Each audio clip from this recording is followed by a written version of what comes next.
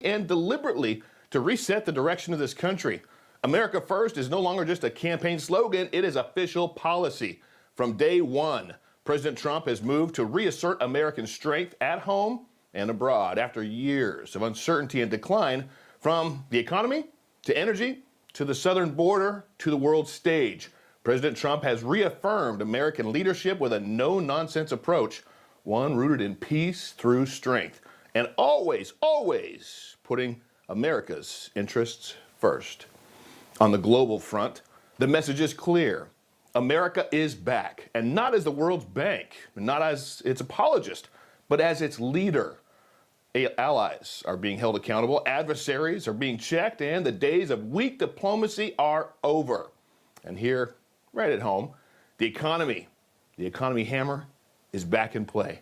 Deregulation, energy independence, pro-growth policies aimed at working-class Americans, not Washington elites.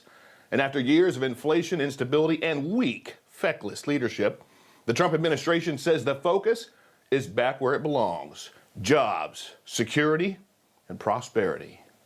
Let's look at the facts. Under the Biden administration, car prices rose 22%, and in many states, 30% or more. Gasoline rose 30 to 50%. Hotel rates rose 37%. Airfares rose 31%. Now, under our leadership, they are all coming down and coming down fast. Yes, friends, as we head into 2026, the contrast couldn't be any sharper. This is a president governing with speed, confidence, and conviction, and a country on a very different path than it was just a year or two ago.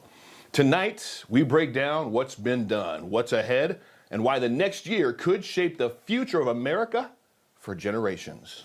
Joining me now, former National Press Secretary for Trump's campaign and former Principal Deputy Press Secretary at the White House, and my good friend, Hogan Gidley. Hogan, thank you for joining The Pulse this evening on New Year's Eve. Let's take a quick look over the first year of Trump's presidency versus Joe Biden, Sleepy Joe's. In 2021, inflation was almost 7%, making inflation down 3.8% under President Trump. The average price for a gallon of gas was $3.41 when Biden was in office versus $3.07 with President Trump. Comparing these numbers 4 years apart, what do you make of what Trump has been able to accomplish in just such a short time? It's unbelievable, but it's exactly what he was elected to do, what he promised he would do, and now he's delivering on those promises. And, you know, it's so deliciously democratic for them to say as a party that affordability is a problem. First of all, they caused the problem.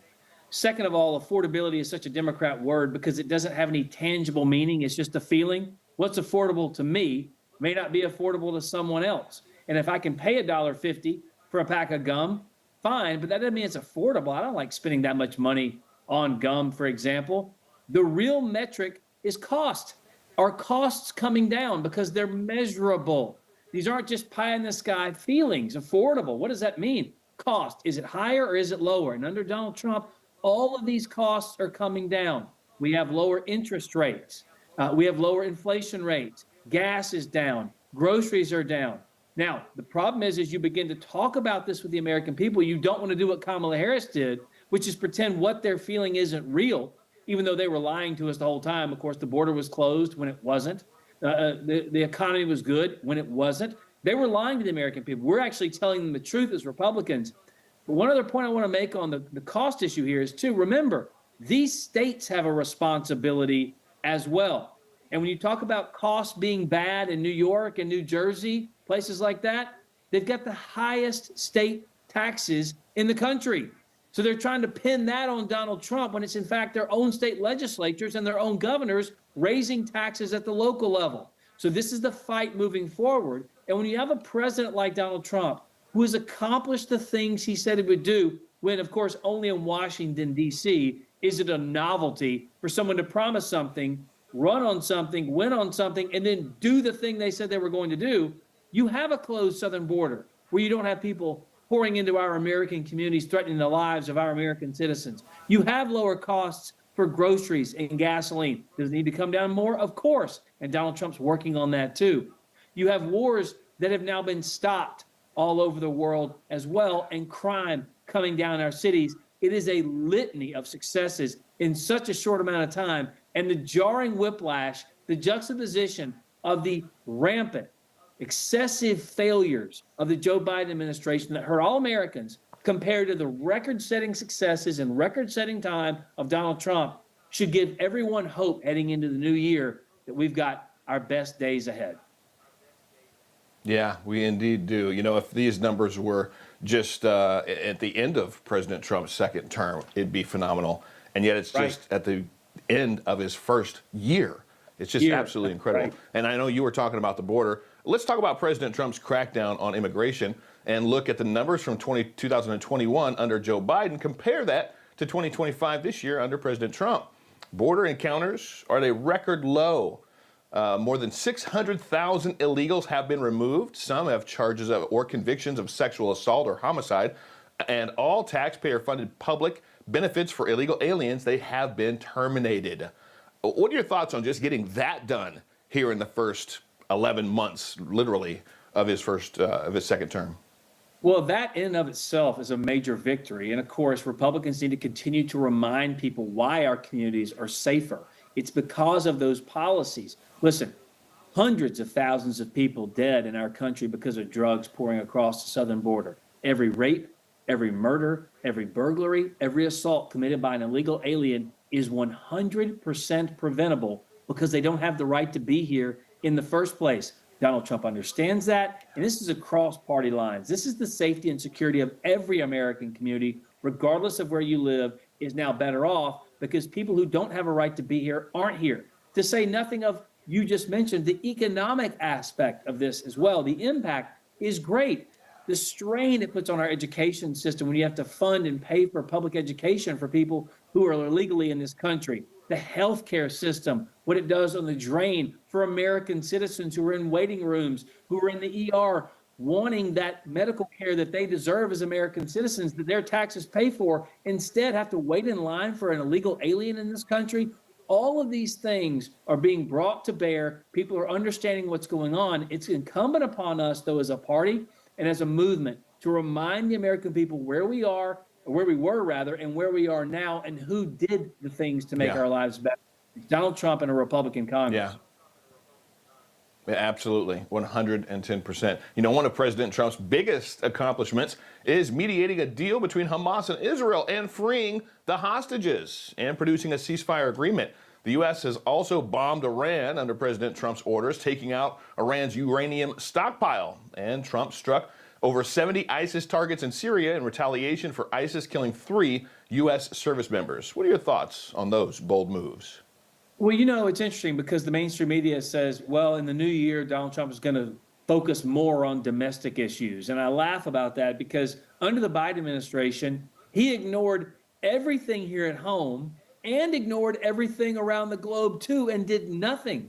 Donald Trump has, again, rattled off a litany of successes to the American people here at home, but he's also stopped 7 wars at this point. And you point out bringing a level of peace that has never been achieved in the Middle East again. He did it in the first term. He's done it this time as well. And the wars all over the world. This world is a much safer place. There's not as much death. There's not as much destruction because Donald Trump, as you point out in the monologue there, the lead in, we are more feared and loved and respected on the global stage than we have been in a long time because this man said, listen, these are America's principles. This is what we're going to do.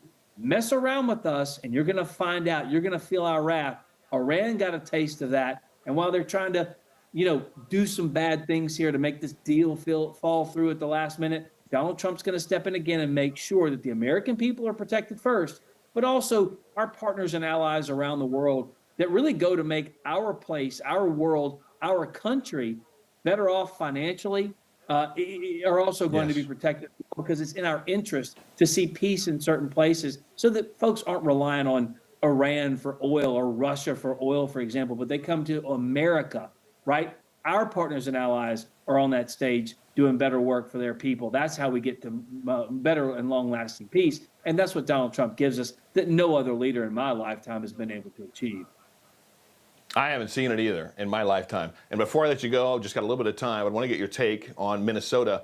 Earlier today, President Trump posted on Truth Social He said Tim Walz of Minnesota is a crooked governor. Oversight chairman announced hearings on the rampant fraud in February. So, Hogan, really quick, about 20 seconds. What do you expect to happen with all this fraud being exposed in Minnesota? Some high-profile arrests, maybe? Yeah, show me the lie on that tweet. It's absolutely correct. And listen, that guy could have been our vice president. Just let that sink in for a minute. In the last few seconds, understand it's not just about exposing this. It's about holding people accountable. Donald Trump has done that. Folks in Minnesota either didn't know about it and they're just ignorant and stupid, or they did know about it and were complicit. Either way, people need to be held to account and justice must be served.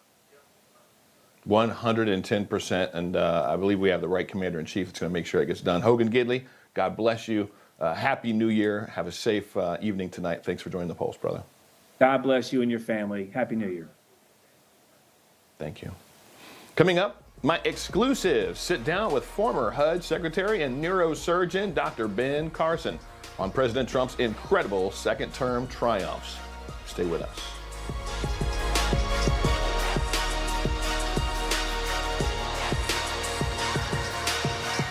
Ring in the new year with our spectacular celebration full of fun, inspiration, and patriotic spirit. NEWSMAX takes you to the best parties in the USA, from the iconic ball drop at Times Square to Nashville's Big Bash. Join me along with fitness icon Jillian Michaels, Dr. Drew Pinsky, and legendary singer Lee Greenwood. It's a party for the whole family. Laughter, music, and motivation to start 2026 right. Don't miss our New Year's Eve special starting at 8 p.m.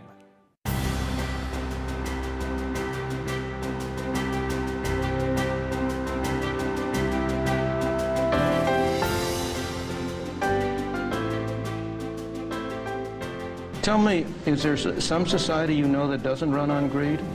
You think Russia doesn't run on greed? You think China doesn't run on greed? What is greed? Of course, none of us are greedy. It's only the other fellow who's greedy. The world runs on individuals pursuing their separate interests. The great achievements of civilization have not come from government bureaus. Einstein didn't construct his theory under order from a bureaucrat. Henry Ford didn't revolutionize the automobile industry that way. In the only cases in which the masses have escaped from the kind of grinding poverty you're talking about, the only cases in recorded history are where they have had capitalism and largely free trade. If you want to know where the masses are worst off, it's exactly in the kinds of societies that depart from that. So that the record of history is absolutely crystal clear that there is no alternative way so far discovered of improving the lot of the ordinary people that can hold a candle to the productive activities that are unleashed by a free enterprise system.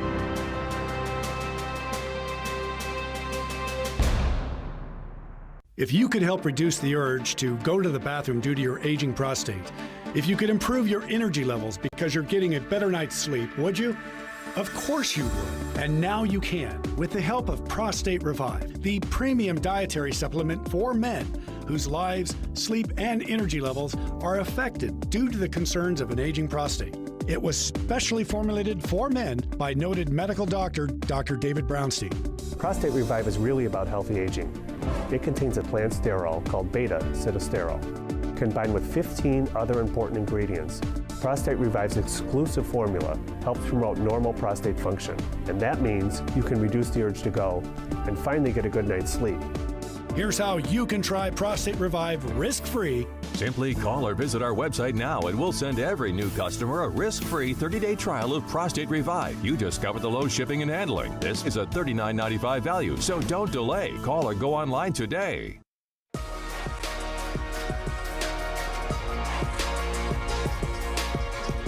Welcome back, friends, to The Pulse. I am David Harris, Jr. Well, my next guest spent his life making America healthy again. Tonight, I'll ask him to give you his best advice.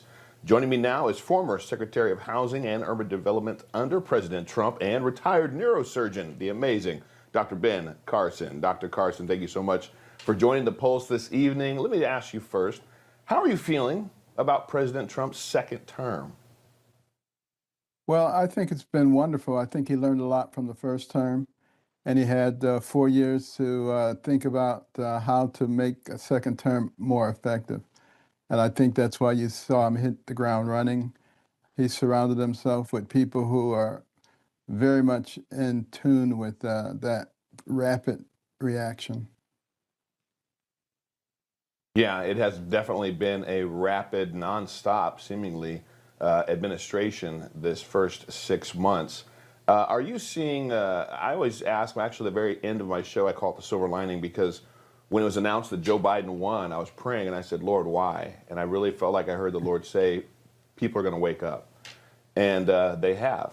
And what I did not count on that silver lining was, although you were an amazing part of his first administration, this second administration is definitely a lot different than his first administration. Would you agree that this administration is like a ×10 multiple of weeding out a lot of the people that shouldn't have been there, rhinos, Absolutely. and then even having some individuals in there like Tulsi Gabbard, RFK Jr. It's a different administration all around, wouldn't you say? There's no question about it. And you have much younger people, very vigorous people. And I kind of like the idea of people making policies who are still going to be around 20 years later to see the effect and to live with it. And, you know, older people should still continue to be involved, but really much more in an advisory capacity because you don't have the same level of energy. So I'm very glad to see this kind of administration going on. And I'm working behind the scenes to help with it, as many other people are. And I think it's going to be very successful. And the important thing is the American people have had an opportunity to see juxtaposed to each other the first Trump administration and the Biden administration. So you don't have a lot of memory to try to figure out what happened many years ago. You saw right head to head which policies you agree with and which ones you don't. And I think people made it very clear in November of 2024 which side they want to go to.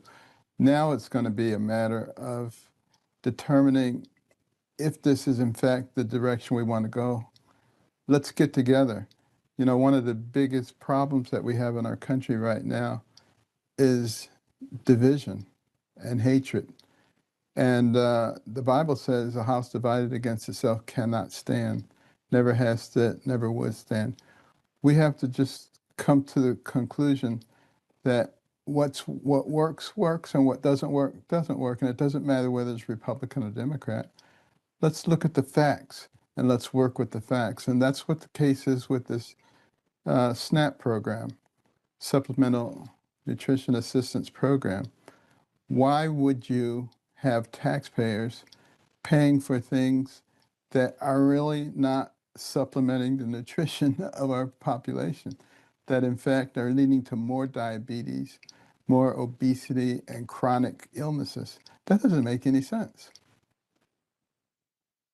No, it doesn't make any sense at all. And I'm thankful that this administration, along with RFK Jr., and I know you and many others are behind the scenes trying to help this administration get things like this passed. It always blows my mind that nobody brought this up beforehand. So taxpayers paying for foods that are supposed to be a part of a supplemental nutritional program, but it's soda, it's candy, it's stuff that's filled with high fructose corn syrup.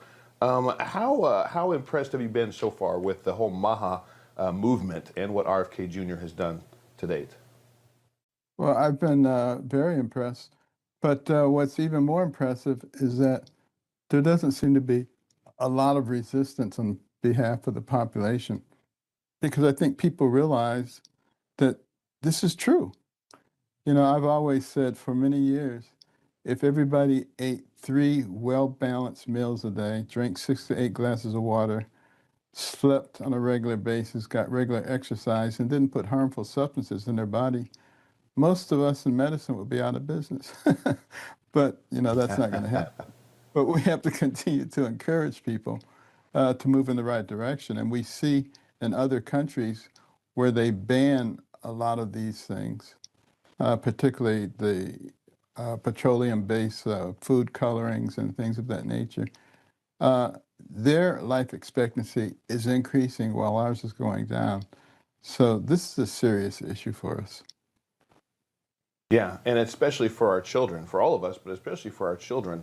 Let me ask you this, a little more personal question. How was it to actually have President Trump as your boss? First term, he was directly, you answered to him. Did it seem like a boss-employee relationship, or what was it working? What was it like working with him? For me, it was very easy because we're like peas in a pod philosophically and policy-wise. We have very different personalities, but it was very easy to work with because we dealt with logic and common sense. And, you know, that's one of the things that allowed America to excel the way that it did. You know, from a bunch of ragtag militiamen to the pinnacle of the world. Logic and common sense and creating an environment that encourage entrepreneurship and innovation. Those are good. And when you have people who believe that way, there's generally very little conflict between them. Yeah, it seems like there would be, but you always have to wonder, too, did everyone in President Trump's first cabinet, did they all like each other? And what were those cabinet meetings like behind closed doors? Actually, the cabinet meetings were good because each cabinet meeting we would focus on 2 or 3 of the departments and let the secretary of that department really expand on what they were doing and getting others involved. One of the things that I particularly enjoyed were the opportunity zones because, you know, HUD actually led that program, but we had several of the other cabinet members and their departments involved in it. And the same thing with a number of the other programs that we created. So there was a lot of camaraderie, but I believe that this cabinet is actually much more cohesive. And I think President Trump has had an opportunity to get to know people and to get to understand what's behind them. And as a result of that, it's much more compatible, much easier to work with. That's good. I've had a good friend of President Trump, Hogan Gidley, on. He shared that this time around, Trump's administration, a lot of the people in his first administration would tell President Trump, how he couldn't do something, and this time it's a lot of people that say this is how we can get it done.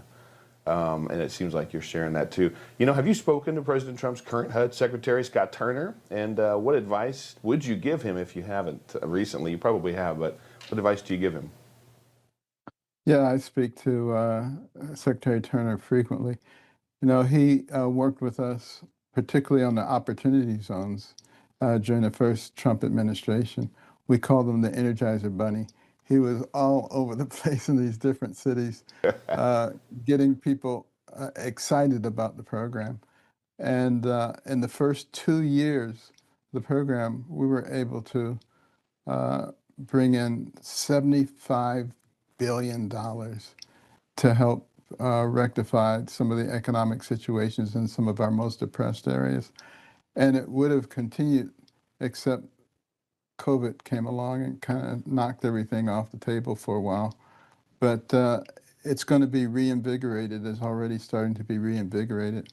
And Scott Turner is doing an absolutely spectacular job.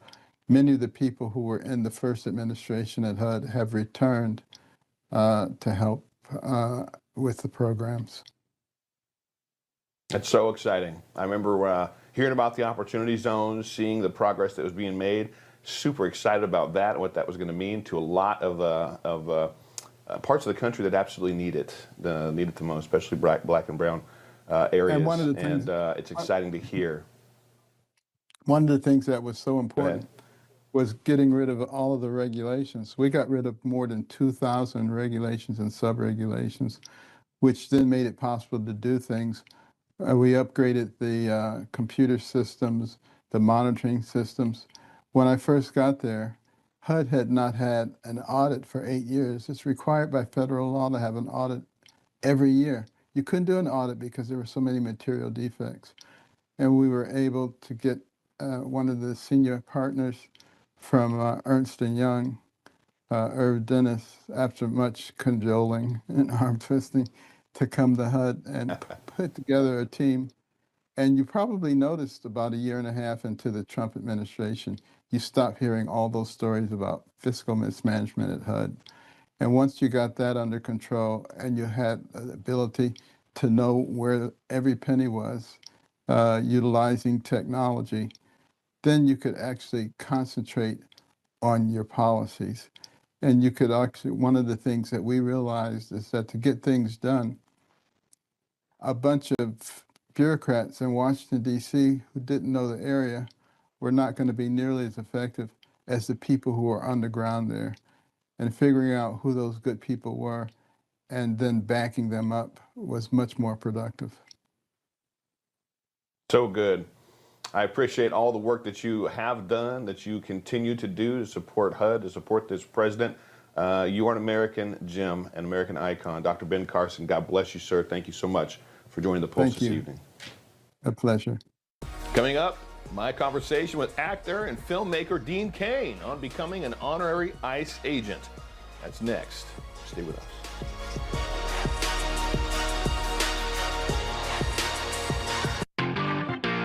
Nothing is off limits to David Harris Jr. And there's no apologies because he's armed with common sense, real faith, and the truth. Don't miss him on The Pulse tonight.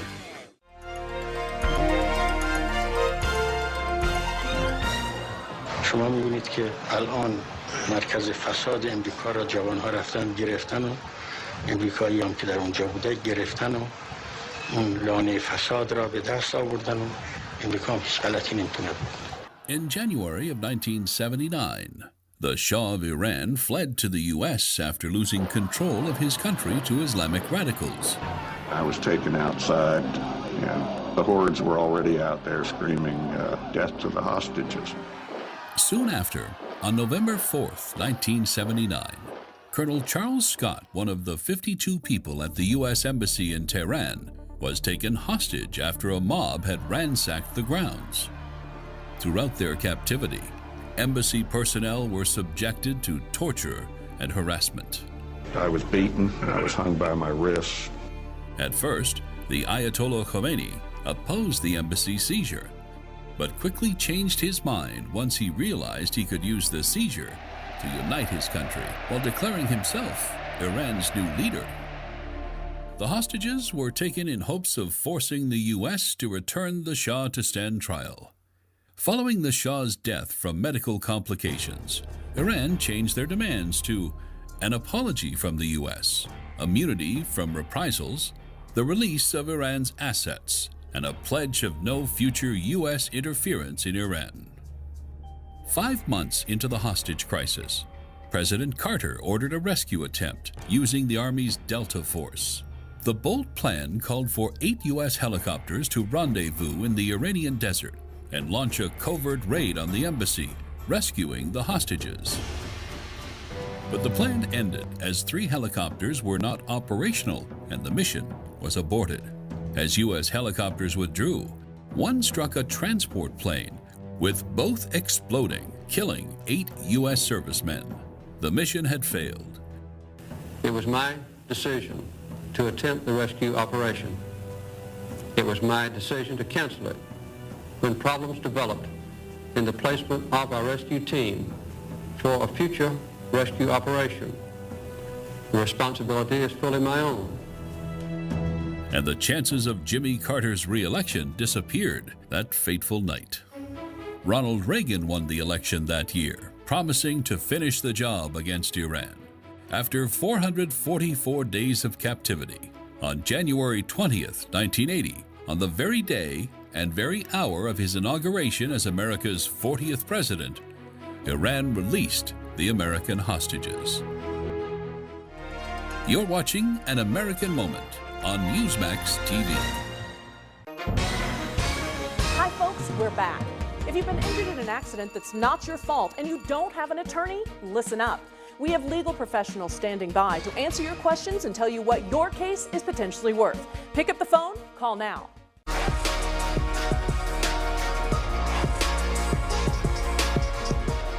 Welcome back, friends, to The Pulse. I am David Harris Jr. Well, Dean Cain, you know him, the iconic actor who brought Superman to life in Lois and Clark. Well, he is stepping off the screen and into the real fight for America's safety. Earlier this week, he announced that he is joining ICE as an honorary officer to help secure our borders and our nation. Well, this Hollywood hero is standing tall with President Trump's bold deportation mission, and he's calling on you to join the cause. Hey everybody, Dean Cain here. And for those who don't know, I am a sworn law enforcement officer as well as being a filmmaker. I felt it was important to join with our first responders to help secure the safety of all Americans, not just talk about it. So I joined up. And here's your opportunity to join ICE. You can earn lots of great benefits and pay. Yet since President Trump took office, ICE has arrested hundreds of thousands of criminals, including terrorists, rapists, murderers, pedophiles, MS-13 gang members, drug traffickers, you name it. Very dangerous people who are no longer on the streets. You can defend your homeland. We need your help to protect our homeland and our families. So check into it, as I said, and join today if it's something that tickles your fancy, because we can use you. Wow, friends, you got to love that. But what drives a patriot to take his stand for America and do something like this? That's what we want to find out. Well, tonight we're going to find out because we are honored to have Dean Cain himself here to answer that question. Dean, my brother, thank you so much for joining the Post this evening. What on earth caused you to say, I'm going to leave my filmmaking, everything I'm doing in movies and shows, I'm going to leave that behind. I'm going to go join ICE. Where'd that come from? I think, David, it's about standing up and doing the right thing.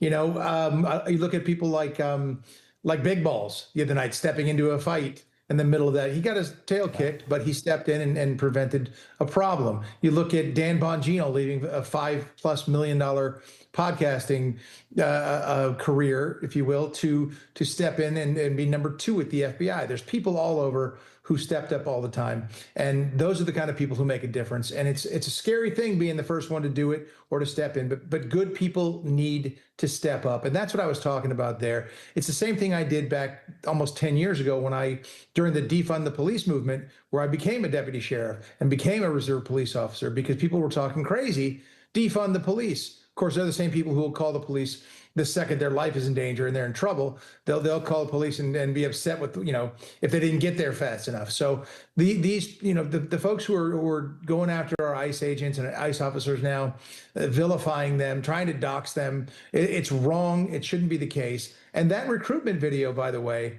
has been very effective because ICE got rid of their cap on age, because I certainly wouldn't have qualified at my young 59 years old.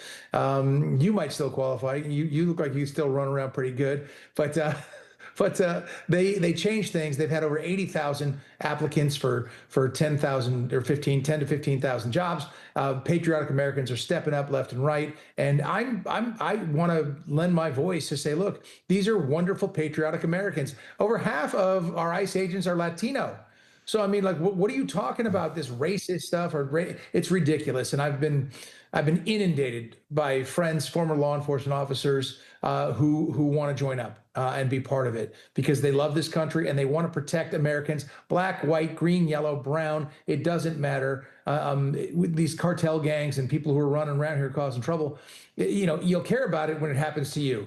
But until it does, you know, just like calling the police, people like to badmouth these folks, call them the Nazis and Gestapo and all this craziness when they're really phenomenal, patriotic Americans. Yeah, they absolutely are, and they deserve our respect, and it's really sad, unfortunate, that so many politicians, especially in blue states, it just seems like they don't care. They allow the doxing, it's almost like they encourage it, and they jump on the same bandwagon and allow all the racial slur. It's insane to me. You know, you shared a little bit about what ICE is doing. They did. Go ahead. You make such a great point there, and I just want to bring up one quick example. You know, when I put this recruiting video out, Jared Moskowitz, who's a congressman out of Florida, I believe, he tweeted, he quote tweeted me and said, or whatever you call X now, he quote X'd me and said $50,000 signing bonus. That's the biggest signing bonus Dean Cain's ever gotten in his career. And I thought, this is a sitting U.S. congressman who is denigrating our brave men and women of ICE who are carrying out the laws that he's supposed to help write. It just makes me sick. And these politicians who do that, that makes me ill. So I apologize for interrupting. No, 100%. I get really upset as well at the politicians that are elected to protect and serve, that are trying to actually, they're supposed to protect and do what they can to protect their own constituents, yet they continue to bend over backwards for people that shouldn't be here, that broke our law to get in here, and then they want to keep them here, and then they want to give them money. It's just insane to me. So I'm glad that you're using your powerful voice to make a statement, and I'm glad it resonated so much. I'm sure the fact that ICE dropped their age limits, but they're also offering that $50,000 signing bonus. It's also up to $60,000 in federal student loan repayments and enhanced retirement benefits. You said you heard from some former law enforcement. Do you think that these incentives might actually pull some officers back into law enforcement or pull some law enforcement officers away from their local agencies and step into ICE? 100%. No question about it. And they're telling me, en masse, you know, this is what I want to do. I want to be helpful. I want to help protect our homeland. I want to keep families and Americans safe. So they're jumping up and down. They're chomping at the bit, and these applications will just keep flying through the roof. And that's a brilliant thing. I mean, times are a-changing, my friend. And we are counting down to the new year with some of my greatest segments in 2025. Coming up, I'll show you why President Trump took a stroll on the White House roof. Next.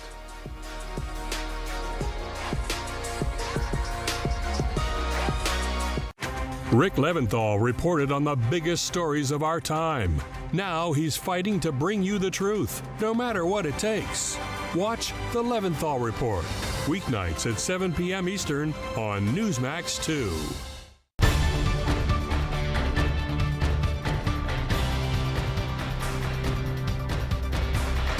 I believe that this nation should commit itself to achieving the goal before this decade is out of landing a man on the moon and returning him safely to the earth. President Kennedy's bold pledge in the 1960s made space travel a national priority, putting America's first spaceport at Cape Canaveral, Florida. In February 1962, Friendship was launched from the Cape, carrying astronaut Jon Glasgow.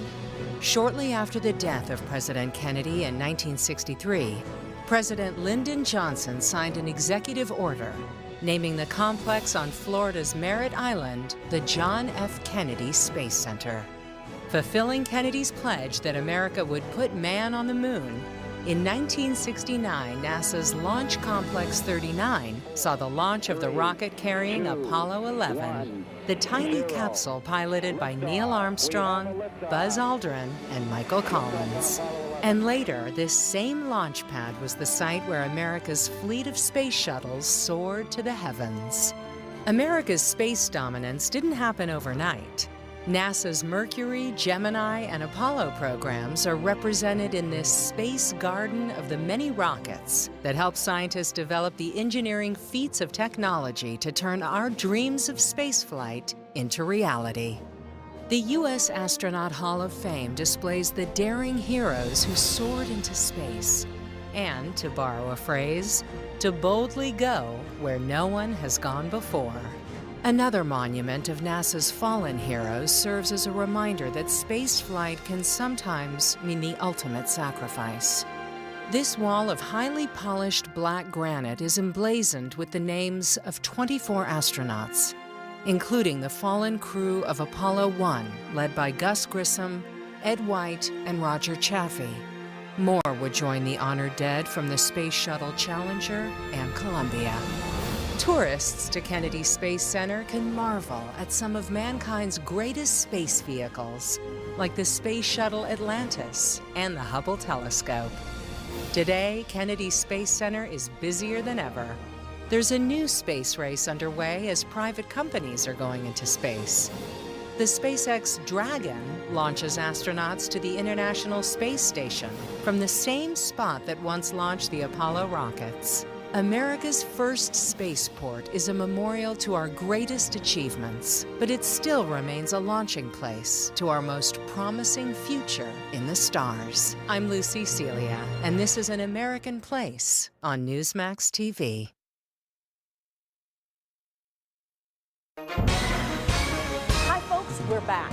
If you've been injured in an accident that's not your fault and you don't have an attorney, listen up.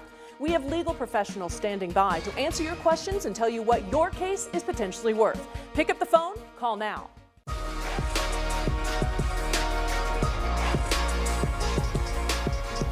Welcome back, friends, to The Pulse. I am David Harris Jr. Well, if you were watching the White House this morning, you might have seen something very unusual. President Trump was on the roof, scouting out the site for what he calls something beautiful. Watch.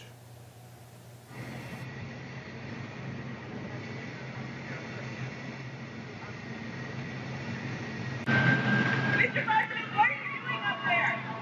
Taking a little walk. Come down and talk to us. Good for your health. What are you doing? The Rose Garden look. Goes with the ballroom, which is on the other side. Are you Hello, Peter. You're looking good, Peter. Are you going to move up here? What does that mean? What do you? More ways to spend my money. Can you give us another thing? We'll show you. It's just another way to spend my money for the country. Are you considering your budget, Dory? Anything I do is financed by me, so you're not to worry. It's contributed. Just like my salary is contributed, but nobody ever mentions that. I wonder if President Trump watched my show last night. Was that last night I was talking about how nobody gives the man as much credit as I think he deserves? Spending his own money, not keeping his presidential salary. He donates that. And now he's looking to add to the White House, something that presidents have done in the past. No president has done it in quite a while, but maybe it's because they wanted to keep their money that they made, whether they earned it or not. They made it probably while they were also president. Have you seen the totals of how many people that have become men, obviously, have become president, and then their net worth just skyrockets? Just grows, like just leaps and bounds from $2 to $3 million they're worth when they get in office to 10 to 100 to hundreds of billions of dollars. President Trump is the one that came in a billionaire, lost a ton of money, still fought for this country, took a bullet for this country, faced backlash left and right, all the accusations, all the court battles, everything. And then he still gets back in office because we, the American people, put him there. And he still donates his presidential salary. And he still is spending his own money to upgrade the White House of the United States of America. Friends, what a gem we have in this man that is actually serving our country and not stealing from it. Stick around, friends, for a very special silver lining with co-founder of the Global Wellness Foundation, Marla Maples.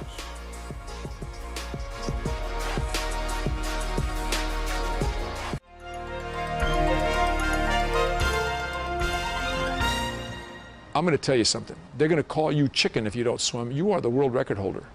And the premier Olympic swimming event is the 100 freestyle. With those words from his coach, Olympic history was made. Born Mark Andrew Spitz in the little town of Modesto, California, the future Olympian record holder began his swimming career at the age of 2 in the Hawaiian waters of Waikiki Beach. 4 years later, Mark and his family moved to Sacramento, California, and by age 10, he held 17 national age group records and 1 world record. But the best was yet to come. After a disappointing performance at the 1968 Olympics, the Shark, as nicknamed by his teammates, returned to the Olympic Games in 1972, determined to do better. As history records, at the 20th Olympiad, Mark Spitz won 7 gold medals and set 7 world records in the process. But it almost didn't happen. After winning his 5th gold medal, the Olympic champion faced his toughest competitor, Australian Michael Wendon, in what Spitz had always considered his toughest race, the 100-meter freestyle. He thought seriously of withdrawing from the biggest race of his career. but with encouragement from his coach, Spitz reconsidered and changed history. Spitz's achievement gave America a boost internationally as the nation suffered in global public opinion from its long war in Vietnam. And Spitz's victory in the sports arena was especially gratifying.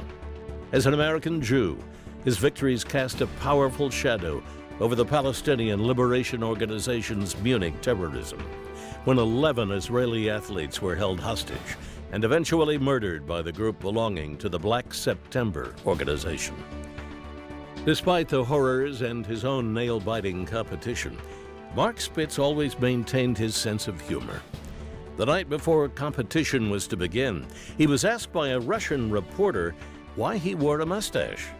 Although he had planned to shave it that very night, he replied, I said, no, it doesn't slow me down. I said, it deflects the water away from my mouth. It allows my head to get a lot lower and more streamlined, my behind actually up. And so that's why I was able to break the world record at the Olympic trials in Chicago 3 weeks before. The guy looked at me and hesitated, and then he translated as fast as he could into Russian. All male Russian swimmers the next year had a mustache. For NEWSMAX TV, I'm Bill Curtis, and this is an American Moment.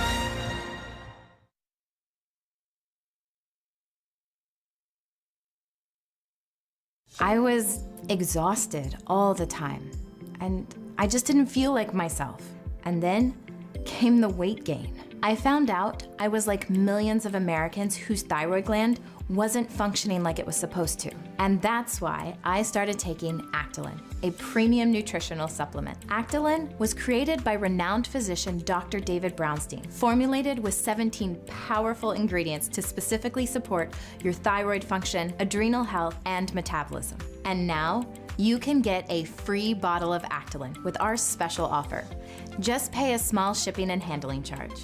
Plus, receive Dr. Brownstein's free special report, A Doctor's Guide to a Healthy Thyroid. If you're experiencing loss of energy, cold hands and feet, dry skin, weight gain, or joint pain, Actilin may be right for you. Don't wait, act now.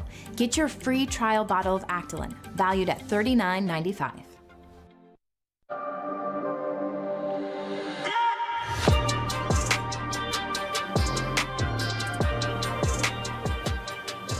Welcome back, friends, to The Pulse. I am David Harris, Jr., and it's time for the silver lining. You know, even in the midst of darkness and chaos, God is still doing incredible things through individuals.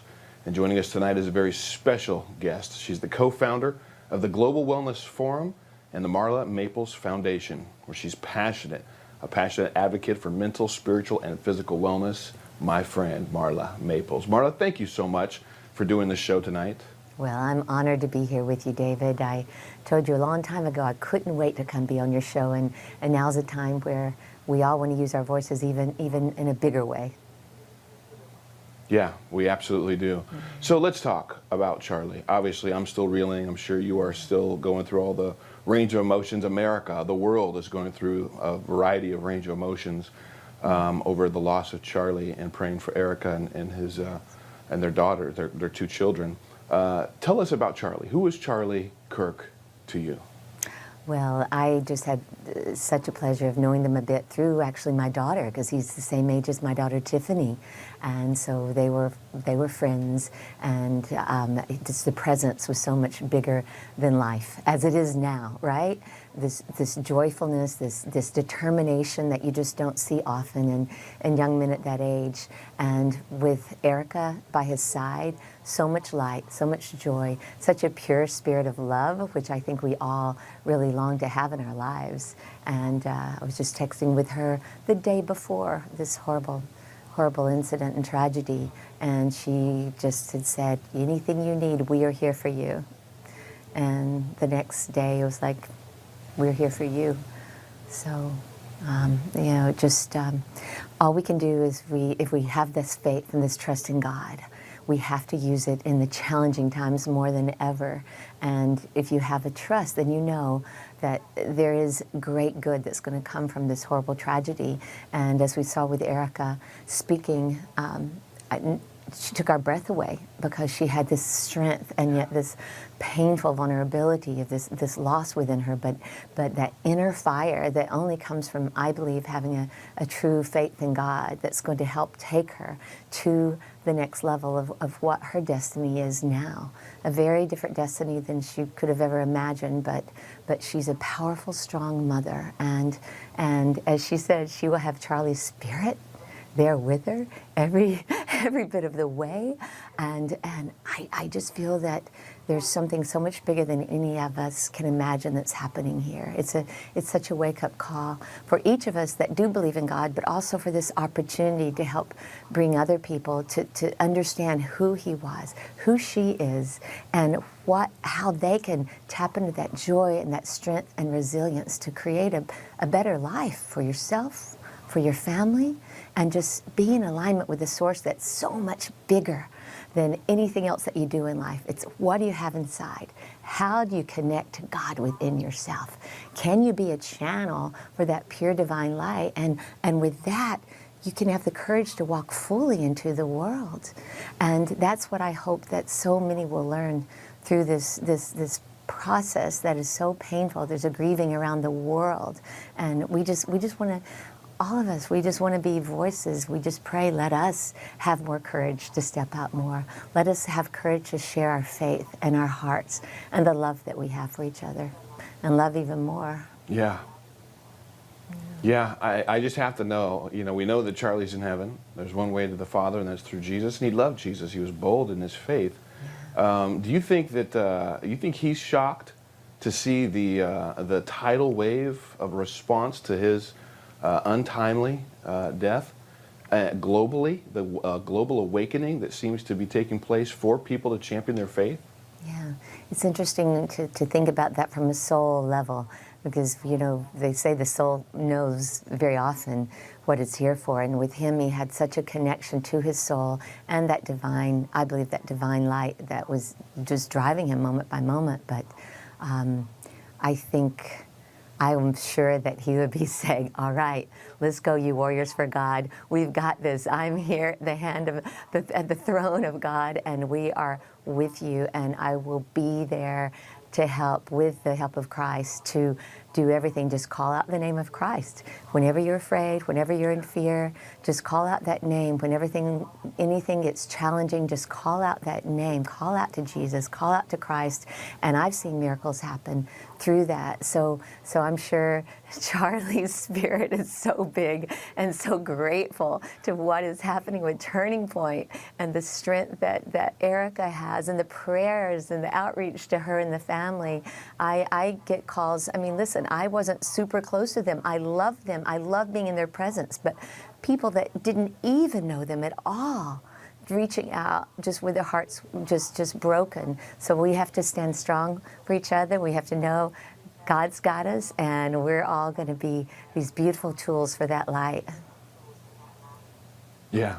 Well, I think that's exactly what he is seeing and hoping, and I hope that we all do the same. And I want to talk about your organization, an amazing organization. Global Wellness Forum's mission is that you're a, quote, values-driven organization that unites and empowers groups and activists worldwide, amplifying their efforts to promote health, sovereignty, truth, and transparency. Tell us a little bit more about this organization and its goals. Well, I was just feeling that we are in a precipice of, we could either lose our country, our health, and our chronic illness with our children, the air quality, the water, the soil. We were at a precipice of really never getting it back.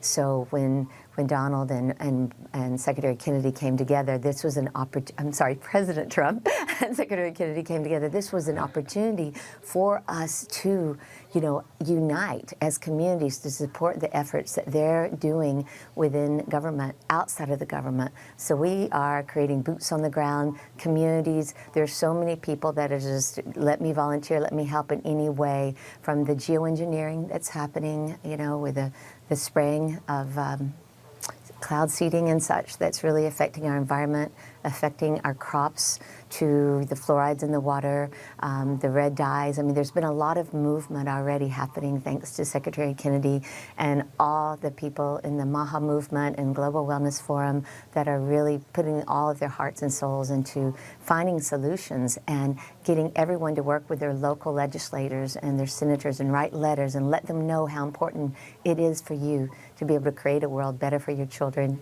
and your grandchildren, because now I'm a grandmama. Yeah, me too. I have 2 grandbabies as well.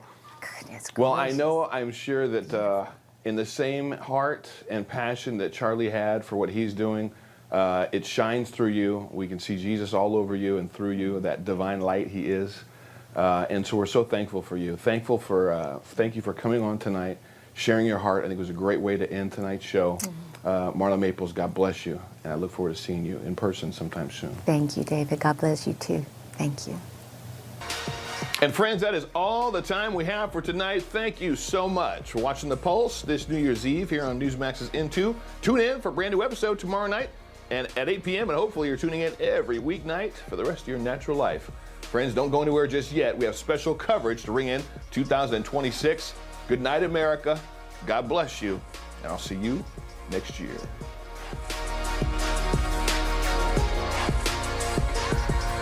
It used to be common.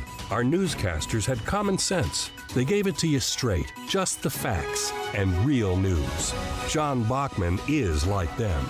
He tells it like it is. Catch him every weekday on Newsmax 2.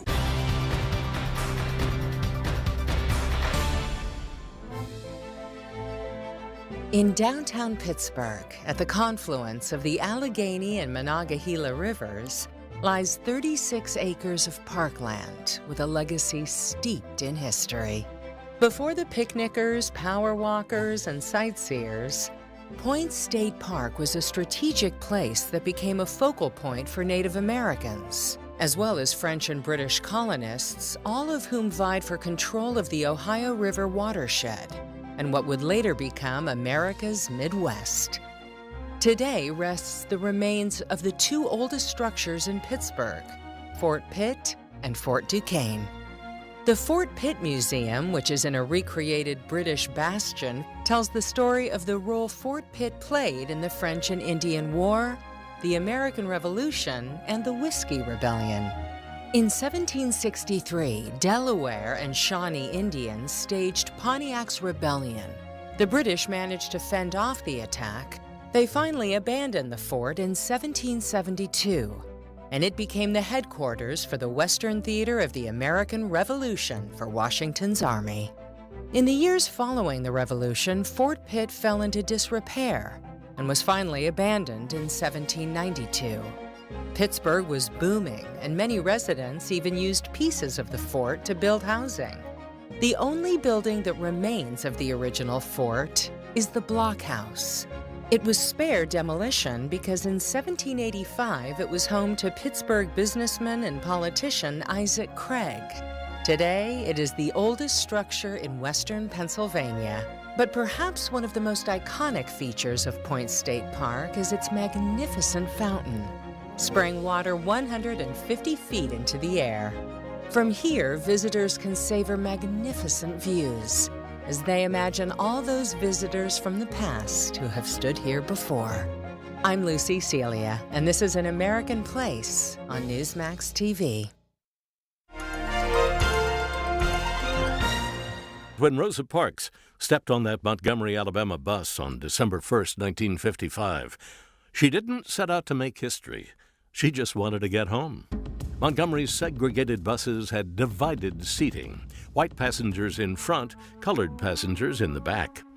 When the bus driver needed more seats for his white passengers, he ordered her and 3 others to vacate their seats. The others complied and moved, but Rosa quietly refused and was quickly arrested. Working alongside Dr. Martin Luther King, Rosa's arrest sparked a highly effective citywide protest with African Americans boycotting city buses. Rosa's protest and resulting boycott didn't end segregation, but it sparked a movement that ended the racial system, paving the way for a more equal society. You're watching An American Moment. folks, we're back. If you've been injured in an accident that's not your fault and you don't have an attorney, listen up. We have legal professionals standing by to answer your questions and tell you what your case is potentially worth. Pick up the phone, call now.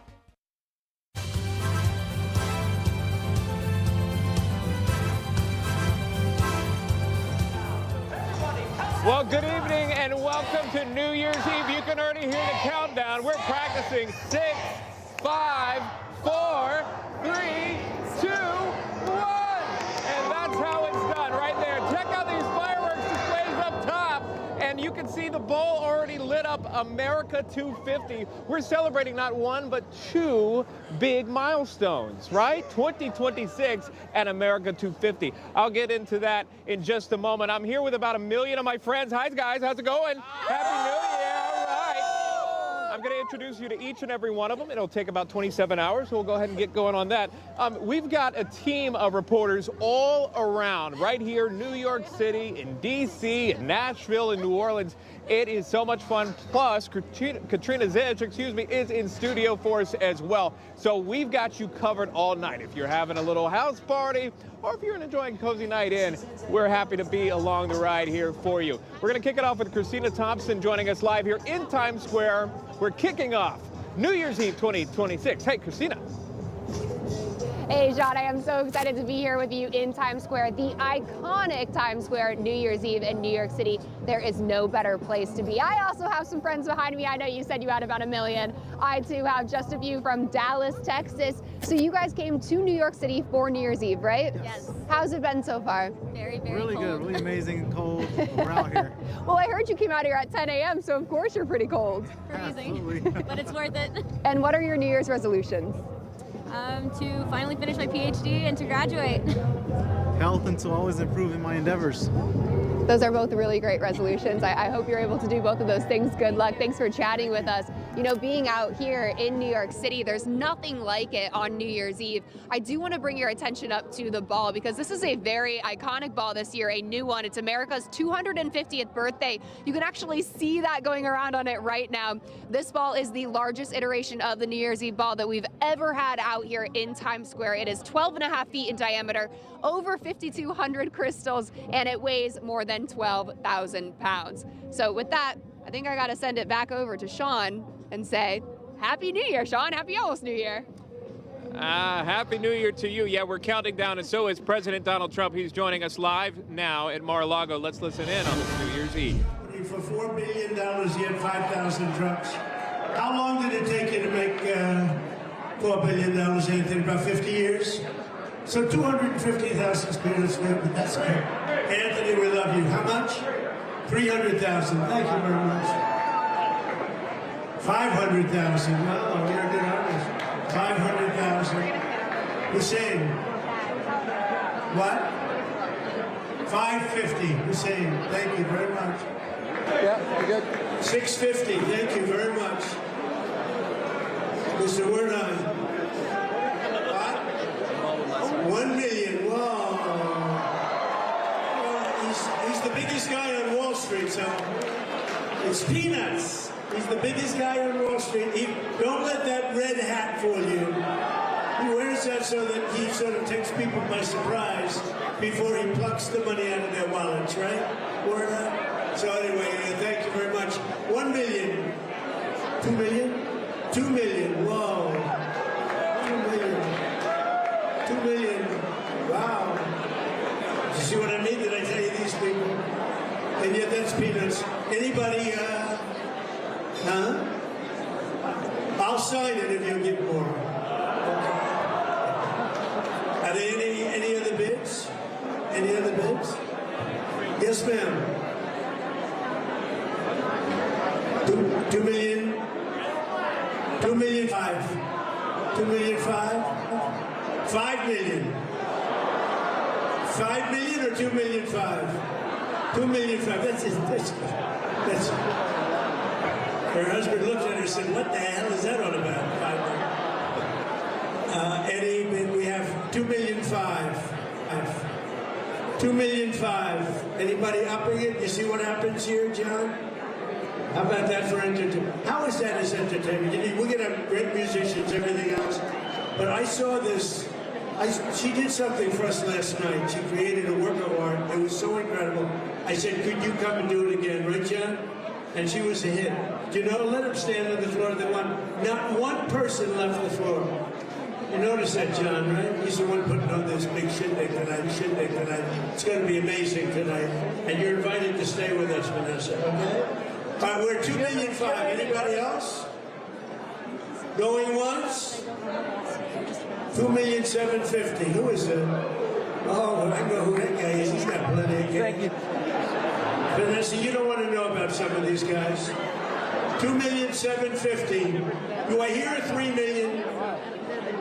Yeah. Do I hear 3 million? It's going to St. Jude's. It's going to the sheriff's office. Sheriff's department. Huh? Yes, who what? Yes? Yes? Don't do it if it's too much. Don't do it if we have to see a chapter filing tomorrow morning. Ladies and gentlemen, one of our outstanding Palm Beachers had a file for chapter. He's been too much. Don't bid. So we have 2 million. We have 2,750,000. Do we have anything else? Any other bid? I want to thank you. Come on up at the stage. Come on up here. Come on up. I think you made a good deal, actually. Come on up. That's great. How about that? Did you ever sell one of your paintings for that? No? Whoa, look at this guy. This guy is good. He's a good man, a very successful guy, too. I want to thank you very much. That's a very nice outfit. I like this outfit. Thank you very much.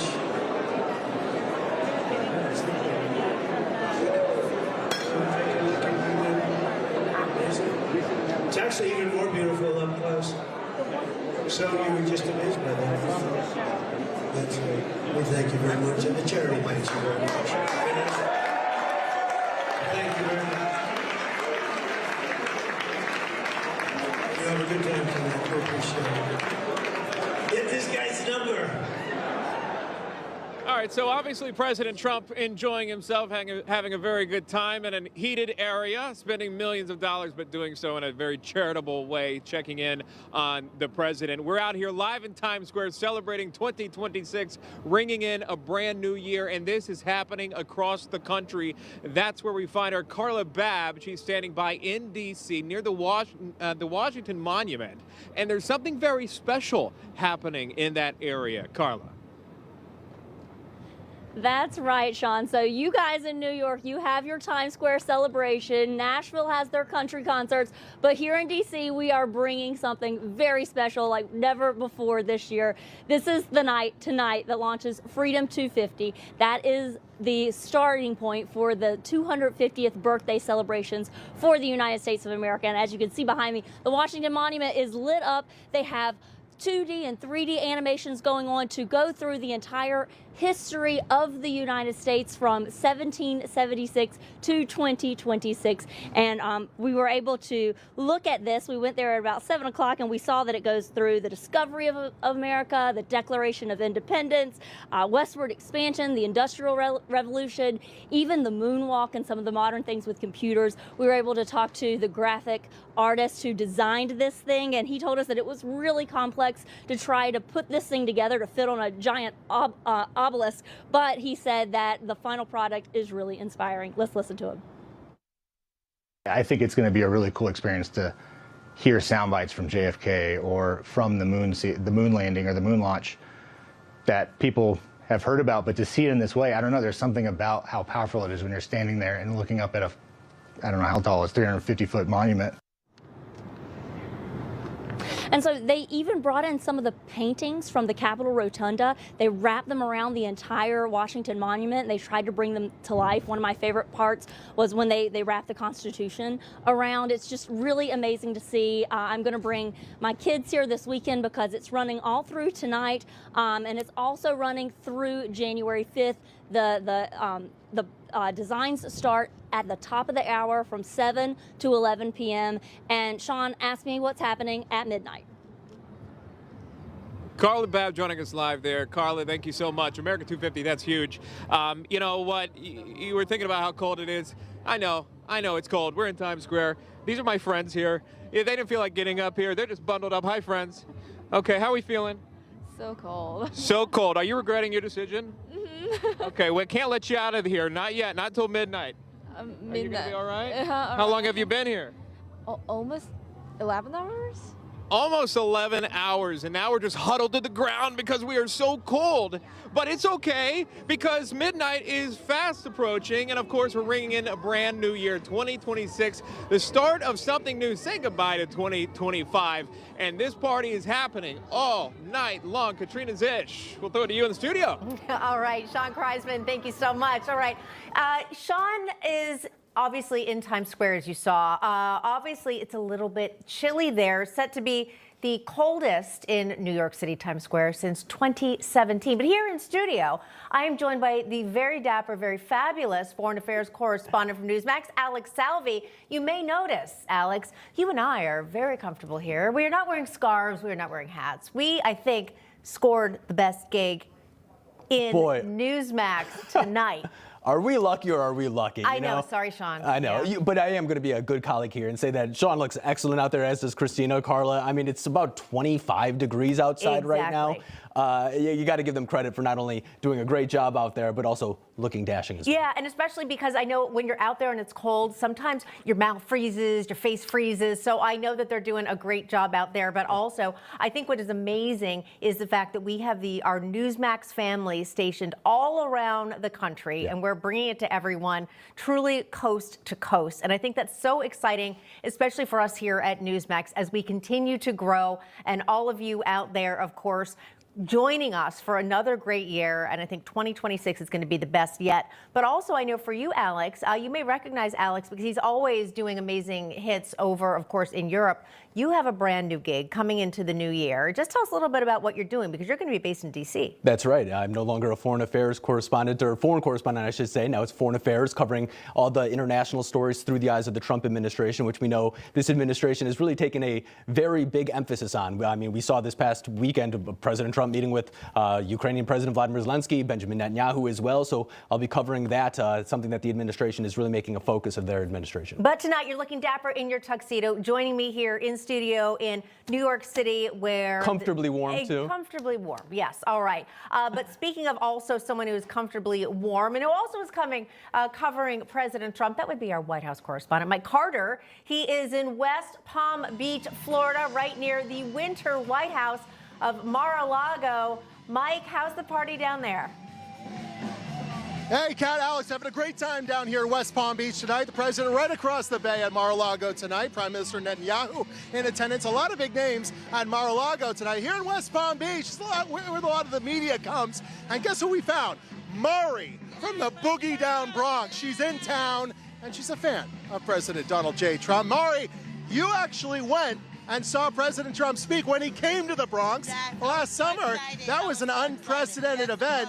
What was your favorite thing about year one of the second Trump term? Trying to do what he got to do with the medical care, and I'm excited for the 4 years that he's running. He's lowering prescription drug prices. The president's going to speak next week to a lot of the insurance companies, try to get premiums down. What would that mean to you? A lot, because my mother is, got medical issues, and that'll be perfect, and even for me and my kids.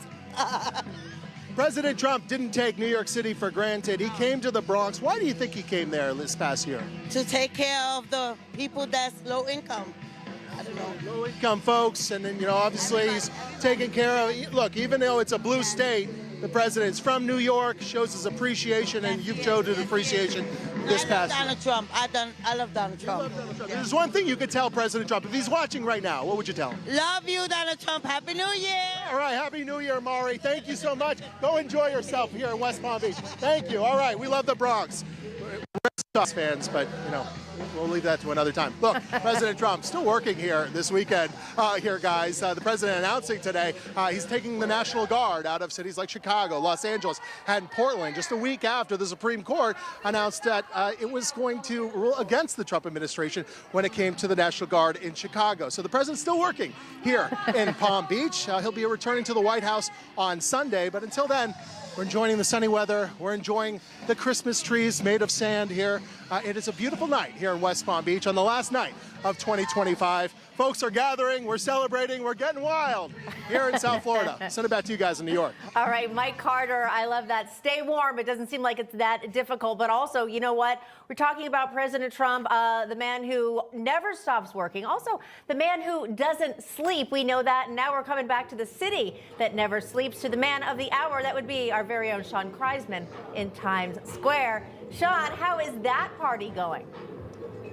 Oh, this party, let me tell you what, the energy is here, and it's getting bigger and bigger. Why? Because we are 3 hours away from the iconic ball drop. So we've got a little bit of time left in 2025. And when we get to that, I'm going to tell you right now, we've got some great guests that you don't want to miss that we're going to talk to right here on the big show. Folks like the ones that you see on your screen, Reverend Franklin Graham, Jillian Michaels, Steve Forbes, Dr. Drew Pinsky, and of course, Lee Greenwood. That's all happening tonight. So keep it right here on Newsmax. Plus, we're going to check in with Jon Glasgow, who's live at the Big Bash in Nashville. Stay with us. You're watching Newsmax New Year's Eve with Shaun Kraisman right here, bringing in 2026. We'll be right back.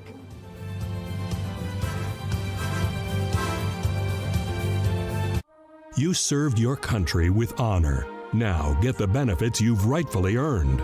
Paul R. Lawrence has written the book every veteran should own, Veterans Benefits for You. This step-by-step guide breaks down what you need to know, from financial compensation and disabilities to information for dependents and parents. This book is a must-read for all servicemen and women.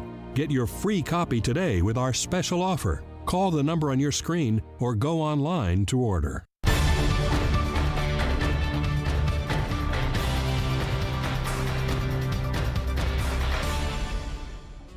Castillo San Felipe del Moro, also known as El Moro, is an imposing fortress standing guard at the port of San Juan, Puerto Rico. Shortly after Christopher Columbus discovered Puerto Rico, Spain's King Charles V ordered construction of a fort to protect the sought-after deep-water port. The island was attacked by the British, starting with Sir Francis Drake in 1595, but ultimately El Moro kept them both out. El Moro's last wartime action was during a naval bombardment by the United States Navy during the 1898 Spanish-American War.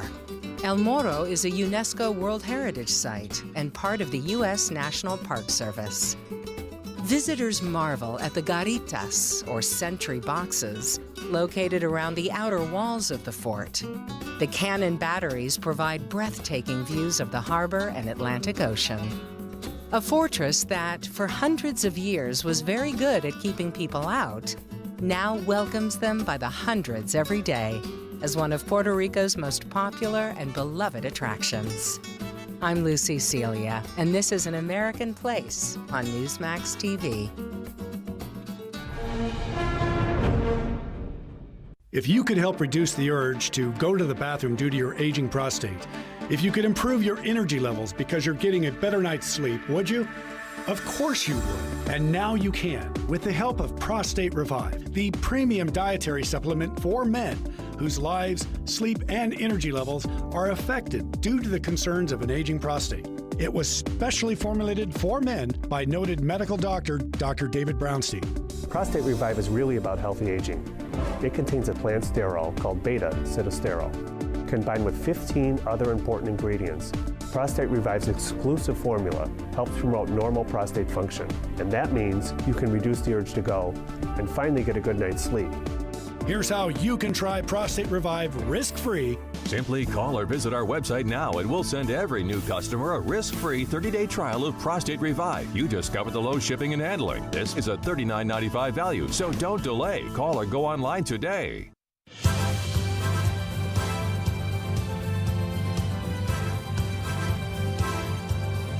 All right, welcome back to the party of all parties. You're joining us here at Newsmax, and we've got our team covered around the country. We're going to take a live look now. You can see it right in the heart of Nashville, courtesy of EarthCam. Now, this is Broadway, a very different Broadway from the one where Shaun Kraisman is in Times Square. This is the main drag in downtown Nashville. Our correspondent, Jon Glasgow, he is in Nashville at the Big Bash concert. John, Alex Salvi and I were debating who has the best gig tonight. We think we win, but now that I see you at this party, I don't know. It might be you. What are you guys up to down there? I have to say, Katrina, we have the best assignment tonight on behalf of Newsmax. We are right here about a mile from Broadway there on the Strip where all those honky-tonks are, but the party's happening right here. There's about 200,000 people that have crammed into downtown Nashville for this concert going on behind me. So this is a huge lineup of hot country artists right now. You've got Jason Aldean hitting the stage tonight. Bailey Zimmerman's coming up here as well. Hardy's going to hit the stage. And we just heard Lainey Wilson. She just wrapped up. They're changing sets right now. They're doing a cut-in over here to a Rascal Flatts concert as well that's happening. It's incredible, absolutely incredible. This is a free concert, so all these people rush the stage when the gates open to try to get right up to the front of the stage so they could get right up close with these artists. Incredible lineup though, but it also is massive here from Nashville. It brings in about $40 million for the economy, so they're really excited to promote this every year. And it brings in tourists from all over the world. We had a chance to see some people that came in from all parts of the United States and overseas to be here in Nashville tonight. So really cool event. And also this is they've got one of the hosts here, you might know him, Bert Kreisman. He's a Netflix comedian. He has a lot of stand-ups. He's hosting tonight and he's crushing it with some great lines. So it's been a lot of fun here. And I have to say, I'm bragging a little bit, and I know a lot of people are jealous back there, but we're having a lot of fun down here. I can tell, and thank you so much, John, for bringing the party down to Nashville to us. Get back there. We'll check in with you later. Go back to the fun. And right now, speaking of going back to the fun, we're going to check back in with our very own Shaun Kraisman in Times Square. You know, Shaun, we were just checking in with Jon Glasgow. He was right near Broadway in Nashville. Let me tell you, a little bit of a different vibe down there. Yeah, it's definitely a different vibe. And I love how this has become like a competition of who has the best we started it tonight.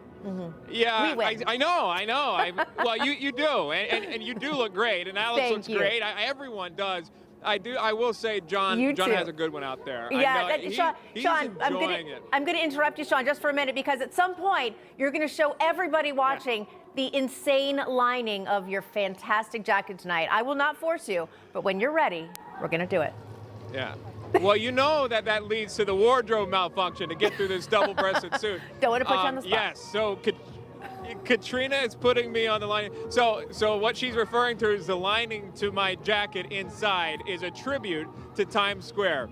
So you know what? I'm gonna do it. I'll do it later on in the show. I'll show it off. If I can get the button going. If there's a wardrobe malfunction, can we bleep that out? I don't think we can because we're live. But yeah, we'll show it for sure. You know, one of the things that I think about the most, and I know a lot of Americans do, when you're moving into 2026 and you're thinking about the future, obviously, saving a little bit of money. And I was able to sit down and speak with Steve Forbes about that very topic and maybe what he expects an outlook financially, economically for 2026. And his answer is a positive one. Watch. We all have big hopes for 2026, with the big one being prosperity, right? As Real Clear Politics pointing out, President Trump has been cleaning up President Biden's affordability disaster. Steve Forbes is the chairman and editor-in-chief of Forbes Media, joins us now. Steve, great to see you. Happy New Year to you. Good to be here, and Happy New Year to you. You know, I appreciate that. A lot of us are looking to the new year, to 2026, for a little bit more money, a little bit more prosperity. Overall, do you have a positive message as far as the economy goes? Money in our wallets, our pocketbooks. Will that increase? What is your outlook on 2026? Well, it should be a good year. Secretary Besson has pointed out people are going to get big refunds in April, which means we were overtaxed in the past. That's why that big, beautiful tax bill the president passed last year is going to be very crucial, especially giving incentives for businesses to invest. Without investment, you don't get a higher standard of living. You don't get higher wages. Of course, the president's going to have a big battle with the Federal Reserve as he tries to get them off this idea that prosperity causes inflation. So that's going to be a big fight.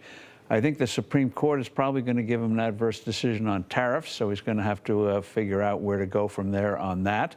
And so that's going to be something he's going to have to deal with. And another big issue is going to be health care. President Trump, I think, recognizes that we need to do for patients what we've done for parents in education, try to give them control of the money. And that's what we have to do in terms of health care. So he's got some reform ideas. If he gets those through, that'll be a reform of epic proportions. That's a lot that you just laid out there. Well, this president doesn't hesitate to take on a big plate. No, absolutely. And one of the things on that plate are the items of tariffs, right, that were enacted by the president without congressional approval. And that's the pushback that we've seen, obviously, in the court system and now sitting with the Supreme Court. Did I hear you say that correctly? You believe that the Supreme Court will rule not in favor of the president on tariffs? I think he's going to get an adverse decision on that. They're not going to go in favor. What I think the Supreme Court will do is rule that tariffs already collected, the tax money already collected, will not have to be returned since it was done in good faith. It's been done for years. So, but going forward, you're going to have to get it through Congress or some other mechanism. Interesting. Okay. I want to move on to this. You mentioned taxes, and I can't help but mention the big, beautiful bill. Because inside of there, and you touched on this, alluded to it, going into effect, no tax on overtime, no tax on tips. This is a big one. No tax on Social Security. Also a child tax credit and a whole lot more in there, including deductions for car loan interest. Bottom line is this: can American taxpayers see more in their refund check in 2026? The answer is yes, their cash flows will improve. But also, though, I think the president, given the state of the world, what's happening, should go for another what they call reconciliation bill, and that is another tax cut, reducing personal income tax rates across the board. He wanted to reduce the business tax from 21 to 15%. He should push that again. And another thing is to cut the capital gains tax. Nice thing about cutting the capital gains tax, Shaun, is that it raises revenue immediately, overnight, as people cash in past gains. Good for the getting capital flowing again, helping the housing market, and all those good things. So go for another bite of the tax cut apple. Yeah, you're going to need Congress, right, in the midterms in 2026. That's another one to watch for as well. I did want to ask you about federal income tax. This president has hinted on several occasions that he'd like to get rid of that. Many people, I would argue, would side on the side of the president on that, getting rid of the federal income tax. But is that a real possibility in your mind, Steve? Well, short term, the math is going to work against him. We collect $2.5 trillion a year of income taxes, and tariffs, what, $300 billion, $600 billion, depending on how the Supreme Court rules. Sure. So there's a big delta there. Moreover, 40% of American households don't pay income tax, so you're going to have to do something for them. So I hope in the interim he goes for a flat tax, which gets rid of most of the code, cuts the rates for everybody, and allows resources to go for real things instead of spending literally $300 to $500 billion a year, Shaun, complying with this monstrosity. So go for that. That, I think, can be doable short term, and then we'll see what he does in the future. Are you going to charge the president for this advice? This is good stuff. No, it's free, my gift to him for the new year. Yeah, belated Christmas gift. Happy New Year to you, Steve Forbes. Thank you. Steve, thanks so much. Appreciate Good to be it. with you, Shaun. Thank you. Hey, if you could get free advice from Steve Forbes, I think that I would take it. We're back out here live in New York City, Times Square, ringing in 2026, less than 3 hours away from a brand new year. And we're not just here.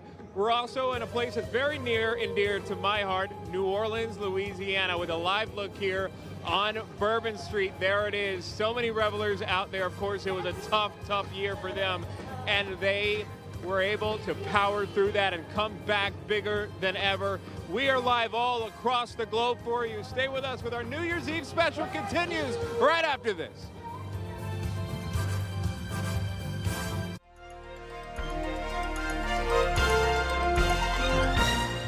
Since the beginning annals of history, the Middle East has always been a center for conflicts, intrigue, and war. So it was again on August 2nd, 1990, when Iraq's then-President Saddam Hussein ordered his armies to invade Kuwait. His objective? The oil-rich fields of Rumalia.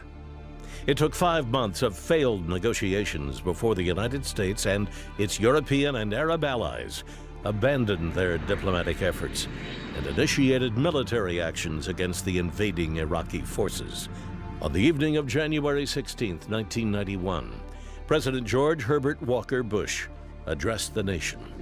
Just 2 hours ago, Allied air forces began an attack on military targets in Iraq and Kuwait.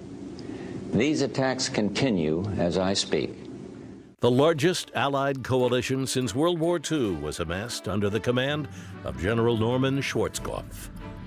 Known as Stormin' Norman, he led over 500,000 troops with military forces primarily from the United States, Britain, and Saudi Arabia, along with logistical and financial support from an additional 31 nations. President Bush was quick to make known the Allies' clear and limited objectives. Known to history as either the Persian Gulf War or First Gulf War, it marked the beginning of frontline reporting by embedded news reporters from around the world, providing their viewers with live pictures of ongoing battlefield actions. Anticipating the Arab nations opposing him would refuse to fight alongside their archenemy, the Israelis, Hussein launched Scud missile attacks against Israel, hoping to draw them into the conflict. But the U.S. quickly deployed to Israel the new Patriot missile interceptors, which for the first time were used successfully on the battlefield. In the end, Israel stood back. Within 100 hours of the ground forces launching their assault, the war was over. But not before Saddam Hussein had ordered the destruction of the very oil fields he sought. 1 week following the cessation of fighting, President George Herbert Walker Bush addresses Congress and the nation. As president, I can report to the nation, aggression is defeated, the war is over. For NEWSMAX TV, I'm Bill Curtis, and this is an American moment. Will you be able to afford your golden years? Do you worry how you'll make ends meet? You may be leaving up to $100,000 unclaimed. You need this special report. How to boost your Social Security and retirement by at least $100,000 or more. Get your free copy today. You've earned the benefits. Take advantage now. See our special offer to claim your free report. Call or go online today.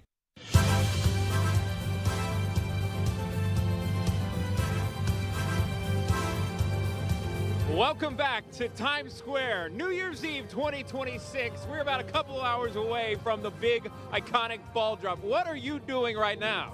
Are you having a good time? Is it a party time at your house? Or maybe are you just making some ramen and sitting on the couch? Because that's my style. That's what I like to do. That'll keep you warm. We got to be quiet, though, because everyone's quiet over here. It's very no energy. Oh, there's energy? I didn't know that. Look at these guys. See, they bring food out here because they've been out here for so long. So this is dinner time for them until the action gets started. Speaking of action, I want to talk about New Orleans, Louisiana, because they know how to party like no other down in the Big Easy, and that's where you find senior correspondent Jon Huddy, who has the beautiful gig of being live on Bourbon Street. Jon, you got to say hello to my people there in New Orleans. I love that town.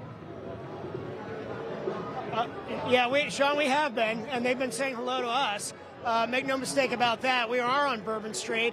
And, of course, we're coming up on the anniversary of that terror attack here that happened January 1st of this year around 3:15 in the morning. Tonight, there's a lot of celebration. People feel very safe and secure. Big reason, 800 law enforcement officers on the ground here tonight. We're talking about New Orleans PD. We're talking about Louisiana State Police. We've been talking to some of them throughout the evening. Also, federal agencies, FBI, DEA, a lot of undercover work going on here as well.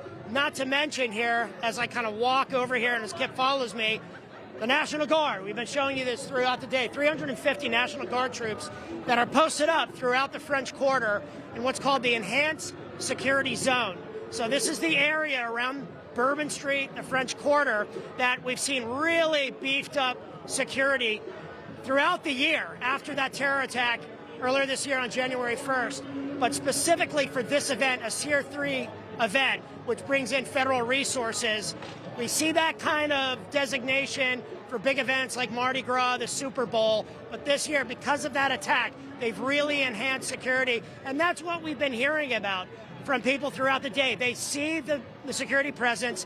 It's made them feel safe. That's okay. That's all right, man. They feel safe and secure about that. And along with that, we've seen also some of the improvements, the enhancements. You guys having fun? Yeah. Real quick, where are you from?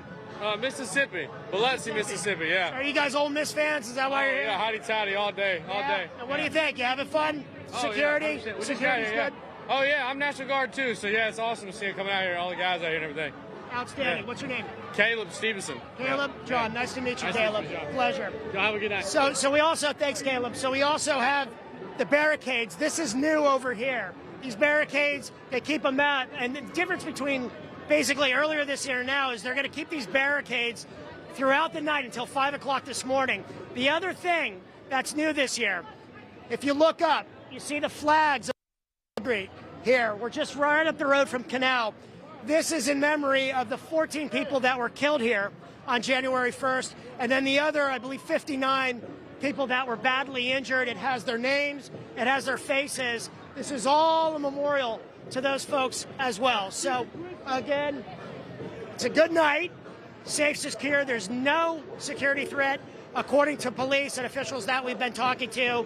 And, you know, as we're getting closer to midnight, we're seeing the crowds definitely grow here on Bourbon Street. Back to you.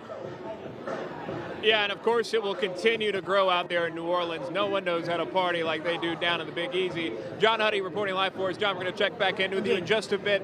Back here out live in Times Square, New York City, I'm staring at the iconic ball right now. We are counting down to 2026. Little Big Town's getting ready to go here at concert, but before we get to all that, we're going to take a live look here in London, of course, ringing in a brand new year. We'll have a live report straight ahead. Don't go too far. We'll be right back.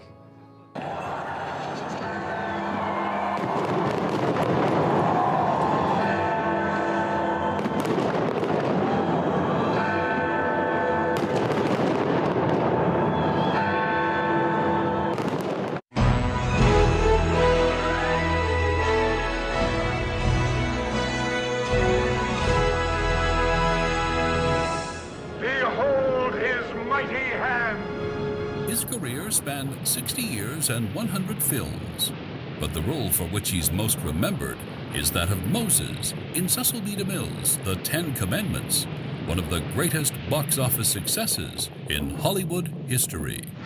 But it was his starring in Ben-Hur that won him his one and only Oscar. He was born John Charles Carter on October 4th, 1923, but after his mother remarried, he adopted his grandmother's maiden name, Charlton, and his family's new name, Heston. Heston always considered himself a spiritual man with a love of Christian history, two factors that undoubtedly influenced his screen performances. For this you shall drink bitter waters. In 1944, he joined the Air Force, and while serving as a radio operator and aerial gunner, rose to the rank of Staff Sergeant. That same year, he married Lydia Marie Clark, a union that would last for over 64 years. Heston was also a political activist. In his younger years, he was a Democrat, a vocal supporter of liberal politics, and marched with Dr. Martin Luther King, and was a strong proponent of civil rights. The popular Heston would become president of the Screen Actors Guild. As he grew older, his politics changed, and he embraced conservative freedoms and causes, leading him to eventually be elected president of the NRA and making this famous declaration. From my cold, dead hands. In August of 2002, the Oscar-winning actor announced he was suffering from Alzheimer's disease. Well, it's been quite a ride. 6 years later, on April 5th, 2008, Charlton Heston died at his home in Beverly Hills at the age of 84.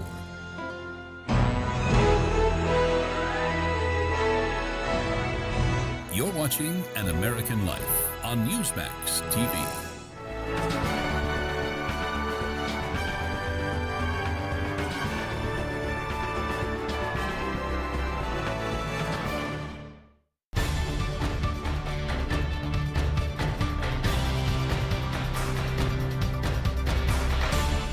Nestled in the rolling hills of Northern Virginia, Bull Run Regional Park is a place of natural beauty. But beneath these peaceful landscapes lies the site of one of the most pivotal and bloodiest battles of the Civil War. This is Bull Run, where on July 21st, 1861, the first major battle of the Civil War erupted. Known as the First Battle of Manassas in the South, it was a brutal clash between Union and Confederate forces, a battle that shattered illusions of a short war and signaled years of carnage to come. I'm Lucy Celia, and this is An American Place on NEWSMAX 2.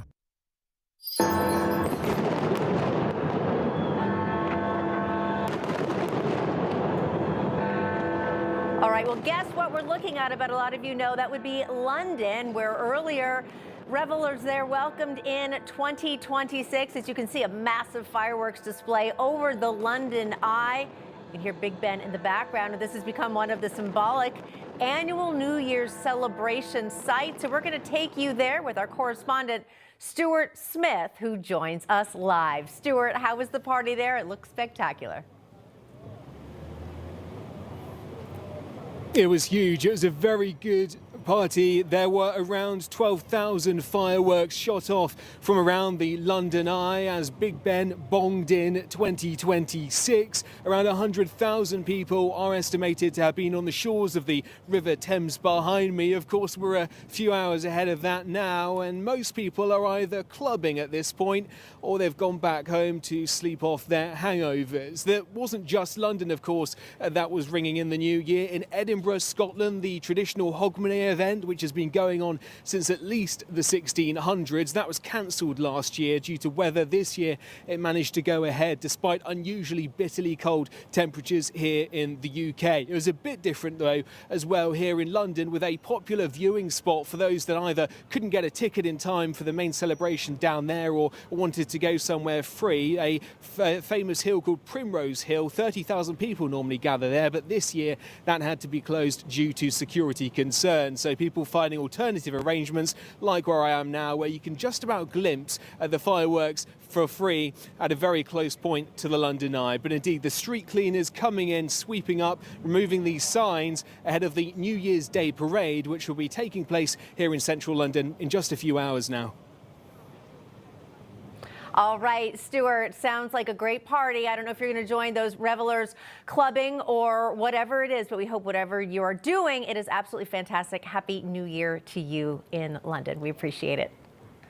All right, we are back here in the studio in New York City, where the countdown is still going to midnight. I'm joined here by the fabulous Alex Salvi in studio, who we're so lucky to have you here back in the United States with us, Alex. And we know that you have been traveling the world for us with NEWSMAX, but also it was funny when Stuart was giving us the update on what people in London would be doing now. We both were like, that is so on brand. That is such a British thing to do, whether they're out clubbing or already sleeping off their hangovers. But you spent most of your time in Rome. So tell us a little bit about some of the celebrations there. Yeah, when Stuart talks about sleeping off a hangover, it sounds posh. When I do it, it just sounds trashy, you know? So it's a little bit of a different dynamic there. But yeah, in Rome as well. I'm sure we're going to show some images of this tonight. We have our correspondent there, of course, Annalise Taggart, who is covering that. But it's a very similar type of atmosphere. You get the fireworks in front of the Colosseum. Oh, we're looking at it there. You go. Yeah, that's Piazza Navona right there. They don't half, for lack of a better word, they don't go half. They go full measures in Rome when it comes to this as well. And they have their own traditions as well. They eat the 12 grapes the same way. And by the way, you're supposed to wear red underwear. So when you were talking to Shaun about his lining, I was very pleased to hear you were talking about his coat and not an underwear up here that we'll see later. I was going to dare you to ask Shaun that, but we will not. Well, do here, that I'll to just Mr. Shaun. Kraisman. Well, yeah, Alex will. That is a good tease. All right. But what we're going to do now, we'll get back to that topic, which I have a lot of questions about that. Why red underwear? Who? Anyway, we'll leave that there. But we are now going to go after a quick break live in Washington, D.C., where we are ready to kick off the beginning of America 250, a spectacular celebration coming up there. The Washington Monument is all lit up for the occasion, which is a lot of history involved. And of course, we'll have plenty more, lots of interviews coming up.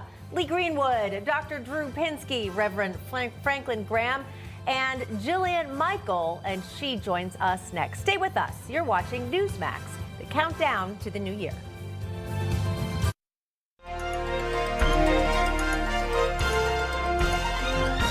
In the early 1800s, the United States was still a young, struggling nation. But that didn't stop it from making one of history's boldest and far-reaching declarations. On December 2nd, 1823, during his annual message to Congress, President James Monroe warned European powers not to attempt further colonization or otherwise interfere in the Western Hemisphere, stating that the United States would view any such interference as a potentially hostile act. And thus was born the Monroe Doctrine.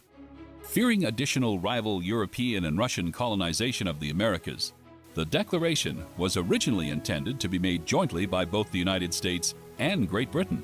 However, then Secretary of State John Quincy Adams vigorously argued that it should be a declaration of American policy exclusively.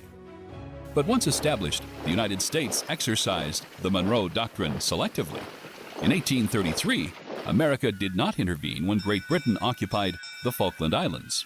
But in 1904, 1911, and 1915, the U.S. sent troops into Santo Domingo, Nicaragua, and Haiti, respectively, to discourage threatened European intrusion. Those military interventions immediately strained diplomatic relations between the United States and most of its southern neighbors.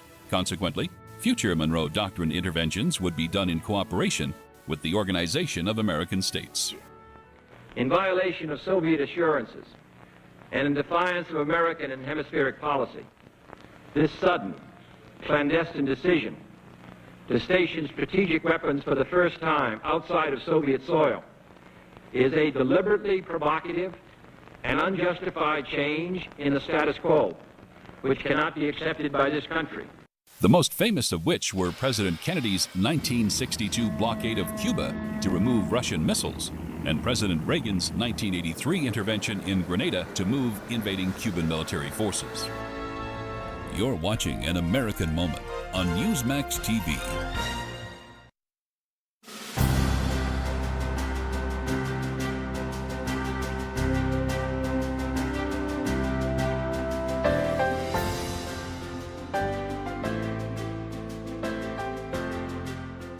But you know, you do have to fight to keep freedom.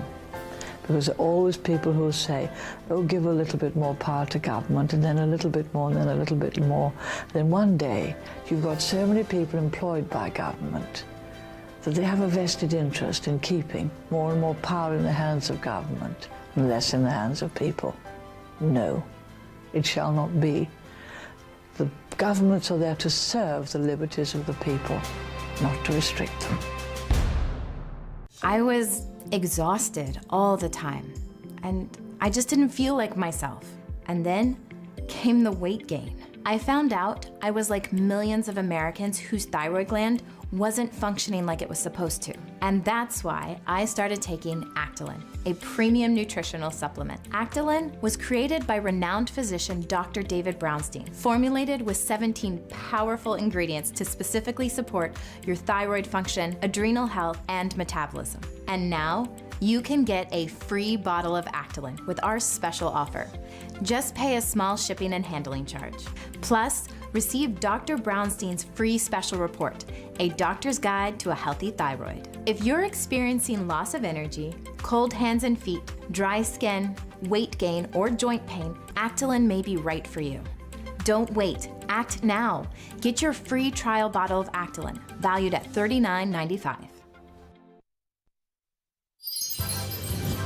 All right, welcome back to beautiful Times Square, where a million revelers are right here, ready to ring in the brand new year. I got a good glimpse here of the ball drop, but what also I have a glimpse of is the flurries that are already starting to come down. Can you believe it? It's starting to come down right now as the temperatures continue to drop. We're bundled up out here. You guys doing okay? You guys still staying warm? We keep checking on each other to make sure we're all right, because it's a little cold out here, but it doesn't matter because we are ready to ring in 2026. Where are you? 2 hours away. We're almost there. You know, each time you welcome a brand new year, you start New Year's resolutions, right? Or maybe you say, you know what, I'm going to get fit this year. I'm going to eat better. I'm going to join a gym.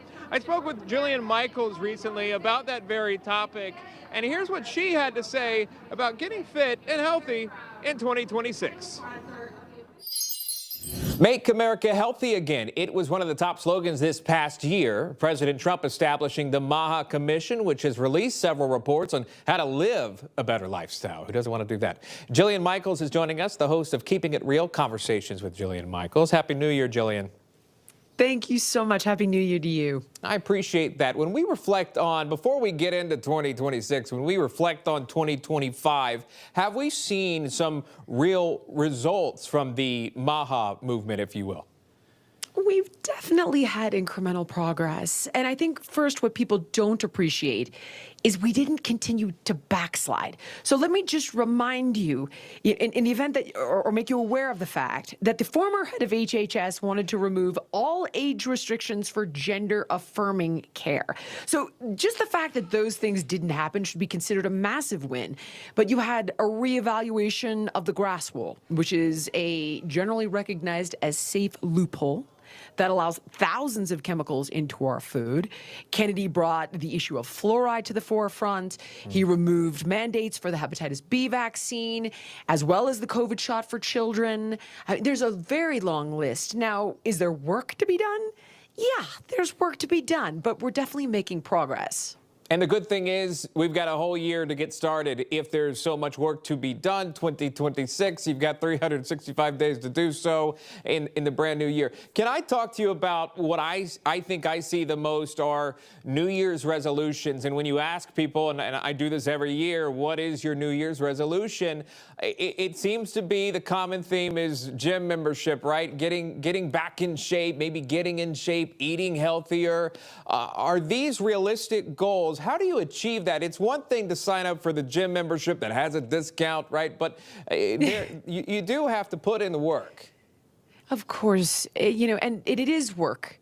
But work that has purpose is passion. Work without purpose can feel punishing. So I think it's very important at the onset to establish your why, right? Because if you have the why, you can tolerate the how. Really make a long list and marinate on it about all of the ways your life is going to dramatically improve. And I think you'll find that getting that clean bill of health at the doctor, looking amazing in your wedding dress, getting pregnant for the first time, all of these reasons that people have is far more appealing than a piece of pizza.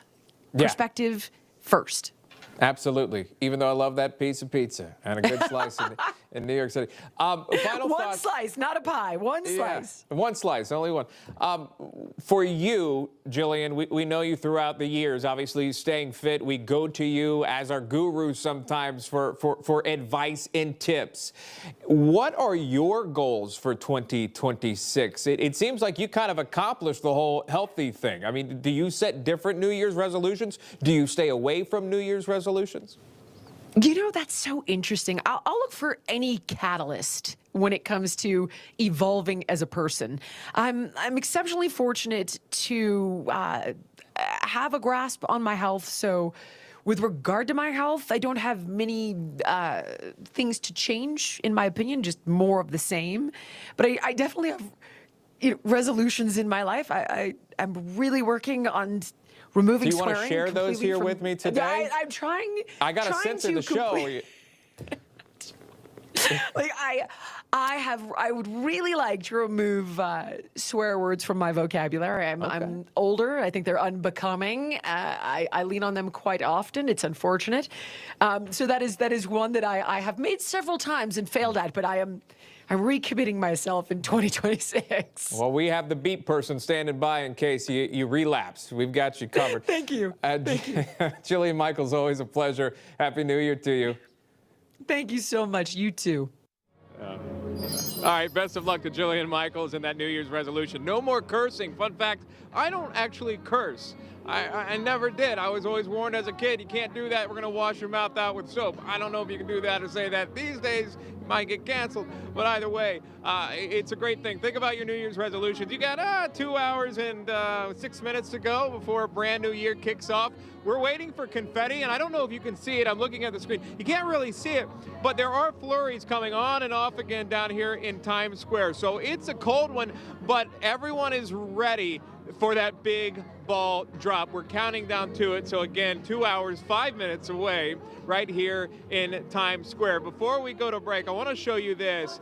This is a tribute to all those that are serving this great nation around the world. We salute you. We are strong and will not waver. We will never give up hope, 'cause we're holding on, America, to what we cherish most. It's freedom, saving freedom, and the promise of this land. Oh, freedom, precious freedom, and the flag for which it stands.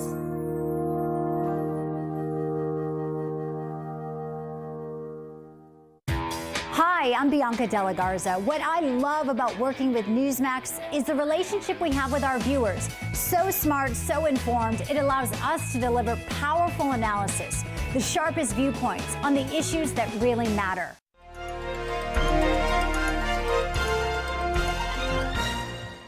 This conflict started August 2nd when the dictator of Iraq invaded a small and helpless neighbor. Kuwait, a member of the Arab League and a member of the United Nations, was crushed. Its people brutalized. In a dispute over Iraqis' inability to repay Kuwait a war debt, on August 2, 1990, Saddam Hussein ordered his Iraqi forces to invade neighboring Kuwait, triggering the Gulf War. Afraid, Iraqi forces also planned to invade Saudi Arabia. On February 24, 1991, the United States led a coalition of 34 nations, designated Operation Desert Storm, to repel the invasion and return sovereignty to Kuwait. With U.S. troops making up approximately 70% of the nearly 1 million troops amassed in the region, General Norman Schwarzkopf was named the coalition's commander. Probably one of the most important parts of the entire briefing I could talk about. Knowing the importance of having the support of both the Congress and the people, President George H. Bush strived to keep the nation informed.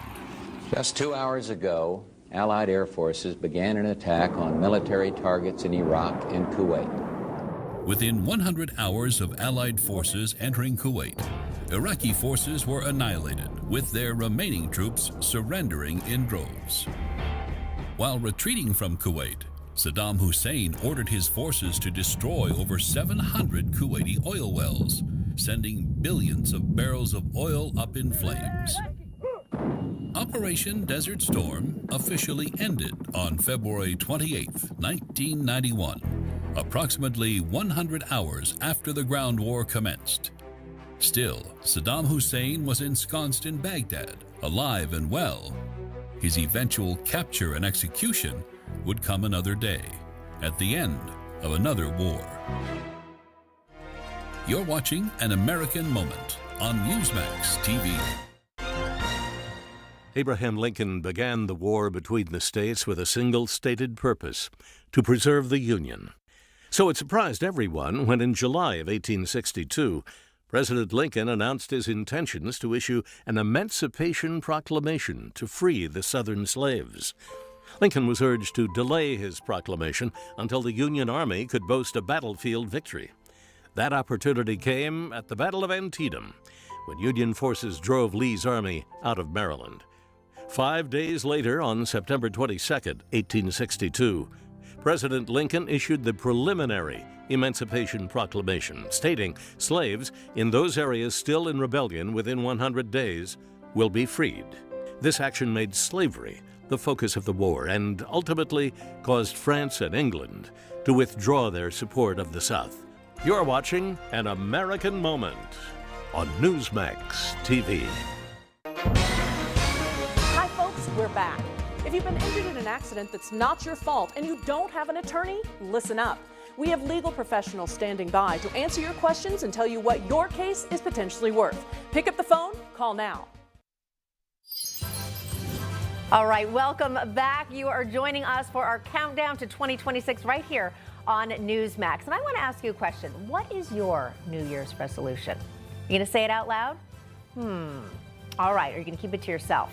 We know that so many of you have resolutions that either you share or you don't share. Maybe they're hopes and dreams for the new year, and you are not alone. We actually sent out our very own Nico Romano to the streets of New York City to talk to some Americans about what they are wishing for 2026. Let's watch.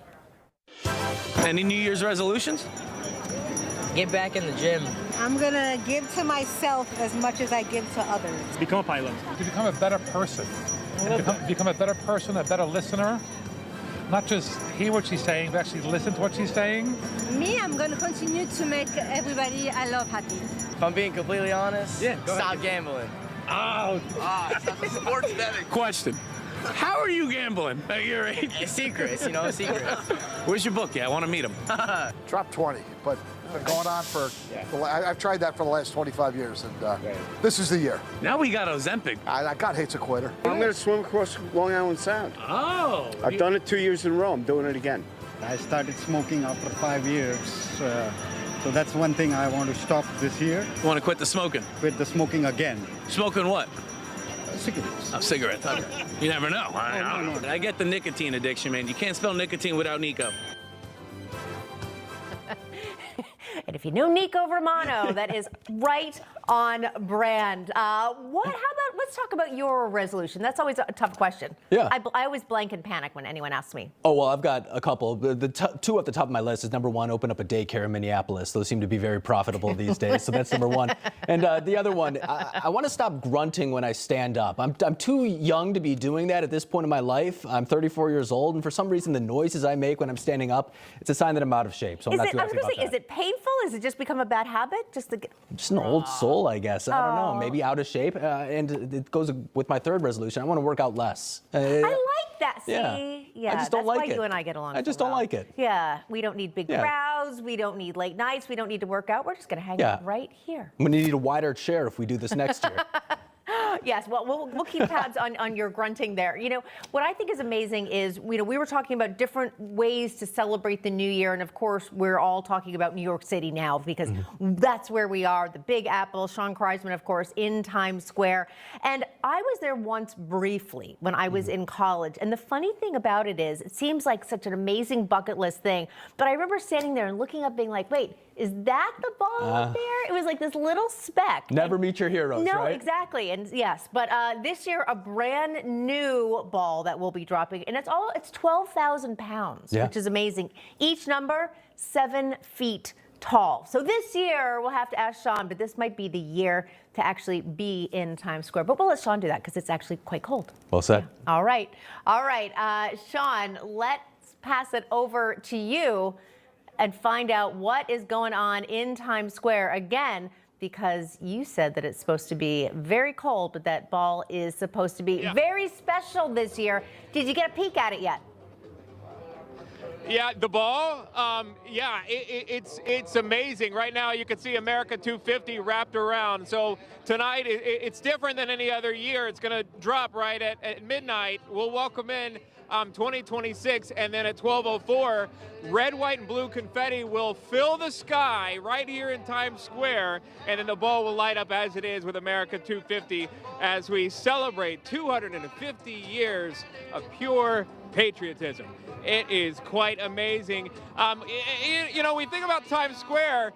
There are so many different people here from all different areas, and you hear different types of music that you can dance and you can sway to because you're going to have to keep warm. You can't really see it, but there are flurries coming down. We have team coverage from not just here in New York City in Times Square, but we're live in Nashville. We're live in New Orleans. We are also live in D.C. and so many different other places, including Mar-a-Lago down in Florida, just outside of there. We are in London. We are in Rome. And we're all doing one thing, and one thing only. We're doing it in unison, ringing in 2026 together. That's where we kick our coverage off, live in New Orleans, Louisiana. John Huddy, take it away. That's right. Things are starting to really pick up here, Shaun, I got to say. And really our focus and the angle that we've been approaching this with is about the security efforts. 800, and we've been talking about this, and it's important. because 800 law enforcement officers are on the ground here tonight. New Orleans Police Department, Louisiana State Police. We've seen special response teams, SRT teams, patrolling this area. I talked to one of the commanders. He said there's no specific threat. He said it's very quiet, it's very safe, it's very secure. And that's really kind of the highlight. That's the takeaway tonight. That's how people are feeling. And also, not only local, state agencies, federal agencies on the ground, FBI, DEA, the list goes on, a lot of undercover. But again, National Guard, as we kind of walk over here, you see, and we see some of the local police. Hello, gentlemen. We see the National Guard over here. 350 National Guard have been posted up throughout what's called the enhanced security zone. So this is the area in and around the French Quarter. Bourbon Street here. It's all these hotty-toddy. You hear that a lot because Ole Miss is playing Georgia tomorrow for the Sugar Bowl, and that's a good point because not only do you have, of course, the New Year's Eve event tonight, and the enhanced security for that, but you have the Sugar Bowl. So there's always that level of security. But on the anniversary, as we're coming up on the anniversary of the attack, January 1st of earlier this year at 3:15 in the morning, when the attacker came barreling down Bourbon Street from Canal, which is just 2 blocks over, killing 14 people, badly injuring nearly 60 others. Obviously, local officials are not taking any chances whatsoever, and that's why over the past year they've installed more barricades, more ballards. They've installed basically kind of these roadblocks and these barricades here. This is new. This wasn't here last year. Okay, so these are all part of that enhanced location. Hello, Happy New Year! Happy New Year! I hope the audio guys were ready for that. My apologies. But as you kind of follow me here, Kip, they've really, really beefed it up around here. And this is a little bit of a point of contention because some local officials feel there needs to be a little bit more kind of a constant, not only increased law enforcement presence, but possibly even more being here for these major events. But that said, as we continue up Canal, when we talk about that terror attack, it basically ended a few blocks up the street when the attacker crashed the vehicle, got into a gun battle with police, was eventually shot and killed by law enforcement. But again, 14 people. And speaking of which, I just want to draw your attention to this finally. When you look up, as we're walking along Canal Street, you see all the flags here. That's in honor of and in dedication for those people, the 14 people that were killed here, and the nearly 60 others that were badly injured. This is all in remembrance of those folks. How are you? Where are you from? Hey, I'm from D.C. D.C. In the house. Yeah. A little bit warmer. Yes, a little bit colder. A little bit colder? Yeah, it's about the same. It's okay. about the same. Well, we're enjoying it. So we're talking about security measures here. Obviously, we're coming up on the anniversary of the attack that happened here. Yeah, you see the National Guard. Basically, everybody we've been talking to says good. Yeah. It's a good feeling. I know it was a little contentious in D.C. for other reasons, but here, obviously, it's good. It's for the presence is good. Haven't had any issues. Everybody's nice.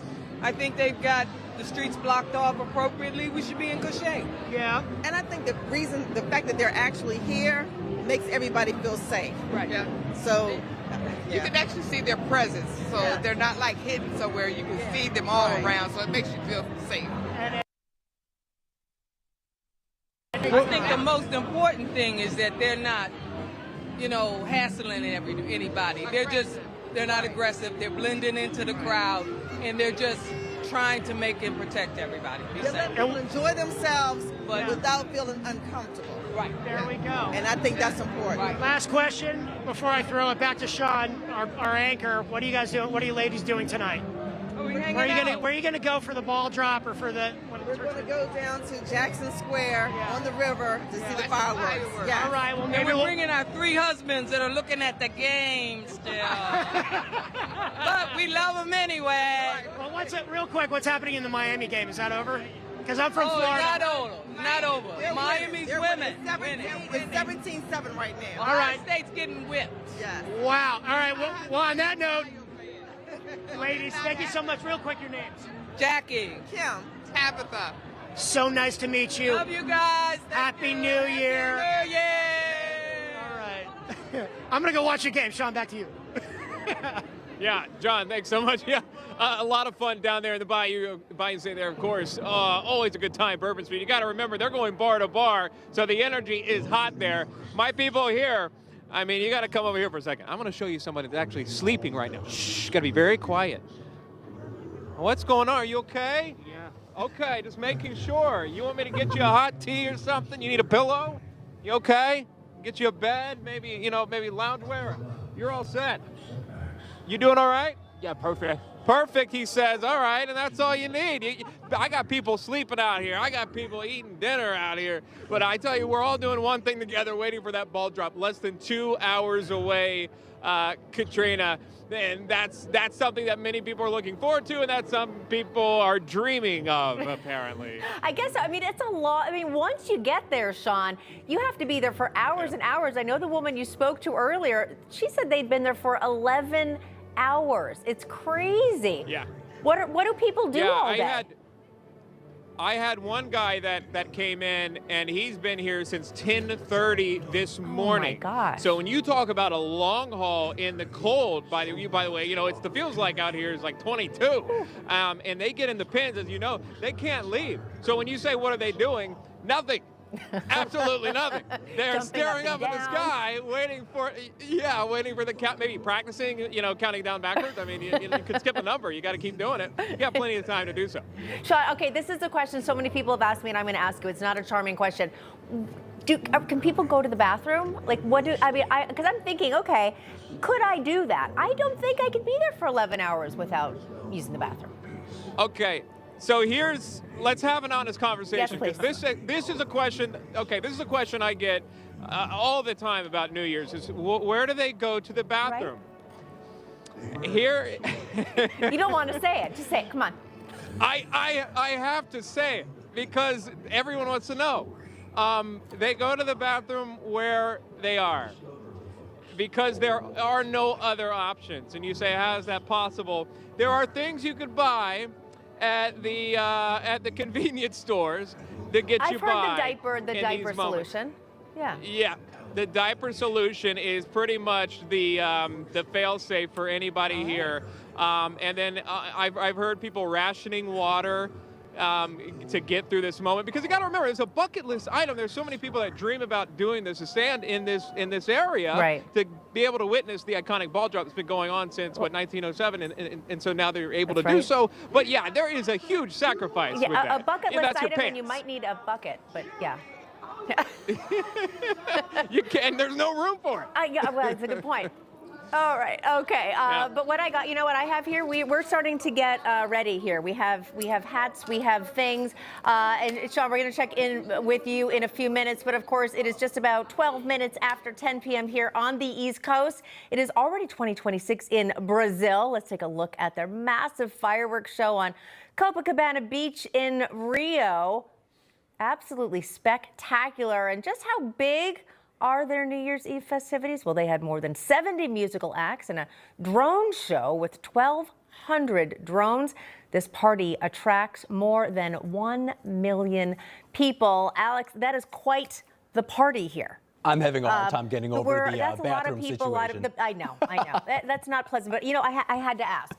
Well real news for real people. We're real people. I need to know those things. Well said. Yes. Now, have you decided what accoutrement, what accessory you're going to wear? Well, after seeing that gentleman laying on the ground, which also is put in a different context after hearing what Shaun said, yes, I got to go with the anti-fog glasses here. Yeah, it is. They're prescription too, so I can continue reading the prompter. That's how you did that. Yeah. You like planned this? ahead. Yeah, I did. I like it a lot. It's really I like that. Okay. Yours are lighting up, by the way. They do for light people up. Who can't see. That's remarkable. Yes, we have a whole panoply of items here. Yeah, don't say we don't get festive here at Newsmax. I'll say that right now. We know how to party. Well like said. It's 1999, but it's 2026.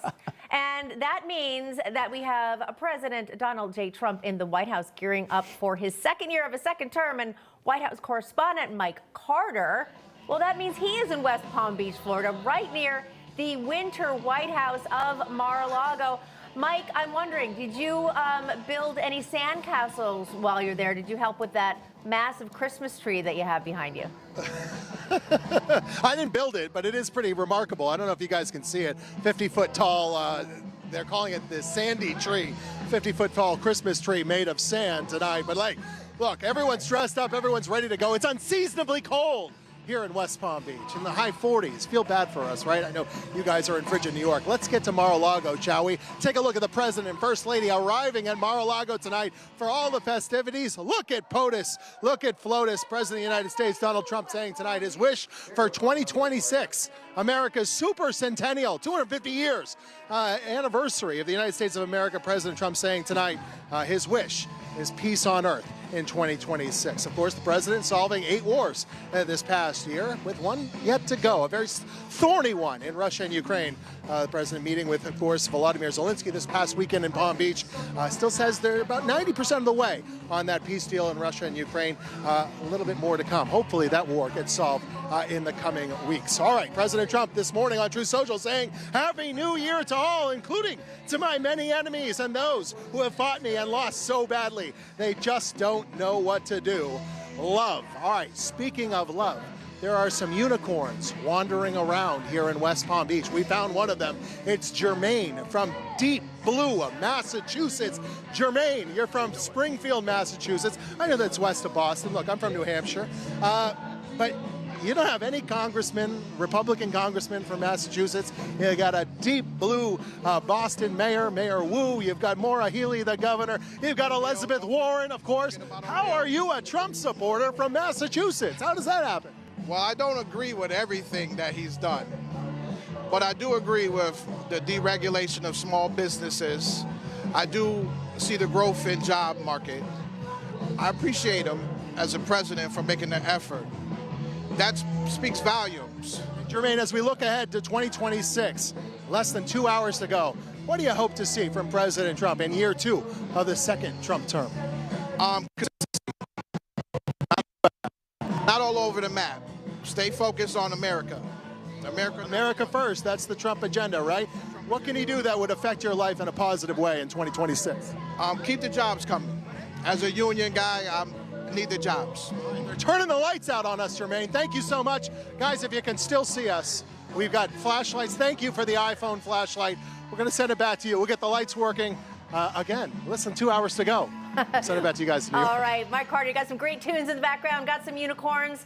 And again, we are counting down to 2026, but also America is turning 250 years old in this brand new year, and the festivities, well, they are already kicking off. The Washington Monument is illuminated with a 250-foot birthday candle. Pretty spectacular there. Freedom 250, which is the national organization announced by President Trump, is behind all of this spectacular display, and there will be plenty more celebrations like this in the year to come. That means the party is just getting started, and national security correspondent Carla Babb is in Washington, D.C. for this epic kickoff to an epic year, and of course, the most fantastic birthday celebration for this great country. Carla, what can you tell us? It looks amazing. Hey, happy New Year's Eve to you too, Katrina. And yes, we've got a spectacular party going on. It's not New York. It's not Times Square. It's not the crazy party that you saw with Huddy in New Orleans. But we've definitely got a really exciting thing for DC. We are starting off the 250 birthday celebration for America with Freedom 250, launching this spectacular show behind me on the Washington Monument. They've been airing it. I saw the 7 o'clock show. It's really fantastic, all of the things that they've got displayed on there. They have got the discovery of America. You can see the Declaration of Independence, westward expansion. They have the Industrial Revolution, really cool things that they have with the skyscrapers being built up the monument. And, you know, nothing political, just America's story. And so we walked up to the National Mall and spoke to several of the families that went to see the show. And we actually caught up with Marie Yezo and her family. They came up from, they came down from New York to catch the show and ring in the new year, and she was surprised to see a little bit of home. Let's take a listen. It was a nice surprise. We didn't know it was happening until about 30 minutes ago. So it was great just to run out of the hotel and to see the beautiful show. And so they're using 2D animation, 3D animation. They even took some of the paintings from the Capitol Rotunda, wrapped them around the monument, brought them to life. It's really beautiful to see, very well done. And one of the most interesting things is it's not just tonight. They're going to have this thing continue every night through January 5th. I'm going to bring my kids on Friday to see it because I think it's just a really neat experience for the 250th birthday for America. And as you mentioned earlier, Katrina, the most spectacular thing that they've got going is at midnight, they're going to light it up like the 4th of July. We normally don't have fireworks except for on the 4th of July, but we're going to have fireworks tonight at the Washington Monument, and then they're going to light the Washington Monument up with a big candle to say Happy Birthday, America. I love it. Carla Babb, thank you so much. Happy New Year to you, and of course, happy birthday, America.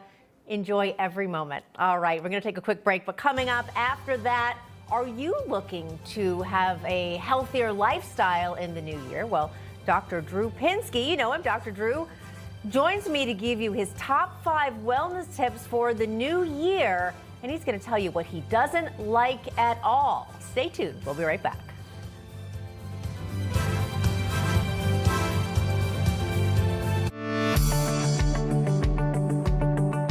If you find the car buying process intimidating or you're just too busy, consider using a car buying service or a concierge.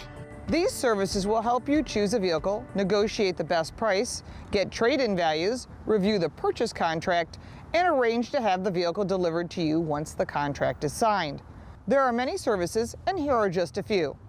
AutoNation Direct taps into 200 AutoNation outlets across the country. A car buying consultant there will guide you through the process.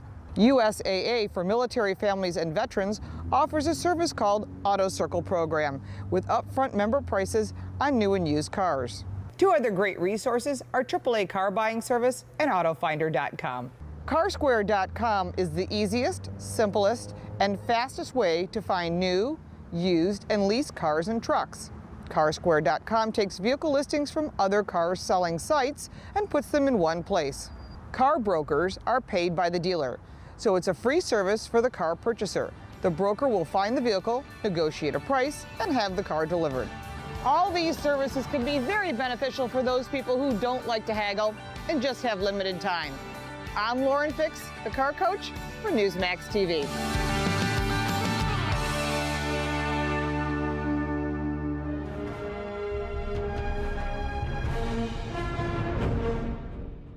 If you could help reduce the urge to go to the bathroom due to your aging prostate, if you could improve your energy levels because you're getting a better night's sleep, would you?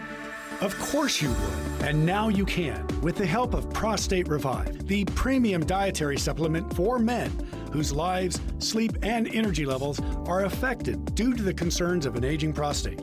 It was specially formulated for men by noted medical doctor, Dr. David Brownstein. Prostate Revive is really about healthy aging. It contains a plant sterol called beta-sitosterol. Combined with 15 other important ingredients, Prostate Revive's exclusive formula helps promote normal prostate function. And that means you can reduce the urge to go and finally get a good night's sleep. Here's how you can try Prostate Revive risk-free. Simply call or visit our website now and we'll send every new customer a risk-free 30-day trial of Prostate Revive. You discover the low shipping and handling. This is a $39.95 value, so don't delay. Call or go online today.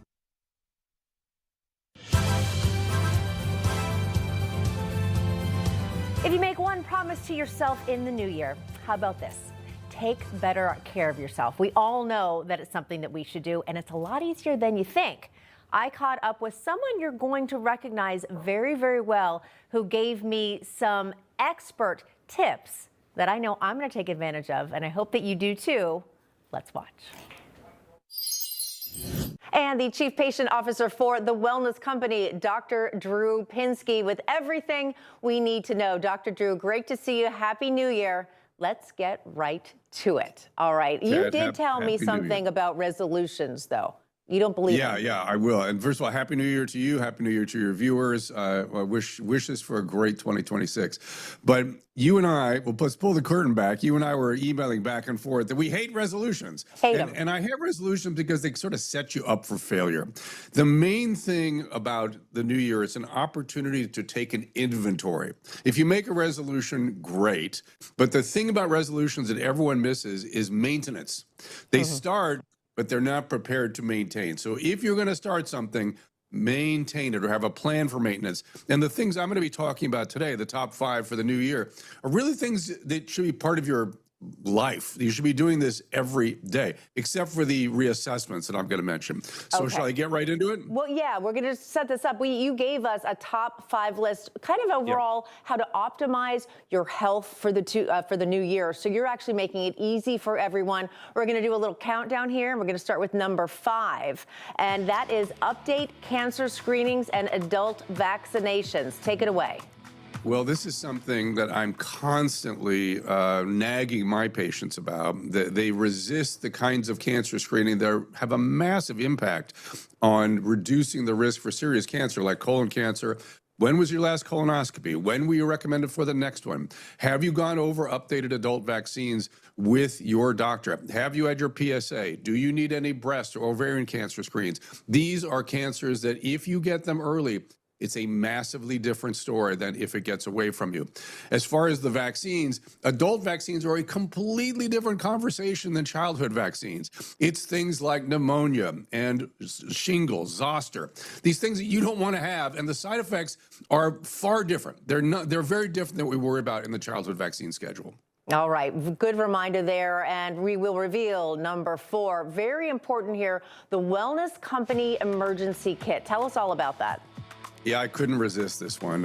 Listen, everybody, the reason we put these kits together is we learned how much can be taken away from us in terms of our access to our own health care during COVID. That was a horrific, reprehensible chapter that you can prepare for by merely having essentially an urgent care in your home. The wellness kits have all the commonly needed urgent kinds of antibiotics and interventions. There's a kit, there's telehealth backup, and there's no reason that you should be waiting hours in an urgent care, spending thousands of dollars in an urgent care. You should be rationally ready with one of these kits, and I just couldn't resist that one.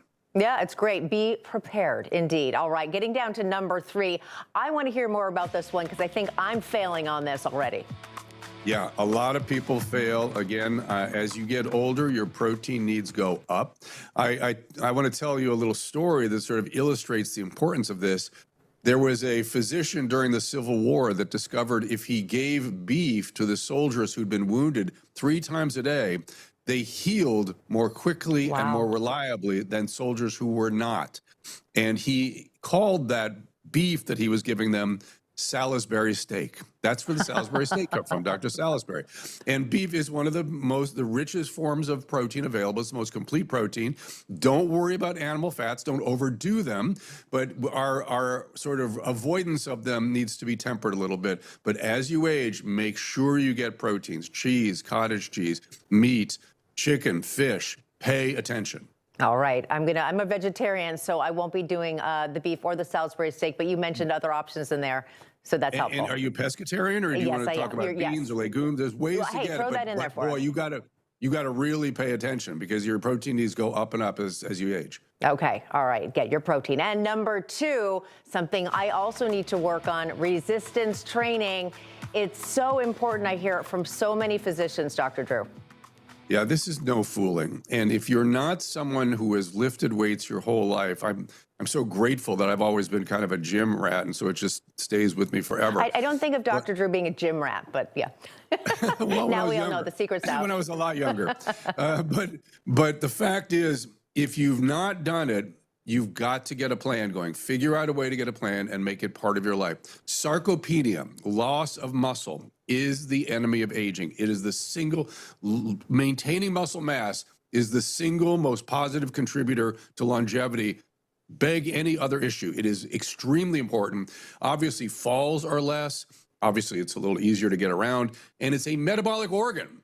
And so you don't end up with so many of the metabolic problems of low muscle, high visceral fat. and it's got to be paid attention to as you get older. I'm on my patients about this all the time, and I feel so bad for the ones that have never done it before. It's really hard for them to get going. And then you have a second problem, or a third now, as you age, you've got to work around joints. You got to find ways to still lift those weights, but not harm the joints. And it's a skill. And if you need consultation, Medicare actually covers it for most people. So pay attention to that as well. That's great. And drum roll, please, unofficially, number one, especially as we are late at night on New Year's Eve, optimize your sleep.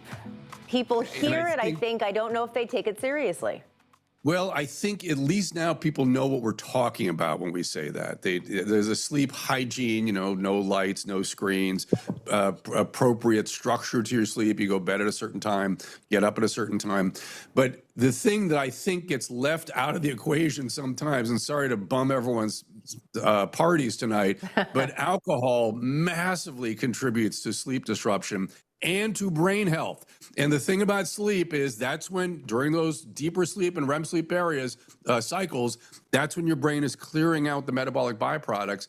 Quick story, I used to work in a dementia clinic, and as I got to know some of the patients that were there, I noticed they were all captains of industry and admirals and things. And I talked to their family. I said, boy, was it stress? Is that, I'm trying to figure out why they all got dementia. And they said, no, he loved his job, not stress at all. Never slept. And I thought, ooh, that got my attention. That was decades ago.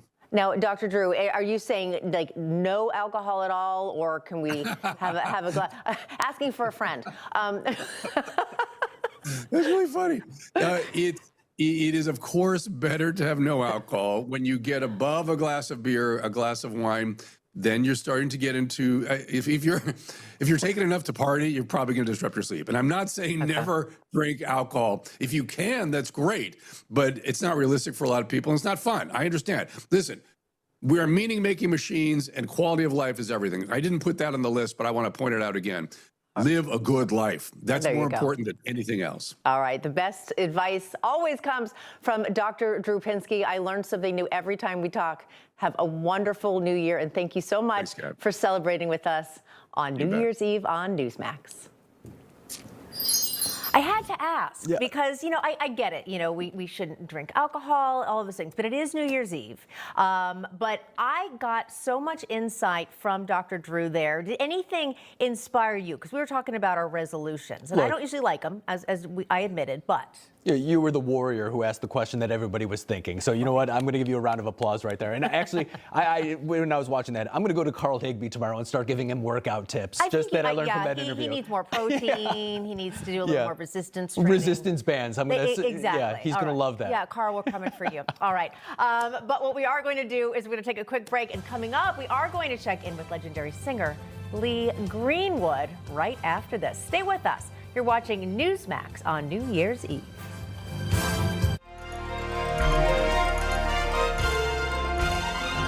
March 6th, 1857, marked one of the darkest days of American jurisprudence. That day, the U.S. Supreme Court ruled in Scott v. Sanford that African Americans were not and could never be citizens of the United States. Dred Scott and Harriet Scott were slaves living in Missouri. From there, they traveled with their lien holders, first to the free state of Illinois, then into the free territory of Wisconsin, before returning to the slave state of Missouri.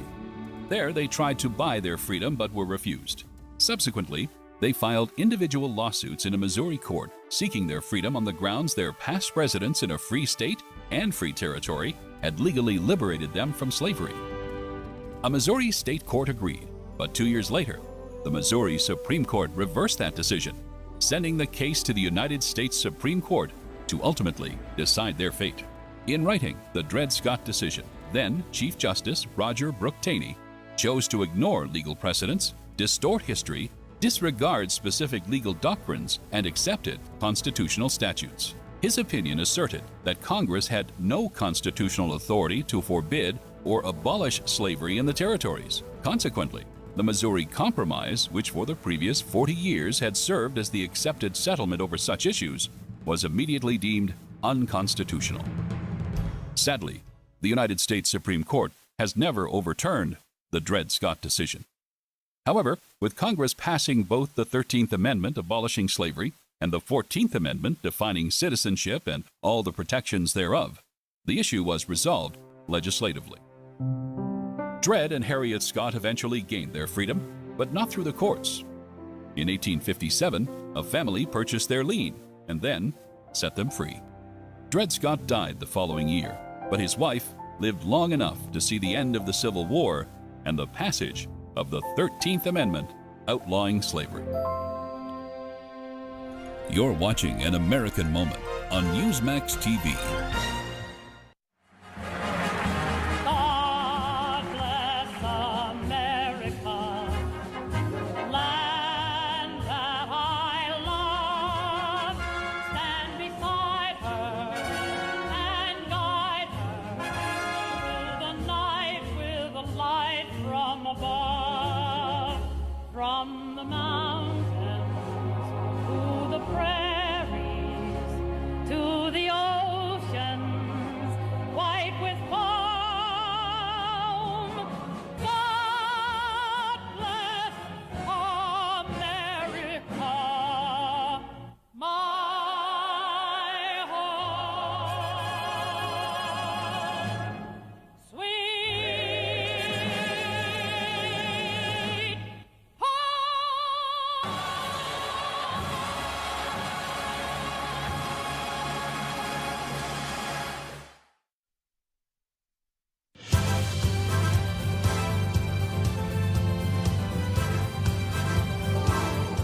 All right, a live look here at the New Year's Eve ball drop here in Times Square. A brand new ball for you this year. Very special because not only are we saying Happy New Year, we're saying Happy Birthday, America. America 250. It's such a patriotic theme moving into 2026 as we take you back here live in Times Square.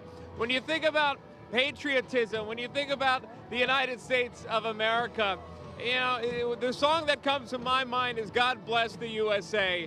And the man behind the music, the man behind the song that we all have known and loved for decades, Lee Greenwood and I got a chance to chat a little bit about that song and about what he expects for 2026. Here's Lee Greenwood. Oh, to be an American, where at least I know I'm free. And I won't forget the men who died, who gave that right to me. And I gladly stand up next to It never gets old hearing that music. At this month's Pennsylvania rally, President Trump walking out to Lee Greenwood's song, God Bless the USA. The man behind the song, Lee Greenwood himself, joining us here for this New Year's Eve. Lee, always a pleasure. Good to see you, and happy early New Year to you. Thanks, Sean. And yeah, this is an exciting time. 2026 is coming in a rush, and we're ready for it. It was exciting to see the president walk out again with my song. My only regret is I wasn't there live. I'd have loved to have done that. And we've done it so many times in the past. Yeah, and we still love seeing you live, and obviously I know you still continue to perform, but his music still plays. You know, thinking back to, it's not really a rally, it was a rally-esque. It wasn't a campaign rally, but it was touting all the success that this administration has had, because when you look ahead to 2026, you can't help but to look back at 2025 and notate really all the accomplishments that we've seen for this great nation. You sing that song, God Bless the USA. It's certainly seen a lot of blessings this year, would you say? Oh, absolutely. And we've been all over the world with the president. I'm so proud of him. He looks great, by the way. You know, he walks out, he's got that great smile, dressed so neatly. He's got the red tie on. I like that. And the people in Pennsylvania absolutely loved him. His speech was terrific. You know, you think about the president campaigning, and obviously out there, when he was campaigning, the midterms coming ahead here in 2026. We talk a lot about that here at the network. We know President Trump will make a push with these rallies, that he seems to get tens of thousands to come out. Do you think that will still be the case? And the excitement behind the president that he's had really in the start of 2016 and now moving in 10 years later, will he see that same excitement moving in 2026 politically? I have no doubt about that. It'll change a little state to state, of course, you know, as you move from the swing states to the regular red or blue. It will have an impact because the president is so positive. I think that's what the nation loves from a president, is that he is vocal, he talks to the people, and he's so positive about his actions and, of course, America moving forward. You know, Lee, I think about, not only are we talking about the president, but, you know, we think about your song being played. I think about you performing that song and how many times you must have done it. But I noticed that even when I talk to you off camera, you don't seem fazed. You enjoy performing that song for people that so many, I'm talking millions, love hearing your voice, love hearing that song. They grew up with that song. You still enjoy it. I love it. And I've been singing since I was a pre-teenager, all through the years in California growing up, and then the 20 years I had in Nevada, and then now with my country music career out of Tennessee. I love what I do. I'm an artist first, a writer second. You know, I'm a musician. I've been a musician all my life, and I enjoy what I do. So maybe it just kind of rolls over like that. But I've been asked many times, you get tired of singing Proud to be an American or God Bless the USA? It's a co-title with MCA Publishing.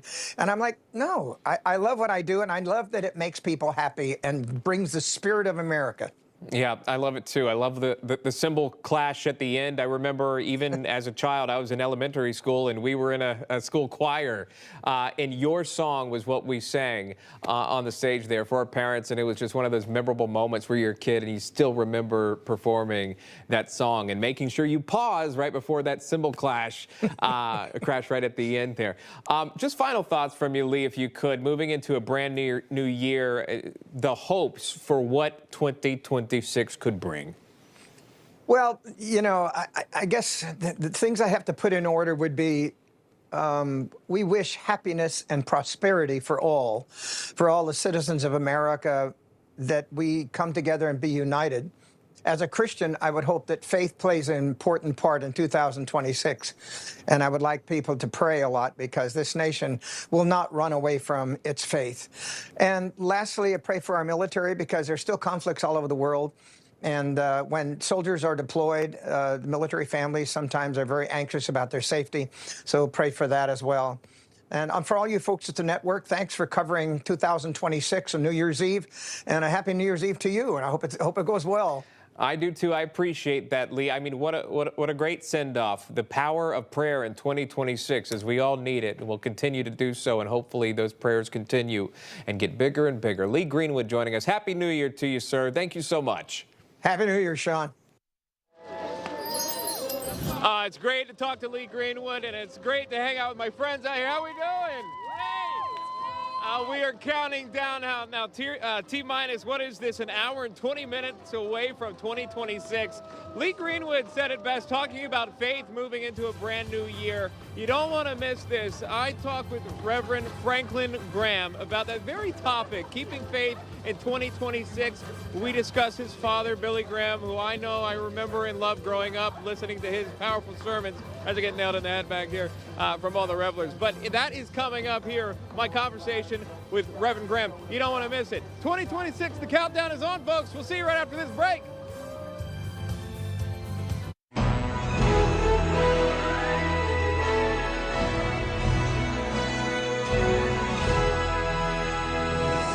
John Joseph Pershing, the man destined to become America's General of the Armies, the highest-ranking officer in the United States military, was born on September 13, 1860, on a small farm outside Lockleed, Missouri.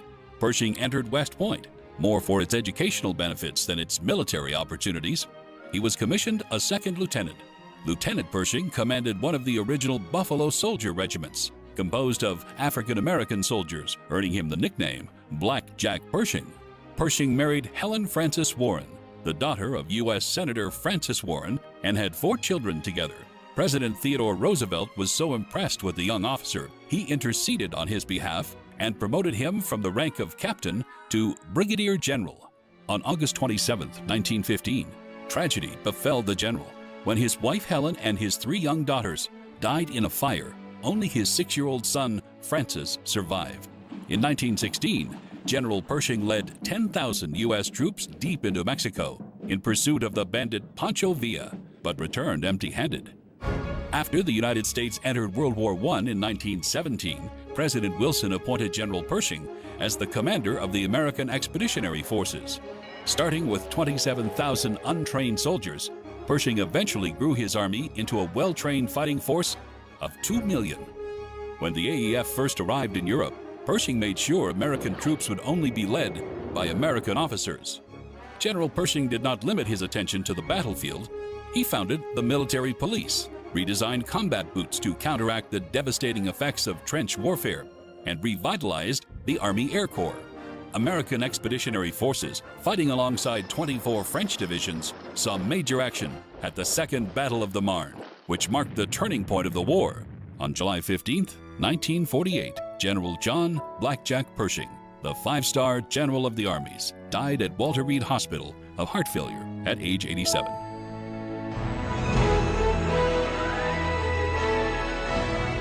You're watching An American Life on NEWSMAX TV.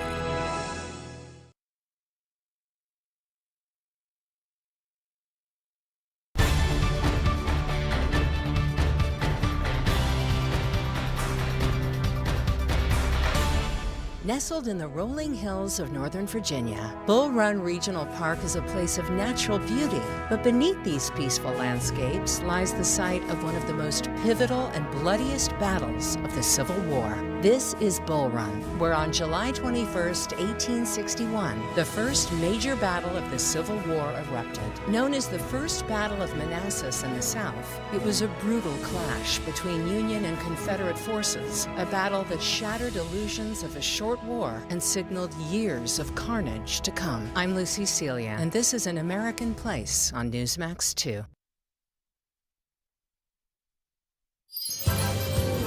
All right, welcome back live in Times Square 2026. We are an hour and 15 minutes away from bringing in a brand new year. Are you excited? I know that I am, and all these revelers out here are too, are you not? There it is. The energy starts to build when you get a little closer to the 11 o'clock hour, and then it's on. That's 15 minutes away from right now. As we talk about moving into a brand new year, I need you to put your cocktails down now. Put that beer down. Yes, you at home, put it down, because I'm talking to Reverend Graham. We have such a great discussion about faith and moving into 2026, but one of the questions I asked him was about his father, Billy Graham, the late Billy Graham, and if his father were alive today, looking at the world as it is now, what would he think?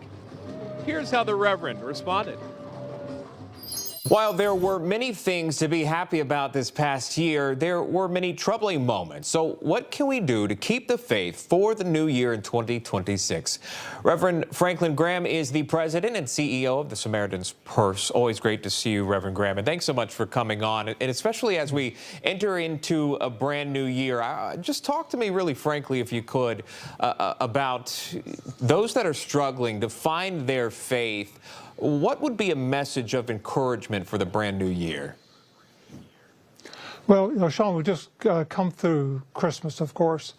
And Christmas, we celebrate God giving the first gift, and that's his son, Jesus Christ. Jesus Christ came from heaven to this earth to save us from sin, to save us from the consequences of hell. Because the Bible says the wages of sin is death. And so all of us under this death sentence from God because we're sinners. But God sent his son to save us. And that requires us to do something, to accept it by faith. And as we go into the new year, no greater time than right now just to say, God, I've sinned and I'm sorry, forgive me. I want to trust Jesus and invite him to come into my heart to take control of my life. You know, we try to make in the new year resolutions. I'm going to lose weight. I'm going to, quit drinking. I'm going to, whatever the case may be. But what happens is we get a couple of months into the new year and those things don't materialize. They don't happen. You've got to have God's help.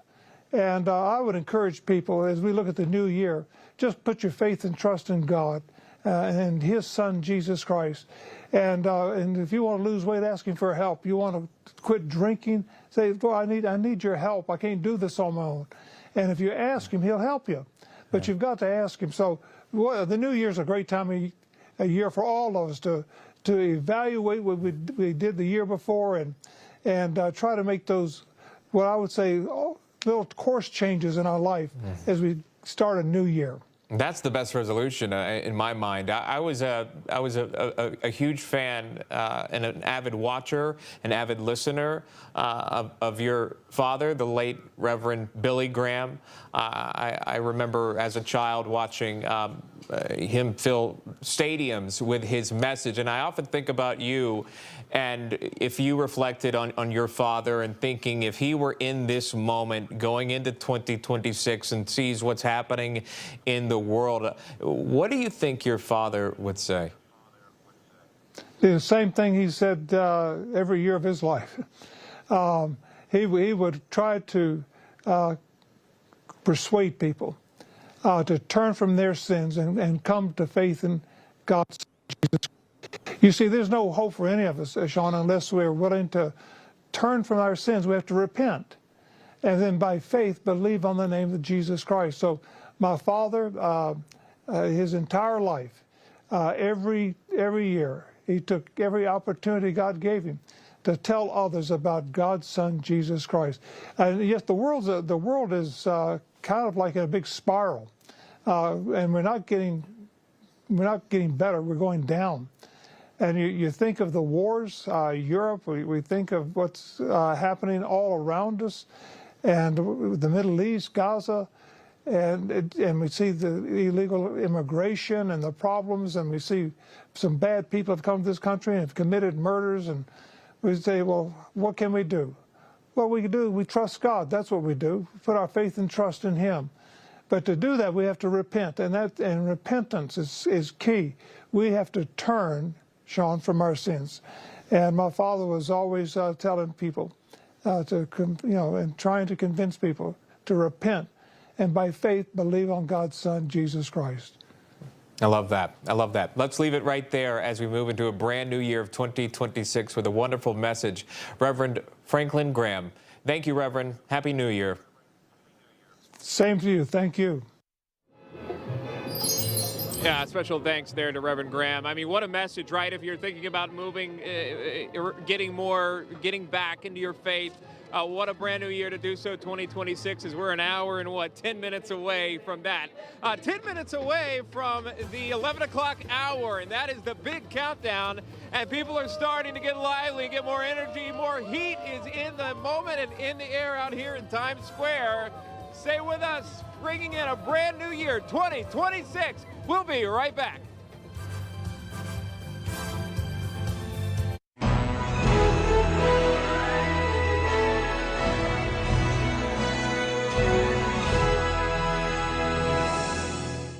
George Smith Patton, Jr.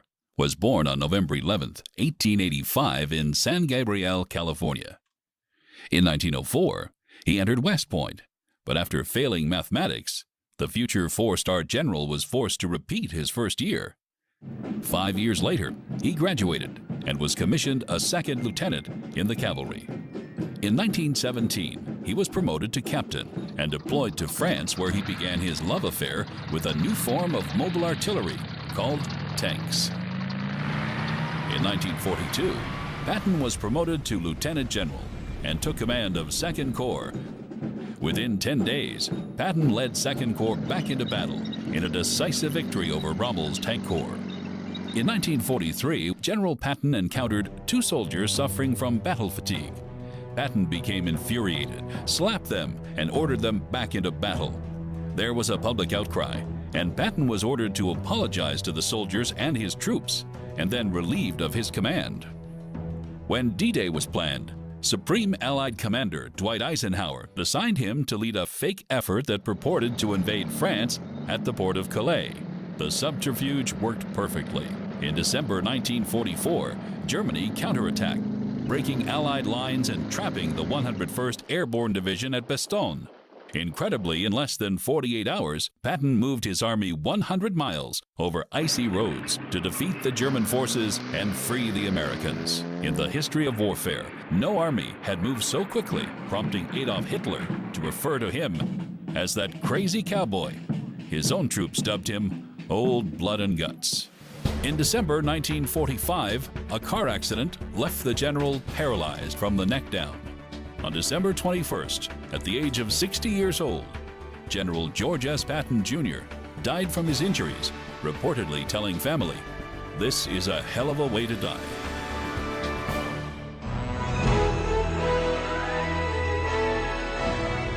You're watching An American Life on NEWSMAX TV.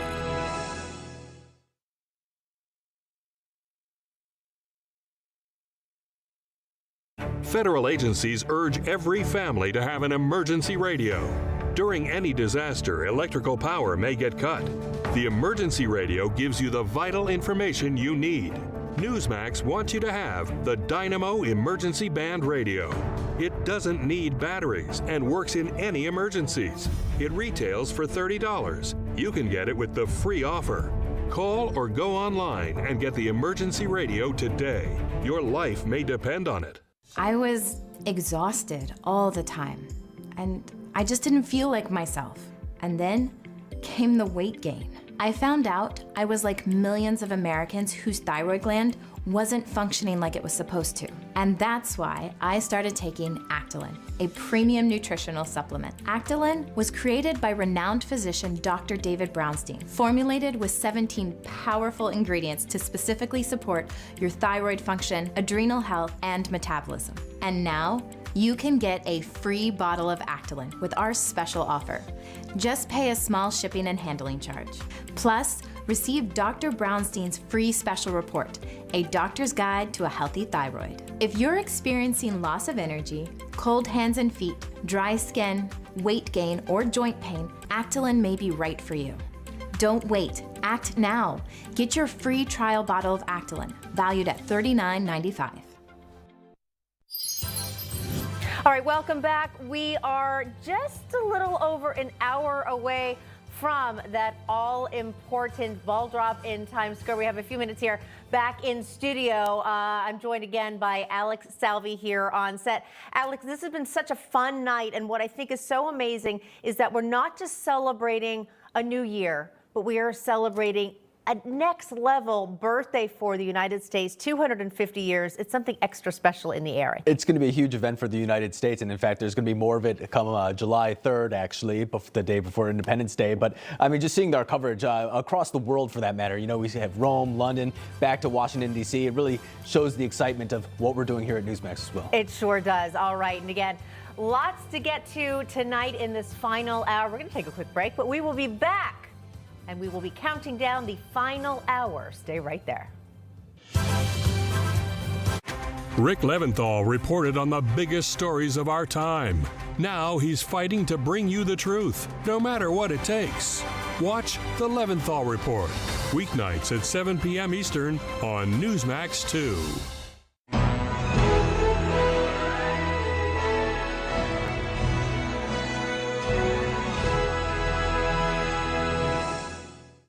Born July 10th, 1856, Nikola Tesla would revolutionize the world of electricity, become fabulously wealthy in the process, but die a tragic death. A gifted child of Serbian nationality, he was born in the Austrian Empire. Tesla would graduate early from high school, crediting his physics professor for encouraging his interest in electricity.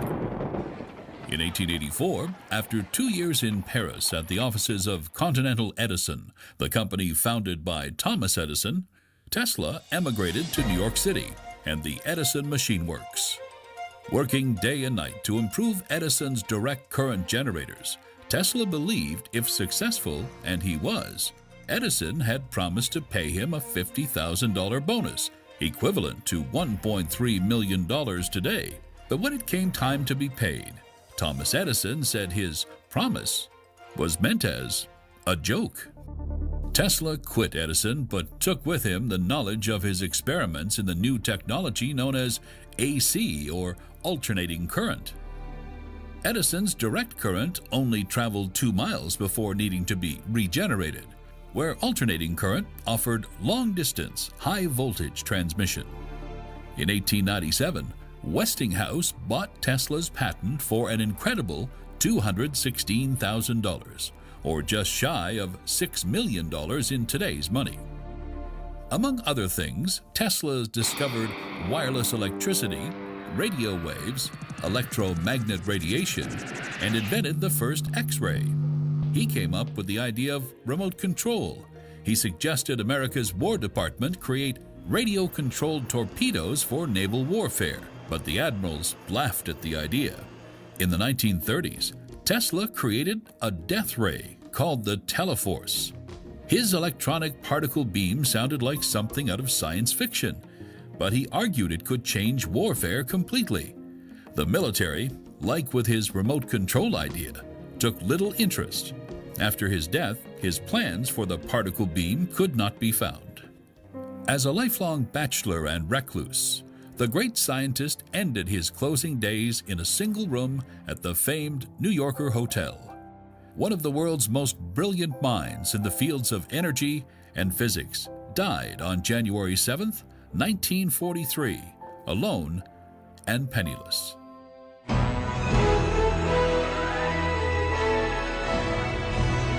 You're watching An American Life on NEWSMAX TV.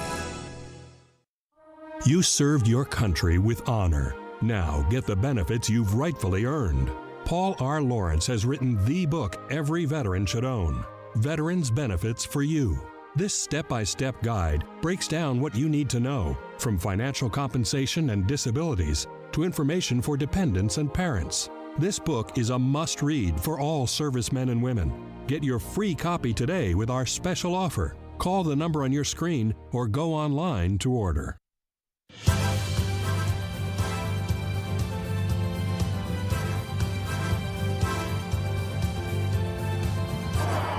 All right, welcome back to Times Square. Here we are already practicing countdown. Look at this.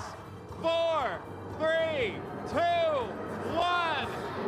One more hour to go until 2026. The pyro is going. America 250 is on the ball. It's lit up, and it's lit here tonight. We're counting down. It's less than an hour away from 2026. How about that? How excited are you guys? How excited, huh? Yeah. I'm telling you what, there we go. This is what they've been waiting for. They've been sitting out here for how long? You guys been out here? Hours, right? 12 hours. 12 hours of being out here, but it's worth it. It's worth it, I'll tell you that. It's so exciting, and everybody's excited. Happy New Year, guys. Happy New Year. This is my friend Samantha, by the way. I want you to meet Samantha from Virginia Beach.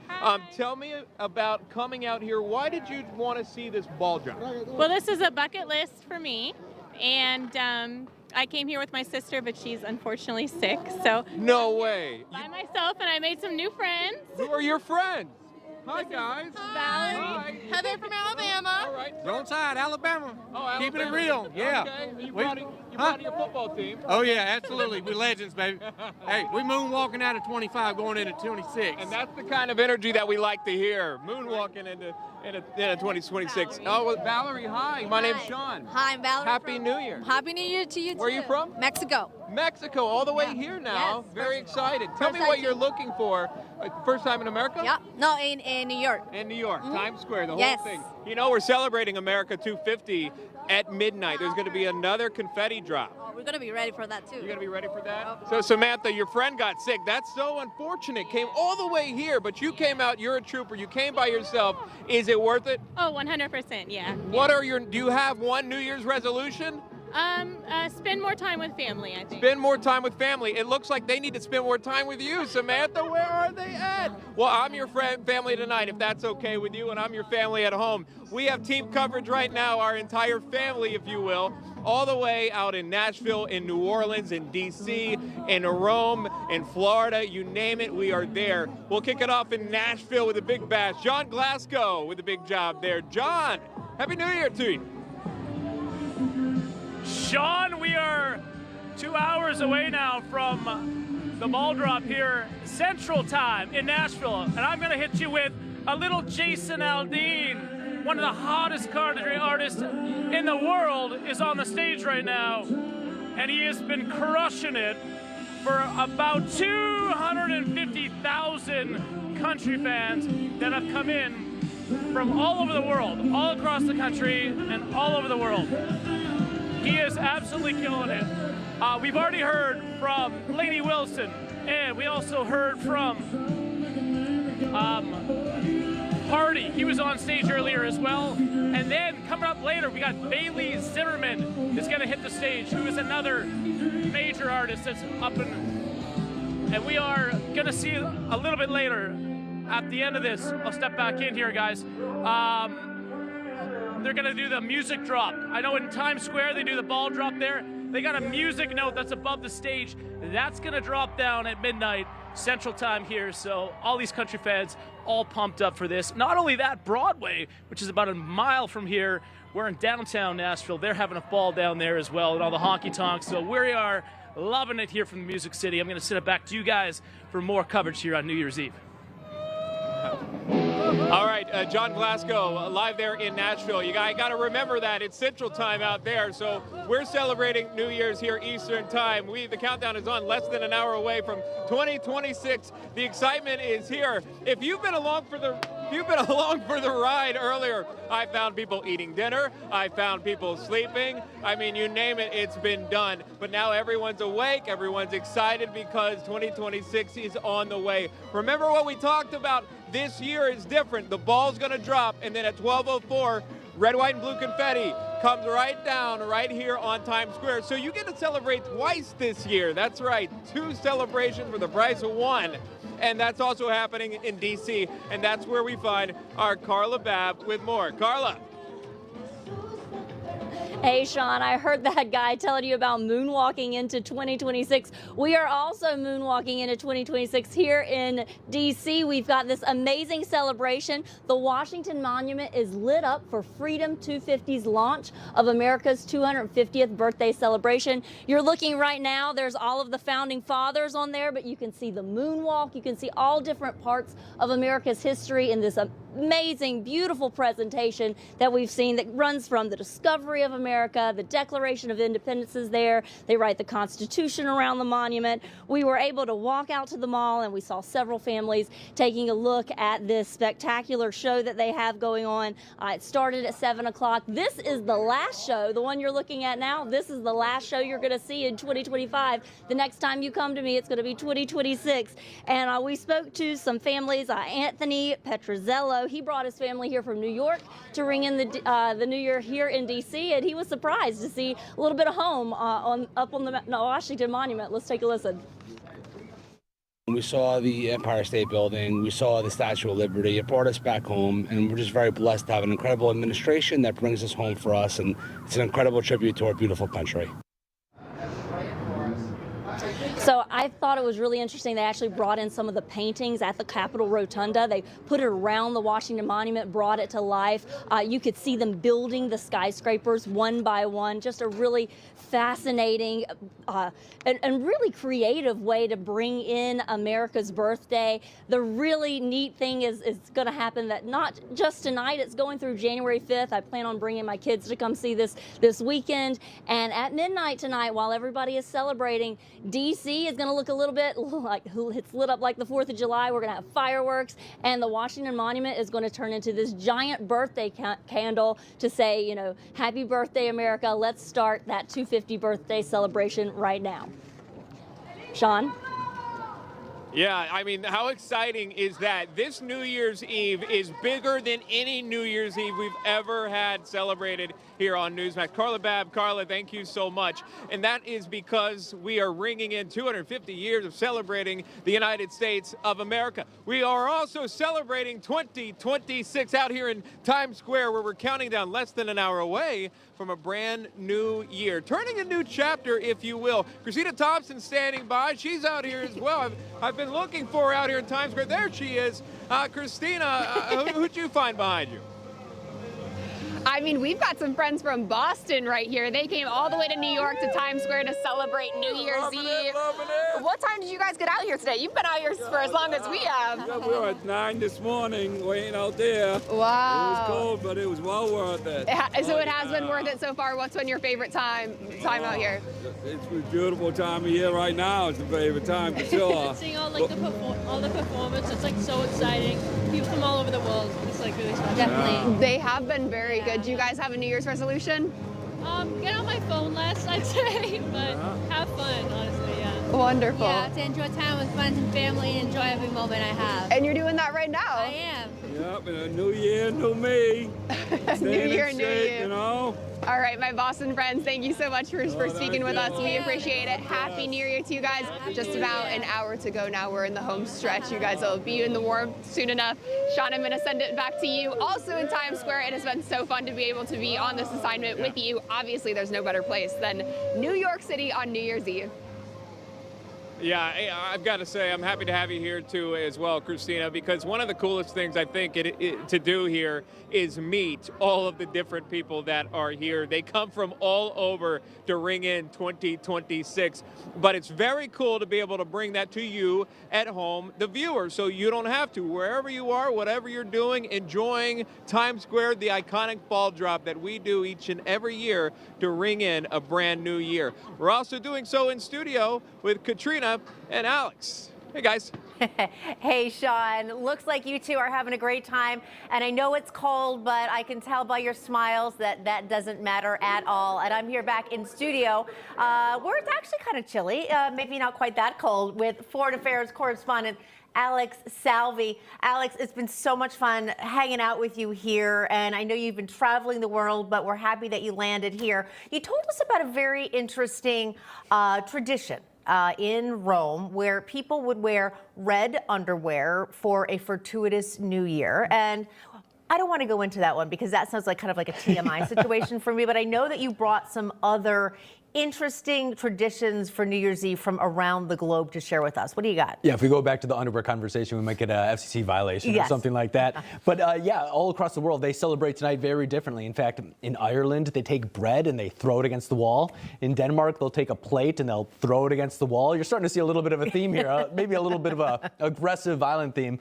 But then Latin America, one thing that they do, they bring empty suitcases to foreshadow a year of more travel. And some people even wait underneath a table saying that they're looking for their love in the new year too. So I guess across the world, you kind of have different wishes and different traditions, hopefully bringing in some good fortune. I love that. And also in Denmark, I've heard that people either jump off a chair or a sofa. Yeah, so now, hopefully not maybe too it's high. depending on how they land, that will foreshadow what their new year is like.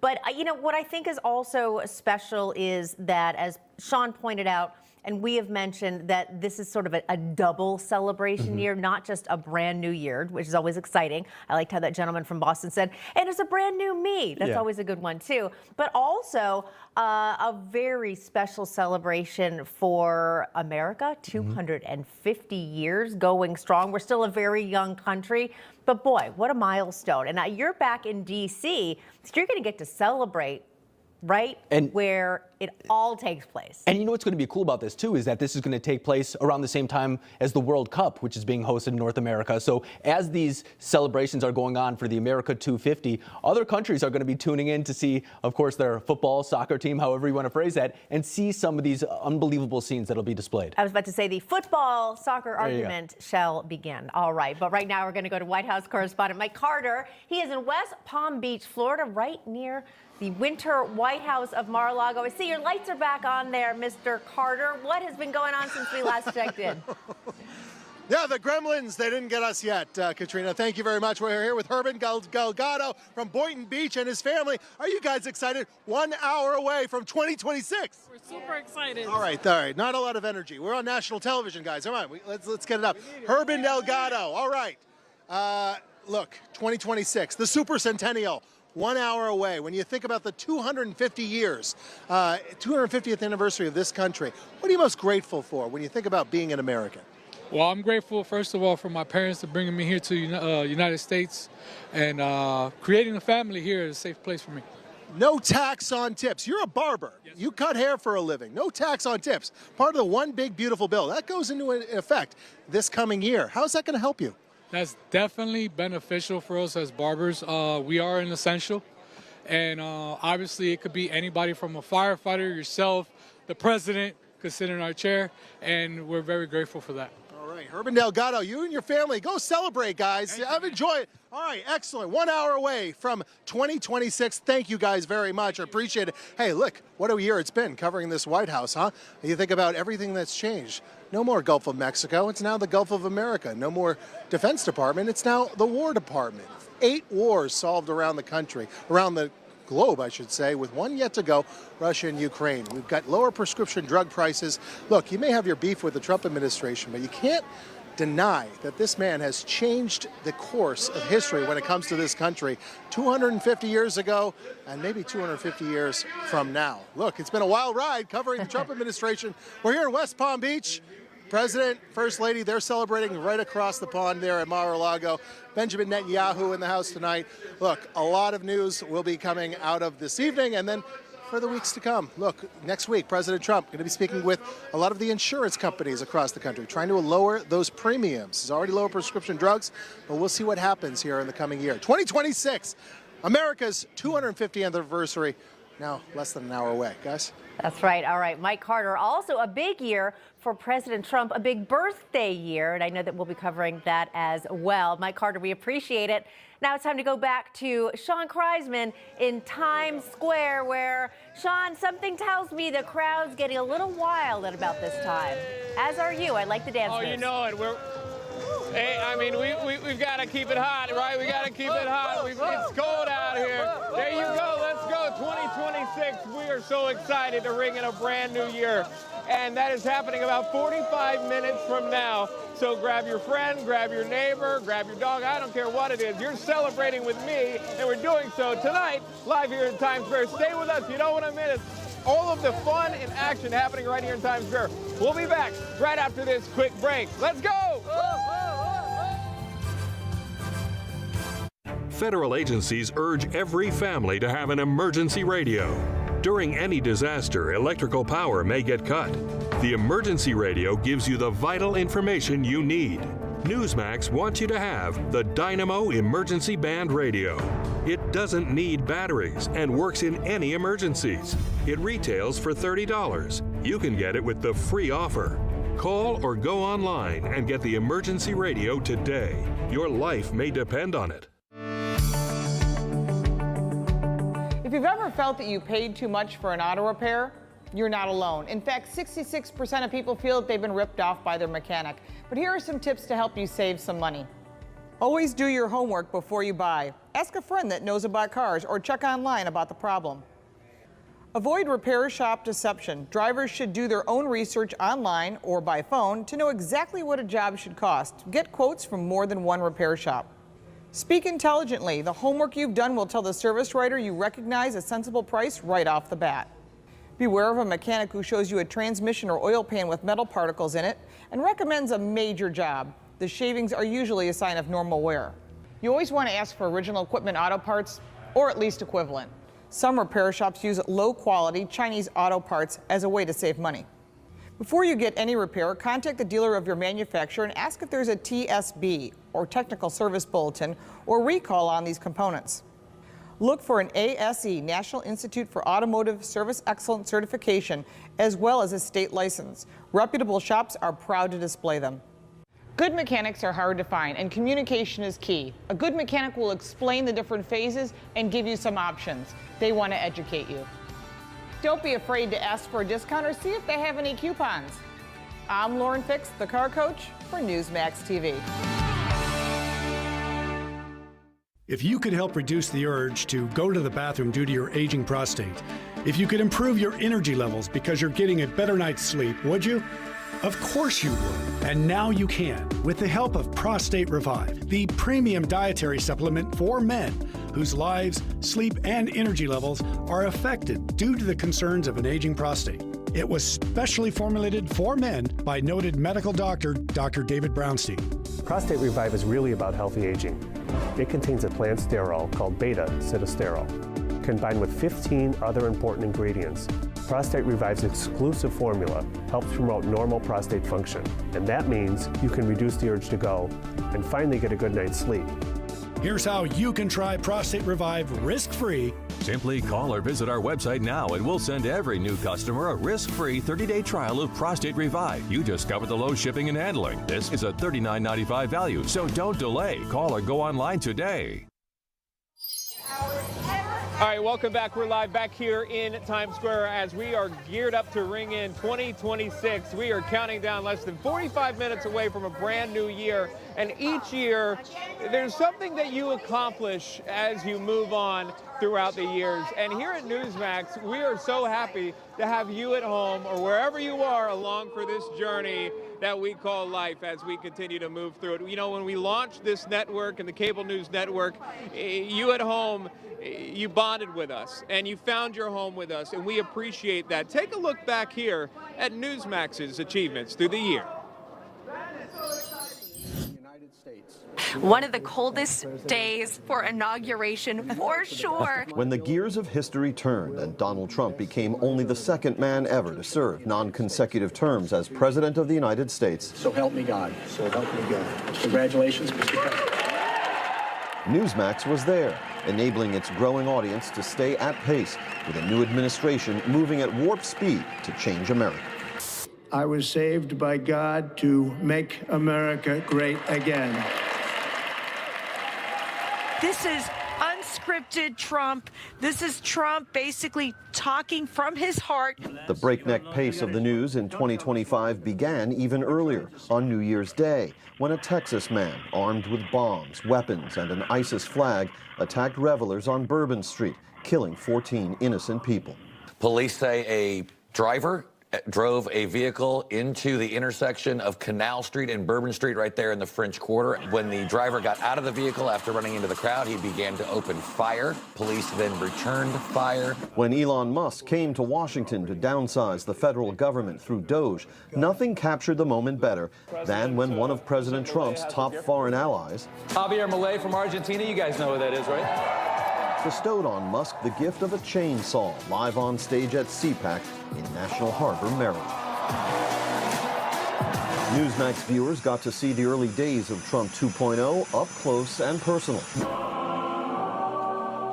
We have been on the air with you for the past hour as we all woke up to the breaking news that Pope Francis passed away this morning at the age of 88. And Newsmax was on the scene in Rome when the Catholic Church lost its leader and chose a new one. CJ, we have smoke. We have smoke. We have smoke, and it is white smoke. The traditions of millennia announced something entirely new, the first pope born in the USA. Cardinal Prevost is Chicago originally, but then spent a number of years in Peru as a missionary. He doesn't have the branding of being an American because he spent so much time outside of there. The U.S. military hit all three of them. We'll be giving you details and reporting and analysis all night long. Iran's key nuclear enrichment facilities have been completely and totally obliterated. Also unfolding on Newsmax were the historic events in the Middle East, where President Trump's use of force struck a blow against the regime in Iran, and his use of diplomacy helped secure the release of the remaining October 7 hostages. Some still alive, others returned as corpses from captivity in Gaza. And thank you, Newsmax, for helping us on the 8th front war. 7 fronts against Iran and its proxies. The 8th front, the battle for truth. Founder of Turning Point USA, Charlie Kirk, has reportedly been shot at an event in Utah. Newsmax was there in times of despair, but also in times of healing. 11 days since her husband's assassination, but now, as you know, taking on to be the head of Turning Point USA. That young man, I forgive him.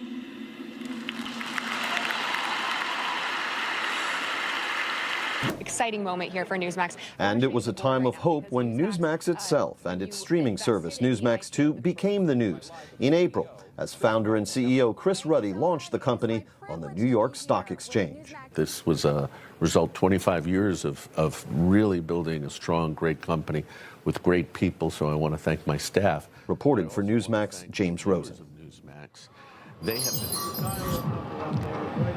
All right, so we're back out here live again. Man, when I'm watching that with you and it starts to trigger my mind, Katrina, I'll bring you back in for this conversation, but it triggers my mind to all the news that happened in 2025. And, you know, we're not even able to showcase everything that we cover because so much has happened, but clearly a lot happened in 2025, Kat. It sure did. And, you know, looking back at those moments, again, it's the roller coaster ride that you don't even remember that you were on, because as you said, we try to bring every little story, big and small,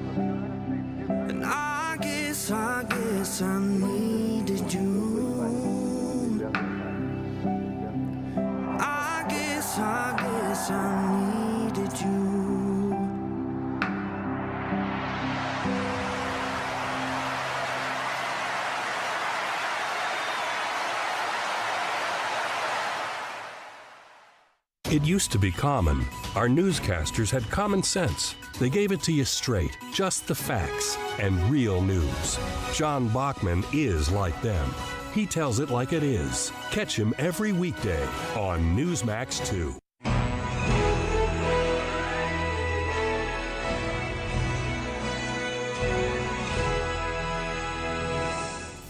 A legendary U.S. Supreme Court justice once said, "You do what you think is right, and then let the law catch up." A descendant of slaves, Thurgood Marshall, who later changed his name to Thurgood, was born in Baltimore on July 2, 1908, to William Canfield Marshall, a railroad porter, and Norma Erica Marshall, a teacher. While attending Lincoln University, the future Supreme Court justice was suspended twice for pranking and hazing his fellow students. In his freshman year, Marshall opposed the integration of the university's African American professors, resulting in him being labeled rough and ready, loud and wrong by his fellow classmates. However, as a sophomore at Lincoln, he supported a local anti-segregation protest and joined Alpha Phi Alpha, the nation's first all-black fraternity. Although his mother pawned her wedding ring to help pay for his tuition, Thurgood Marshall earned his law degree from Howard University with an LLB magna cum laude. Following graduation, he opened his own law office and began his association with the NAACP, eventually being named their chief counsel for the NAACP Legal Defense and Educational Fund. While serving as their chief counsel, Marshall argued 32 cases before the Supreme Court, 29 of which he won. President Kennedy appointed Thurgood Marshall to the United States Court of Appeals in 1961. 4 years later, President Johnson appointed him United States Solicitor General, where he won 14 of the 19 cases he championed and called it the best job I've ever had. Then on the 13th of June, 1967, President Johnson nominated Marshall to a seat on the United States Supreme Court, making him the first African-American justice to serve on the nation's highest court. While serving on the court, Marshall was considered a liberal justice intent on championing the rights of criminals, supporting the right to abortion, and denying the constitutionality of the death penalty. After 24 years on the Supreme Court, Thurgood Marshall retired in 1991 and later died of heart failure on January 24, 1993, at the age of 84.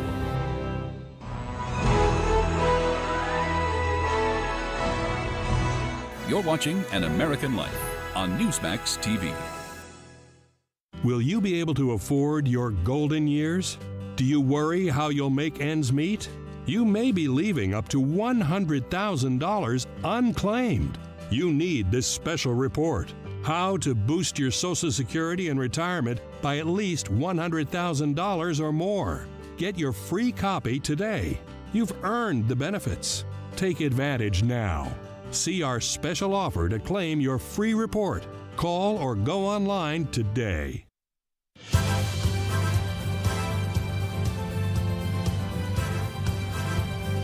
Welcome back. It's about 29 minutes until the ball drops in Times Square. We're here coming to you from NEWSMAX live in New York City. But now we're going to check in with our senior correspondent, Jon Huddy, who joins us live in the Big Easy.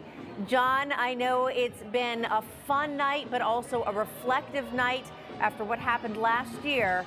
Tell us how the party is continuing and what people are remembering. Well, to be honest with you, Katrina, we've been talking about the security procedure. I got to be careful because I'm going to get hit in the head with beads. I'm going to show you that in 1 second. Oh, there. We've been talking about the security, the enhanced security procedures, the 800 law enforcement officers that are on the ground, local police, state police, federal agencies as well, as they're trying to hit me in the head, and the 350 National Guard. But now it's shifted to the party.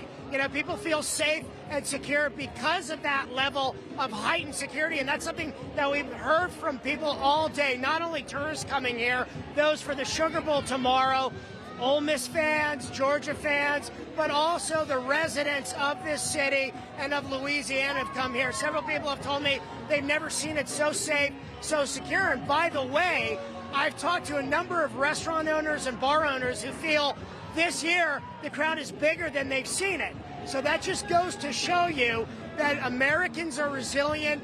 People, they're concerned about, obviously, they don't want any terrorism, they don't want any attacks, but they feel safe and secure here. So as we walk down Canal, and just as you were talking about, Katrina, it was a year ago almost, we're coming up on the anniversary of that attack, when that attacker, I don't even want to say his name, came barreling down Bourbon Street, killing 14 people, wounding nearly 60 others. And if you look up here, all these flags here, this is in memorial of those that were killed, the 14 people killed, and the nearly 60 others injured. But tonight, it's the celebration. Come on, throw me a beat. Oh, perfect, bro, perfect, bro. Look at that. I'm gonna put it on. I generally don't wear things like this, but thank you very much, guys. You having good? You having fun? One more? There you go, that's all right. Let's go, one more. Here, I'll give it to you, big man, our security guy. So, look, it's a party, it's a celebration as people aren't looking in the past, they're thinking about the future, but they're very, very happy to see the National Guard on the ground and all the law enforcement officials, all law enforcement officers, local, state, federal police as well. Guys, back to you. All right, thank you so much, Jon Huddy. You know, I just loud there for Jon, so I'm going to bring it back here in studio to Alex. And I was very impressed by just the positivity and the energy there, where Jon said that people feel so confident in that security, that they are having fun, they are celebrating, and someone's horrible actions have not ruined people's freedom and their happiness to celebrate in America. And I mean, that's so much what it is all about. It really speaks to the resilience and the perseverance of not only the people there in New Orleans, but across the entire country, because as we've seen throughout our coverage the entire night, people are coming from different parts of the country to Times Square, to New Orleans as well. It speaks to the idea that no matter what evil tries to persevere, good will always come out on top. And I think that the images that we see in New Orleans really speak to that. And there's just such an energy, you know, this year. You and I were discussing how neither of us have ever been in New Orleans, but when I see Jon Huddy there and I see everyone coming together and throwing him the beads, and he was a sport to put those on, that's not a Huddy thing to do. It just, again, showed the camaraderie, people coming together from around the country, from around the world, and actually having fun together. And isn't that pleasant? I mean, we spend an entire year and day after day covering the tough stories, but then when Americans and just people get together and they can enjoy each other, I think that's a message that I hope people will take home with them after tonight. It's such an important thing to remember. At the end of the day, people are good. You know, sometimes when we're watching the news, we get stuck in the polarization, the bad things that are happening, because oftentimes that is what makes news. But it's a good reminder that your neighbors are generally good people, and you should give them the benefit of the doubt most of the time. I like that. All right. And on that note, we are going to go to our friend, not necessarily our neighbor, but he is right across town in Times Square. That would be the one, the only super dad, Shaun Kraisman. Shaun, what's going on? Well, you know what? We're counting down to 2026 from the ball drop. So where are we right now? A mere, what is this, 25 minutes away from 2026. And we decided we should play a little game with you at home. So if you're watching right now, we're going to throw a question on the screen. You can follow along and see if you know the answer. And I've got my friends in the corner. You guys ready for this? Yeah! Okay. Mina is from Dallas, Texas, right? Yes, I am. Okay, are you ready for the quiz question? If you get this right, I'm giving you one of our great NEWSMAX hats for free on the house. And it's very easy to do. Free swag. The question is this: which band's kiss cam exposed an affair? Do you remember this? Which band's kiss cam exposed an affair? Coldplay! Oh my God!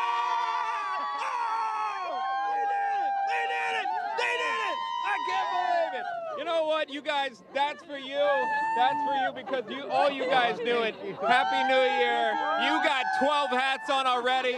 Why not make it 13? How are we doing over here, huh? Are we doing good? I mean, we're almost there, guys. You're almost there. You guys been waiting a long time, right? Yes, we were. Are you ready for the ball drop? We definitely are. I know. Well, you and me both. We are out here waiting. Man, we've got some smart people out here. I tell you what, they were able to answer. Mina, you're good, by the way. You're good, Mina.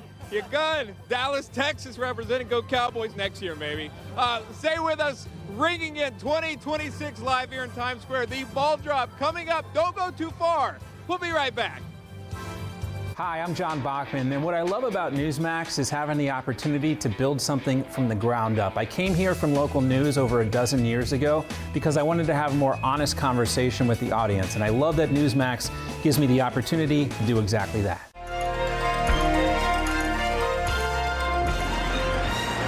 With the outbreak of World War I, on July 28, 1914, began the systematic destruction of the very center of Europe.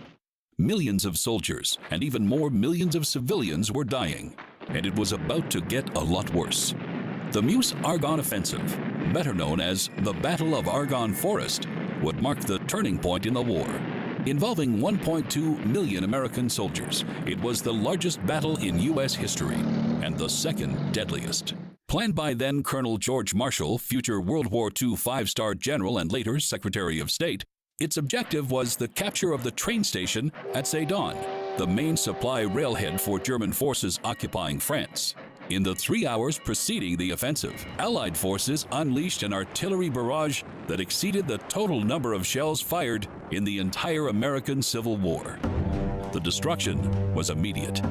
The Battle of Argonne Forest began on September 26, 1918, and raged for 47 days, culminating in Germany's surrender, ending one of the most destructive wars ever. However, the Battle of Argonne was actually a continuation of a series of American-French frontal attacks along the entire Western Front in what became known as the 100 Days Offensive. Earlier that year, Germany launched Operation Michael to retake the offensive and reclaim lost territories. However, British and French forces, reinvigorated by the arrival of the American Expeditionary Forces, stopped the German advances and forced their retreat. The American and French victory at Argonne Forest brought a swift end to the war's hostilities, and on the 11th hour of the 11th day of the 11th month in 1918, peace returned to Europe. We commemorate this costly triumph every year as Veterans Day. After 4 years of war, 20 million deaths, and 23 million wounded. The armistice was signed in this rail car near Paris, marking the end of World War I. You're watching An American Moment on NEWSMAX TV. It took 34 years to build, but on August 15, 1914, the Panama Canal was officially opened for business and was quickly crowned one of the 7 wonders of the modern world. President Theodore Roosevelt believed the completion of the canal was essential to American security and prosperity, so he negotiated with the French to purchase the canal's properties and dredging equipment. But when negotiations with Colombia over a canal treaty broke down, Roosevelt backed a local bloodless revolution that lasted only a few hours. And on November 3, 1903, the nation of Panama was born. With the opening of the Panama Canal, the Atlantic and Pacific Oceans were joined, reducing a ship's journey from New York to San Francisco by 9,000 miles. Roosevelt's vision made the canal a reality, and the feat helped make America a world power. You're watching An American Moment. Welcome back. We are live here in Times Square, and yes, that is the boss, Diana Ross, behind me. Let me tell you, she still looks great. She's fabulous. She's killing it here in Times Square. So many people, a million people out here excited to celebrate, ringing in 2026, less than 20 minutes away. Are you ready at home? Because it's right around the corner. Christina Thompson, speaking of right around the corner, is standing by with even more revelers here in Times Square. Christina. You know, Shaun, a million people here in Times Square, and I found a Steelers fan, which is going to make my dad very, very happy. Sir, tell me where you're from. I'm originally from Pittsburgh. All right. State College now. And you came here to Times Square for New Year's Eve? Yes. Tell me about it. How's it been so far? It's been wonderful. It's a bucket list item, so hopefully in a few minutes be able to cross it off the bucket list. That's awesome. Congratulations. Thanks for being here. Thanks for chatting with us. In just about 20 minutes now, we're going to see that ball drop ringing in 2026 and America's 250th birth year. Shaun, I'm going to send it back to you. I know that we have a lot of people in a lot of cities that we want to get to tonight. I'm over here stepping on balloons out here. Yeah, less than 20 minutes away from a brand new year. Remember, folks, if you need a reminder, it is not just Happy New Year, it's Happy Birthday to America. Remember, the big confetti drop is at 12:04. We're doing not one, but 2 celebrations tonight. I hope you're okay with that. I know that I am, and I know my friends behind us are. They just want some swag because they knew the quiz answers. They're good. I mean, they're good. They're smart. I hope you got it as well. Stay with us. More New Year's Eve celebrations here in Times Square when we come right back.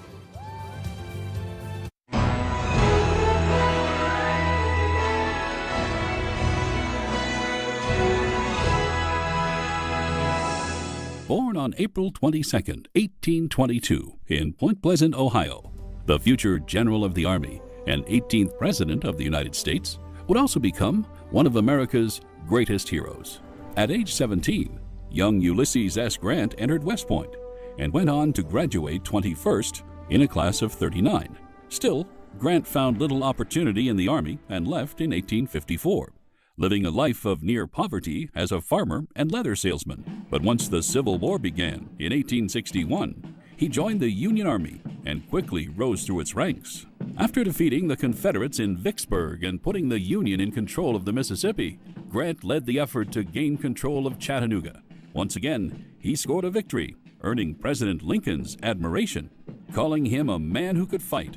On March 2, 1864, Lincoln promoted Grant to Lieutenant General in charge of all Union armies. Grant would spend the next 13 months battling General Robert Lee through Virginia, finally cornering him at Appomattox. There, Lee surrendered, ending the bloodiest war in American history. A veritable war hero, U.S. Grant as he was called, won the presidency in 1868. As president, he led Reconstruction in the South, created the Department of Justice, and even ordered it to vigorously prosecute the Ku Klux Klan. He was also an outspoken supporter of women's suffrage and designated Yellowstone as our nation's first national park. After leaving the presidency and suffering from cancer while financially in trouble, he worked with his friend writer Mark Twain to write his memoirs. Within days after finishing his writing, with his family at his side, Grant died from throat cancer in this cottage on Mount McGregor, New York on July 23, 1885. He was just 63, and yes, he was buried in Grant's tomb, a mausoleum located in Manhattan's Upper West Side. Following his death, the memoirs of Ulysses S. Grant were a huge success, the royalties of which, in today's dollars, earned his family more than $13 million.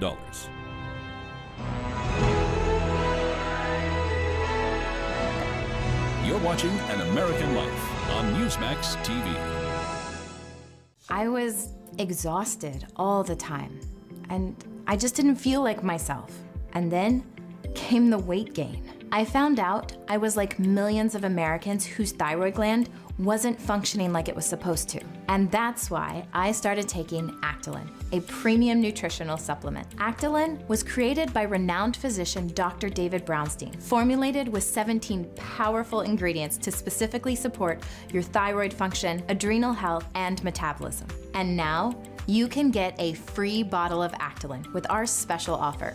Just pay a small shipping and handling charge. Plus, receive Dr. Brownstein's free special report, A Doctor's Guide to a Healthy Thyroid. If you're experiencing loss of energy, cold hands and feet, dry skin, weight gain, or joint pain, Actilin may be right for you. Don't wait. Act now. Get your free trial bottle of Actilin, valued at $39.95. All right, welcome back. Less than 15 minutes away from ringing in a brand new year. You're live here in Times Square. 2026 is almost here, folks. You're almost there. The iconic ball drop happening very, very soon. So excited for it, so pumped. Everyone's full of anticipation. They've been out here all day. I want to bring in my friends back in studio, Katrina and Alex Selby. You guys know the deal. These guys have been here for 12 hours, some of them longer than that, for this ball drop, and we're almost there. Absolutely incredible, Shaun. I mean, again, you're also out in the elements. I know it's cold. You're keeping that energy up, keeping the party going exactly where you are. But what I'm really excited about also is to see this brand new ball. It's the 9th incarnation, I'm hearing. It has twice as many crystals as it did previously. It weighs, what, 12,000 pounds? I just want to know what it looks like when you are standing there, because on TV it looks fantastic. Yeah. Yeah, I mean, seeing it in person, talking about the ball, Kevin, seeing it in person, I mean, it's pretty amazing. The stuff that they can do with it, it has changed colors. It has changed. This is this iteration of it is able to change graphics, if you will, on it, because it says America 250, which we'll see after 2026. So that ball will descend down. It'll take 60 seconds. 2026, the numerals will illuminate. And then about 4 minutes after that, confetti will drop, Frank Sinatra will play. 4 minutes after that, you think the party's over? It is not. It will continue at 12:04. Red, white, and blue confetti comes down, and then America 250. Back to your point, Katrina, that ball will now change that graphic, America 250, as we kick off 250 years of celebrating America. Absolutely amazing. You know, Alex and I have been here talking about celebrations around the world, and Alex has been living in Europe for the past several years, covering all of these amazing stories for us at Newsmax. So it's great to have someone here who's also happy to be home in the United States. It's good to be here, but I mean, I'm got my eyes locked here in Times Square.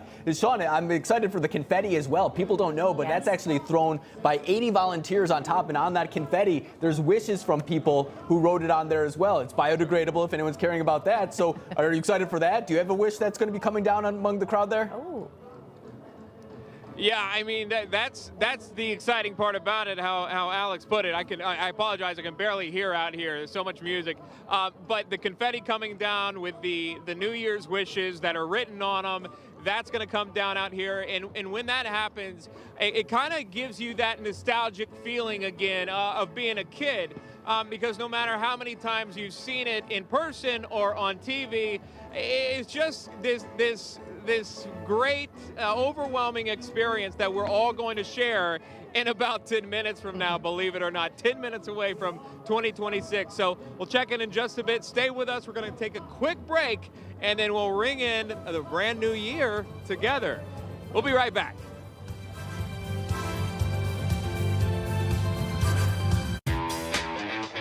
Hi, I'm Ed Henry. I've worked at a lot of news networks, but I love Newsmax the most because we really are real news for real people. It's not just a slogan. We actually believe in the power of the people.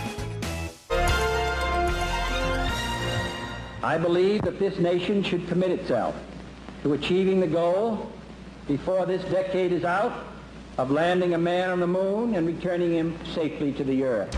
In 1961, newly elected President John Fitzgerald Kennedy announced to the Congress and to all of mankind America's intention to send man to the moon.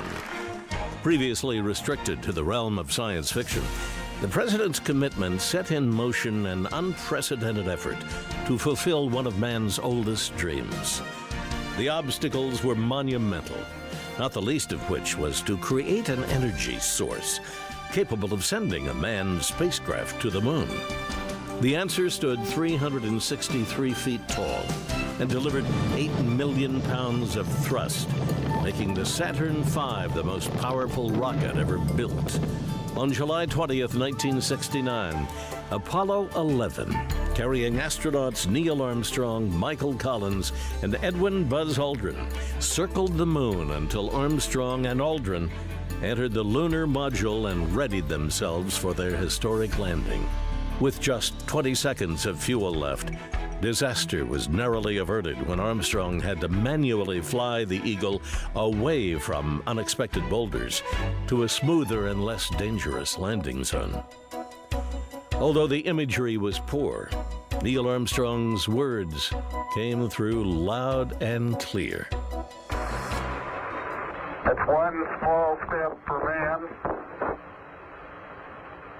one giant leap for mankind. However, the flight was not without controversy. Buzz Aldrin, a devout Christian, administered himself communion on the moon. since NASA was already fighting a lawsuit from atheist Madeline Murray O'Hare, who objected to the earlier Apollo 8 crew reading from the book of Genesis. Aldrin's communion was kept a secret from the public. Not so secret was the plaque bolted to the descent ladder on the lunar module. It was left on the moon to greet future visitors and reads, "We came in peace for all mankind." For NEWSMAX TV, I'm Bill Curtis, and this is an American Moment.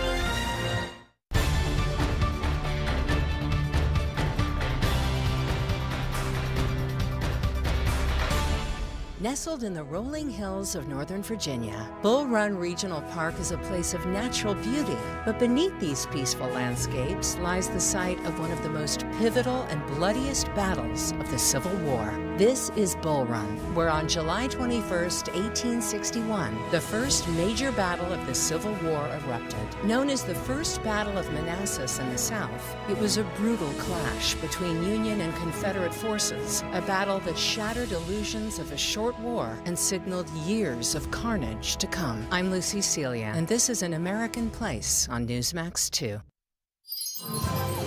All right, welcome back live here in Times Square 2026. Are we excited? We are. It is just a mere 6 minutes away from a brand new year, 2026. The energy is here. This is the moment that we have been waiting for. In just a few moments, we're going to hear from Tones and I.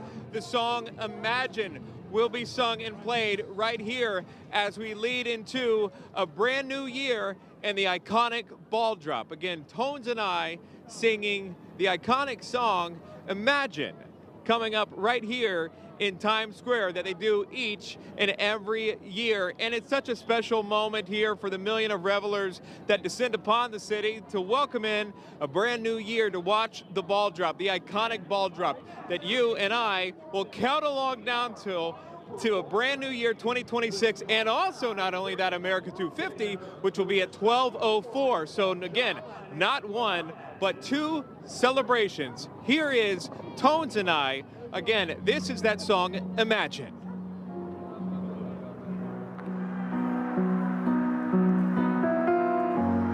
Imagine there's no heaven. It's easy if you try. No hell below us. Above us all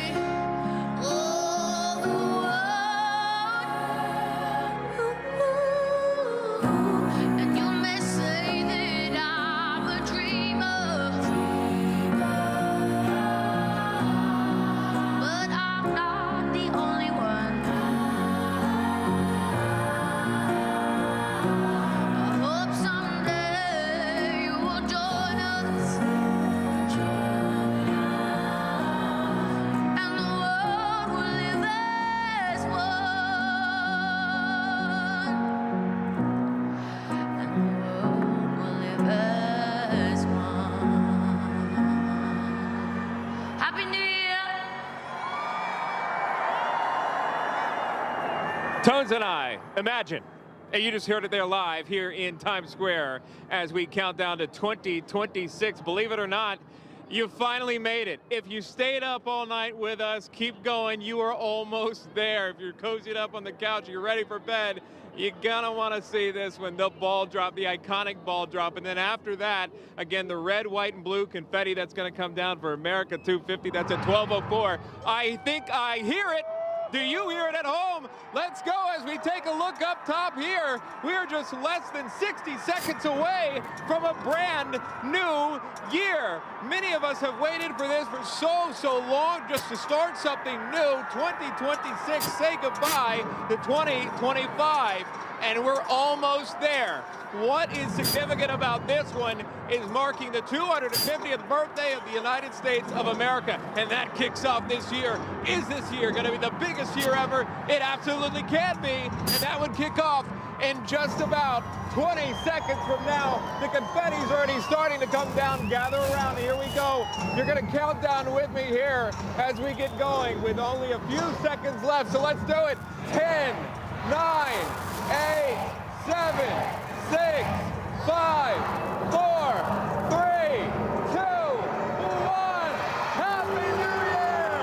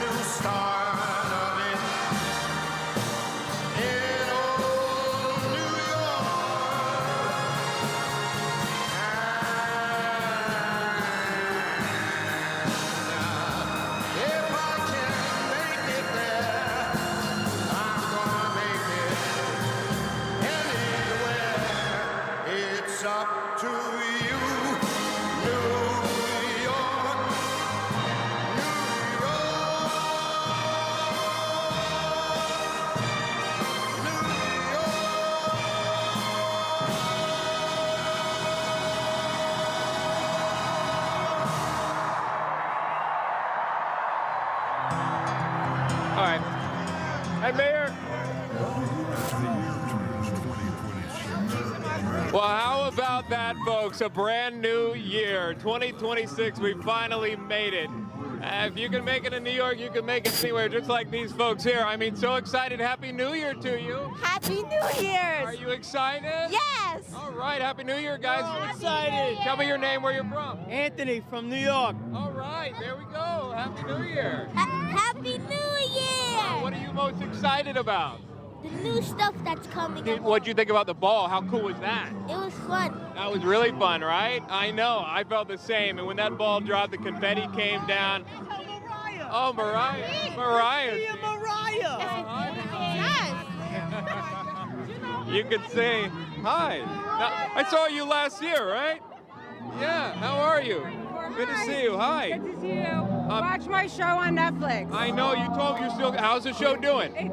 I did okay. It was a year ago now. Or it was last year. Yeah. You can still. Yeah. Thank you. Selling the city. Selling the city. Guess, yeah. You talk to me about 2026. I mean, this is so exciting. A brand new year right now. Exciting. Yeah. It's bittersweet.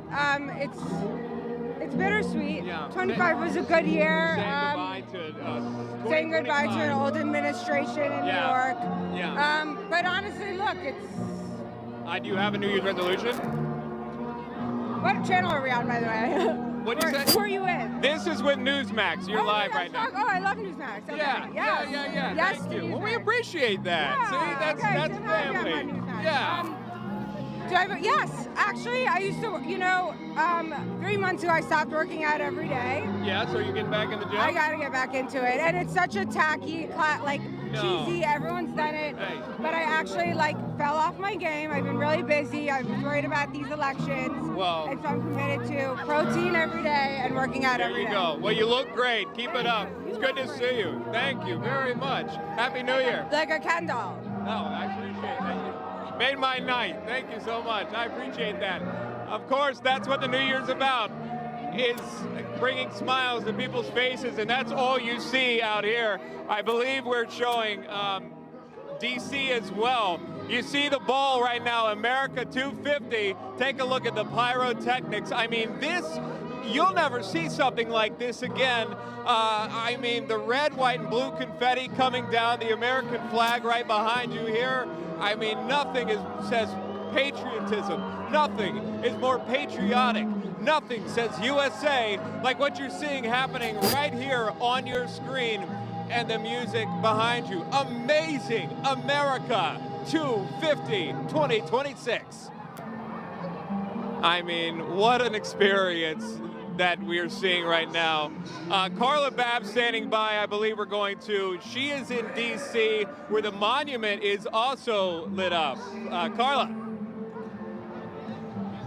Yes, they've got it like a giant candle to wish America a happy birthday. The start of the 250 celebrations beginning now. We have had an incredible night here. Freedom 250 officially launching the 250 celebrations here in DC. Now, I know the president is a lot warmer in Mar-a-Lago right now, but he missed a spectacular fireworks show that just concluded right off of my left shoulder. It was amazing, going off right at the White House, lit up like the 4th of July. It was really special. We saw the monument being lit up several times over the course of the night. They were able to display all the elements of America's history, from the finding of America to the Declaration of Independence, the Industrial Revolution, onto the computer age. The moonwalk was on there as well. It was just a really beautiful display. Nothing political, just honoring America's history. And now it is 2026, so no more goodbye to 2025. The next time you will see this thing lit up, it's always 2026 here forward. If you didn't get to see it tonight, Freedom 250 says you can see it through January 5th. They're going to be having this display go every night, starting at the top of the hour at 7 o'clock. I know I'm going to be bringing my kids to see it this weekend. It's just been a spectacular time, and Happy New Year to you, Shaun, as we close this out. Thank you.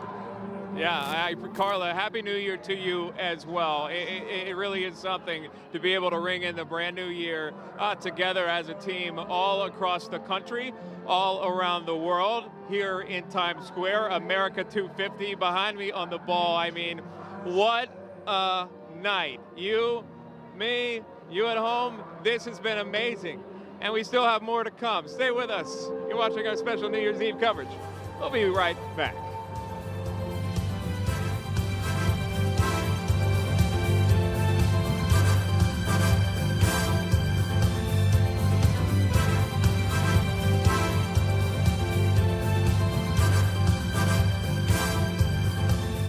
You served your country with honor. Now get the benefits you've rightfully earned. Paul R. Lawrence has written the book every veteran should own, Veterans Benefits for You. This step-by-step guide breaks down what you need to know, from financial compensation and disabilities to information for dependents and parents. This book is a must-read for all servicemen and women. Get your free copy today with our special offer. Call the number on your screen or go online to order. I ask you to join with me in prayer. Almighty God, our sons, pride of our nation, this day have set upon a mighty endeavor, a struggle to preserve our republic, our religion, and our civilization, and to set free a suffering humanity. Lead them straight and true. Give strength to their arms, stoutness to their hearts, steadfastness in their faith. They will need thy blessings. Their road will be long and hard. For the enemy is strong. He may hurl back our forces. Success may not come with rushing speed, but we shall return again and again. And we know that by thy grace and by the righteousness of our cause, our sons will triumph, and a peace that will let all men live in freedom, reaping the just rewards of their honest toil. Thy will be done, Almighty God. Amen.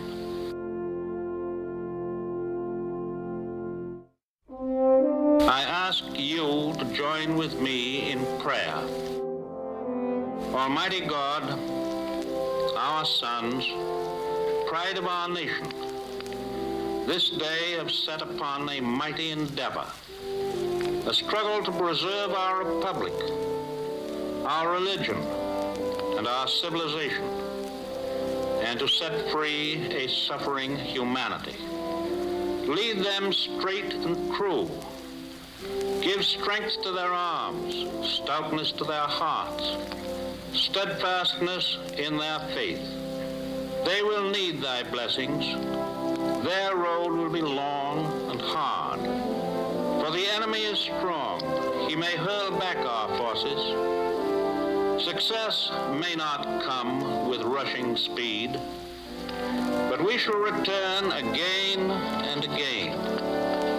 And we know that by thy grace and by the righteousness of our cause, our sons will triumph, and a peace that will let all men live in freedom, reaping the just rewards of their honest toil. Thy will be done, Almighty God. Amen.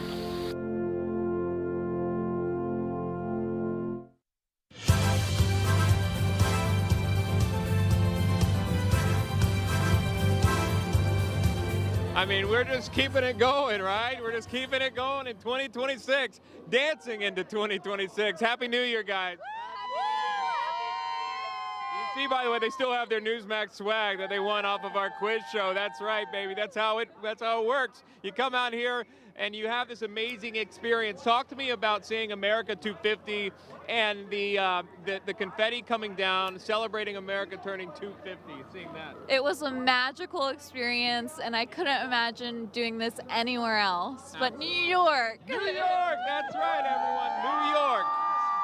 We've had coverage right here in Times Square all night, and it has been so fun. It has been so warm, and it's just been such a wonderful crowd that's been here tonight. And they've been great as well in Florida. That's where we find our Mike Carter. You're from Miami? Oh, okay. They're from Miami, Mike. We've got people from Florida here in Times Square, Mike. Hey, you know, Shaun, Miami, big win tonight over Ohio State. Hey, where would you guys rather be than West Palm Beach? Right here, right now, get in here. Hey, 250th anniversary of the United States of America. How are we feeling, West Palm Beach? Good! Hey, New Year's resolution, what do you got? Get good grades, straight A's in college, yeah, and just be more myself, more confident. Be more yourself, I like that. Hey, you've got this, we got to get you up here. All right, New Year's resolution. You've got the glow orb, you've got the Happy New Year stars. New Year's resolution. I think so, to be more peace and... World peace, you know, that's what President Trump said tonight, Shaun. World peace. And look, we're partying here in West Palm Beach. Thank you so much. Happy New Year, guys. Look, West Palm Beach, it's where it's at. Let's say in Spanish, Feliz Año Nuevo. Oh, hey, Feliz Navidad. Happy New Year. Feliz Año Nuevo. All right, well, you know, we're speaking English here on NEWSMAX, but I appreciate you. Thank you so much. Hey, Happy New Year. We're celebrating. To West Palm Beach. All right. I'm very happy we come here. I'm very happy for the New Year. Hey, 250th. We're celebrating. We're getting rowdy here in West Palm Beach. Donald Trump heads back to Washington on Sunday, Shaun, and we'll be heading back there with him. We'll send it back to you at Times Square. Mike Carter's been taken over. Be careful out there, Mike. It's good to see you out there. Happy New Year to you, buddy. Always a pleasure working alongside you as well. We're still out here in Times Square. The party's still continuing, and they cleaned this place up. Yeah, you hear a few yells out there. I'll tell you what, though, the party's still going on because there's Central Time in Nashville, Tennessee. The Big Bash, Jon Glasgow. That's where we find him. Jon, Happy New Year to you. Shaun, we are still 45 minutes away from the countdown here in Central Time. They're going to drop the music note right now, like you guys just had the ball drop there in Times Square. Right now behind me, you got Bailey Zimmerman on the stage. Have a quick look there. I'll let you listen in. He is absolutely crushing it. He's been on stage here for about 3 songs. We've already heard Jason Aldean, Lainey Wilson. It just goes on. And it's been a rocking time here. 250,000 country fans have packed in here to downtown Nashville to take in the show. Listen here for a little bit.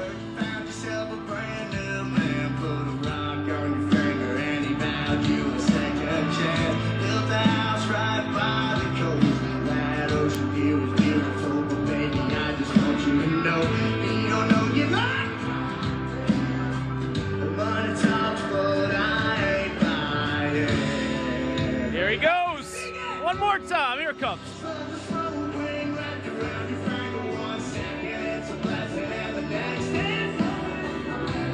We are having a time here, and guess what? Our country music countdown doesn't start for another half an hour or so. So we're waiting for it. We're waiting for that ball drop. We'll ring in that Happy New Year for everybody. And everybody here that I talked to asked them their New Year's resolution, Shaun. I said, what are you looking forward to in 2026, and what brings the country together? They said they want people to be more peaceful. People want to come together, love and God here in God's country. So we're having fun. Our countdown's coming. We'll send it back. I like that. I like that. I can tell you I'm in the future right now, and the future's looking good, Jon Glasgow. The future is looking good. This has been so amazing out here, right, guys? This has just been a special, special time in Times Square. We've been giving out swag. We're making noises. We've got our special friend. Even, how are you? Happy New Year. Happy New Year. Thank you so much. I'm wishing you the best New Year that you can ever possibly have. Thank you. You're very welcome. You know, the fun's still happening here. It is happening in Nashville, and it's also happening in New Orleans, Louisiana. That's where we find John Huddy. John, I got to tell you now, Happy New Year to you, buddy. Happy New Year's to you as well, and to everybody watching. I got to be honest with you. I'm not a big New Year's Eve guy. I'm not a fan of crowds. I'm not a fan of loud music. But this is cool. This is not a bad gig. Happy New Year, ladies! We've been talking about the enhanced security. We've been talking about law enforcement, National Guard. Now we're talking about the party. Now we're talking about the fun. You guys having fun?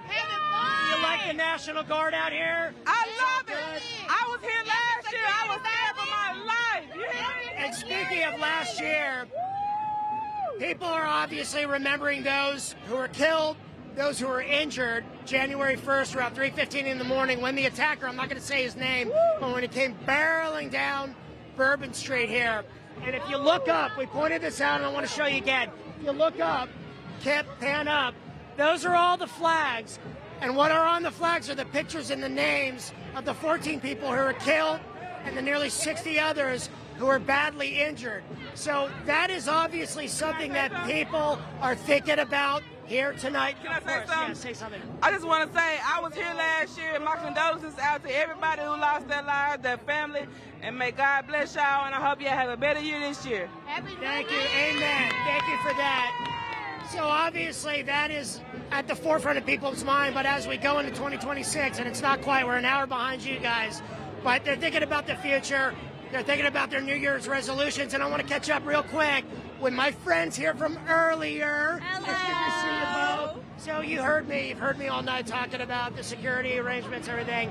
But really tonight, one of the things that I've heard from bar owners, restaurant owners, the crowd is bigger here than it was, they said, in 2024, which shows you the resilience of people, of Americans, that terror threat, we're thinking about all those who were hurt, but we're moving forward, right? Right. We want to continue on. I think it's also us moving forward, but I think it also shows the fan base of both Ole Miss and Georgia. SEC really shows out for the Sugar Bowl, and that's why we're not missing this game ever. So we're here for the Sugar Bowl, but also I'm not scared because of how the result has been from the tragic events that happened last year. Right, and that's and again, the Sugar Bowl is a big deal. There's always the security, but this year they kicked it up a notch. I was here in 2022.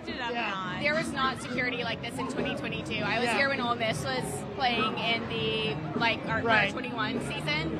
But we are seeing an enhanced level of it. 1,000%. And that's why I've never felt so safe in New Orleans. Never in my life. And that's why people do feel safe and secure. And also those that we've talked to say it's the cleanest they've ever seen the city. I've never seen as well. So little trash on the ground here before. Well, look, that's a great way to move into the new year. So happy New Year's to you. Happy New Year's to everybody back there. And we shall see you in 2026, guys. Back to you. Yeah, I appreciate that. John Huddy joining us live with about 18,000 women in John Huddy in New Orleans. We appreciate it, John. Thank you. Doing a great job. Take a look at this scene out here just really quickly before we go to break. Didn't you remember how full this place was? Look at the incredible work these professionals are able to do to begin the cleanup of 1 million people and all the confetti and the hats. They get this place cleaned up and they get it done very quickly. So as they begin to do that, we'll take a quick break and we'll come right back as we continue to celebrate 2026. We did it. We're here. It's a brand new year. Hi, I'm Bianca Della Garza. What I love about working with NEWSMAX is the relationship we have with our viewers. So smart, so informed, it allows us to deliver powerful analysis, the sharpest viewpoints on the issues that really matter.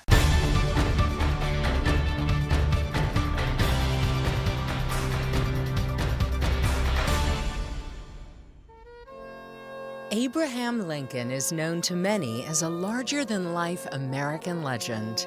But a visit to Springfield, Illinois reveals the real Lincoln, husband, father, an ordinary American. Lincoln's home of 17 years, the only one he ever owned, has been meticulously restored to its original 1860 appearance.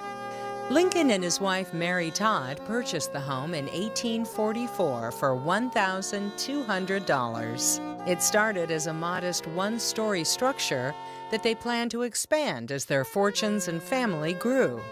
3 of Lincoln's 4 sons were born here, and one of them, Eddie Lincoln, died here a month before his 4th birthday of what many modern historians suspect was thyroid cancer. It is here in the family room Abraham Lincoln was a loving father who engaged his mischievous and prankster-happy boys in wrestling matches. In his bedroom, Lincoln kept a desk where he would work late into the night. It was here in 1858 Lincoln is believed to have written his famous House Divided speech. In the parlor, Lincoln hosted distinguished guests and grappled with the major political and legal issues of the day. In 1860, it was also where Republican convention officials gathered to inform Lincoln he was the surprise presidential nominee. The news came as a shock. Lincoln spent days here thinking about what it would mean for him to accept, knowing he was already a controversial figure in a divided and fragile union. After his acceptance of the nomination, the Lincoln home became a magnet for visitors, parades, rallies, and other political festivities. Finally, in February of 1861, 52-year-old Abraham Lincoln delivered his farewell address to his hometown and boarded a train for the White House, where division, strife, and war lay on the horizon. The demands of the Civil War and his assassination in 1865 ensured that Lincoln would never again return to his home in Springfield.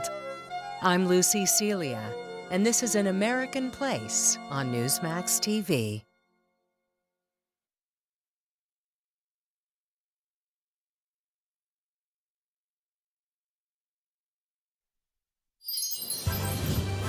All right, welcome back. We are officially in 2026 here in Times Square, a brand new year. What a night it has been. Katrina, Alex back in studio. Christina's here with me. You know, Christina, thinking back of our coverage here in Times Square and tonight, I mean, it really is about the people that we meet. It's so impressive. You know, the people are amazing. They come from all over the world. And I don't know about you, but every time I hear that song, New York, New York, come on, you're in New York in the middle of Times Square, the ball has just dropped, and you realize that it's another year that we can do what we love, being out here, you're right, meeting amazing people. It's truly incredible. It really is. And to see the smiles on everyone's faces to ring in this new year. And it was different because, Katrina and Alex, you can weigh in on this as well. Obviously, we saw the difference in the ball, right? When we saw the ball drop and then it turned to America 250. We are in a very big year. Katrina, I think you put it earlier, we're still a young nation, but we're a proud nation. And this year, what a milestone it has been, and what a great way to mark it with America 250. Shaun, absolutely. And I think it's exciting always to ring in the new year. It always feels like an opportunity for a fresh start for everybody in whatever that means for them personally. But I also think this extra special celebration of America and also seeing everybody come together and celebrate and be so excited about celebrating our country's birthday. Alex, you and I were talking about it. It feels even more substantial this year, something extra special about it. There's a different vibe, and I want to give credit to what Shaun and Christina did today, because that is harder to convey than a lot of people understand. I mean, of course, Times Square is a beautiful scene. You see the confetti coming down, but to convey the excitement and the vibe is easier said than done. And you guys both did an excellent job tonight. And now, as we see the cleanup crew behind you, it's coming to a conclusion. But what is really both of your takeaways from this entire scene? Because there you go. You're pointing good right there. Less people than there were before. Confetti on the floor. Man, we didn't even see them do it. I had no idea, Alex. Actually, when you said it, I'm like, what is he talking about? I look, oh my goodness. Yeah, suddenly it's empty. It's empty, and there's no people, and they're already ushered out. And it is wild how easy they're, I wouldn't say easy, how organized and professional they are at getting Times Square looking like it did 24 hours ago. Speaking of organized and professional, thank you to the whole NEWSMAX crew that made this entire show possible. Absolutely. You did an unbelievable job. Yeah, it really is. Yeah, kudos to our whole team. It is not just us. I mean, it's full of people behind us here at NEWSMAX, and we do appreciate the hard work. You can't pull a show like this off. Control room, you guys killed it tonight. Everyone on our staff killed it tonight. I want to thank Times Square Alliance, too, by the way. Each year, this just gets better and better for us and for our viewers, and we couldn't do it without the Times Square Alliance, so thank you for doing that. I mean, wow, what a night, guys. What a night. Absolutely. And again, kudos to both of you. As Alex, what you're doing out there is not easy, especially in the cold, especially with the crowds, all of that stuff. But we are just so happy that you included both of us in the epic celebration. Shaun, you still never showed us the lining of your jacket. We're willing to forgive you for that, but you're going to have to bring it as a show and tell on National Report, and we'll all be watching. You know what? That's an excellent idea. I do it now, but I know I'd get stuck on that middle button in this jacket. It's a total fail. I gave you one more chance. All right. I know. I'm going to do it on National Report. What a night. Katrina Zish, Alex Salvi, thank you so much. I mean, you guys killed it. We appreciate that, as always. So much fun with you. Christina Thompson, thank you so much. This has been Year. Thanks for including amazing. me. Happy New Year to you. One of my favorite people, by the way, here at Newsmax. That's going to do it for all of us here, for all the crew for 2026. We appreciate you joining us. I'm Shaun Kraisman, wishing you and your family a very happy New Year.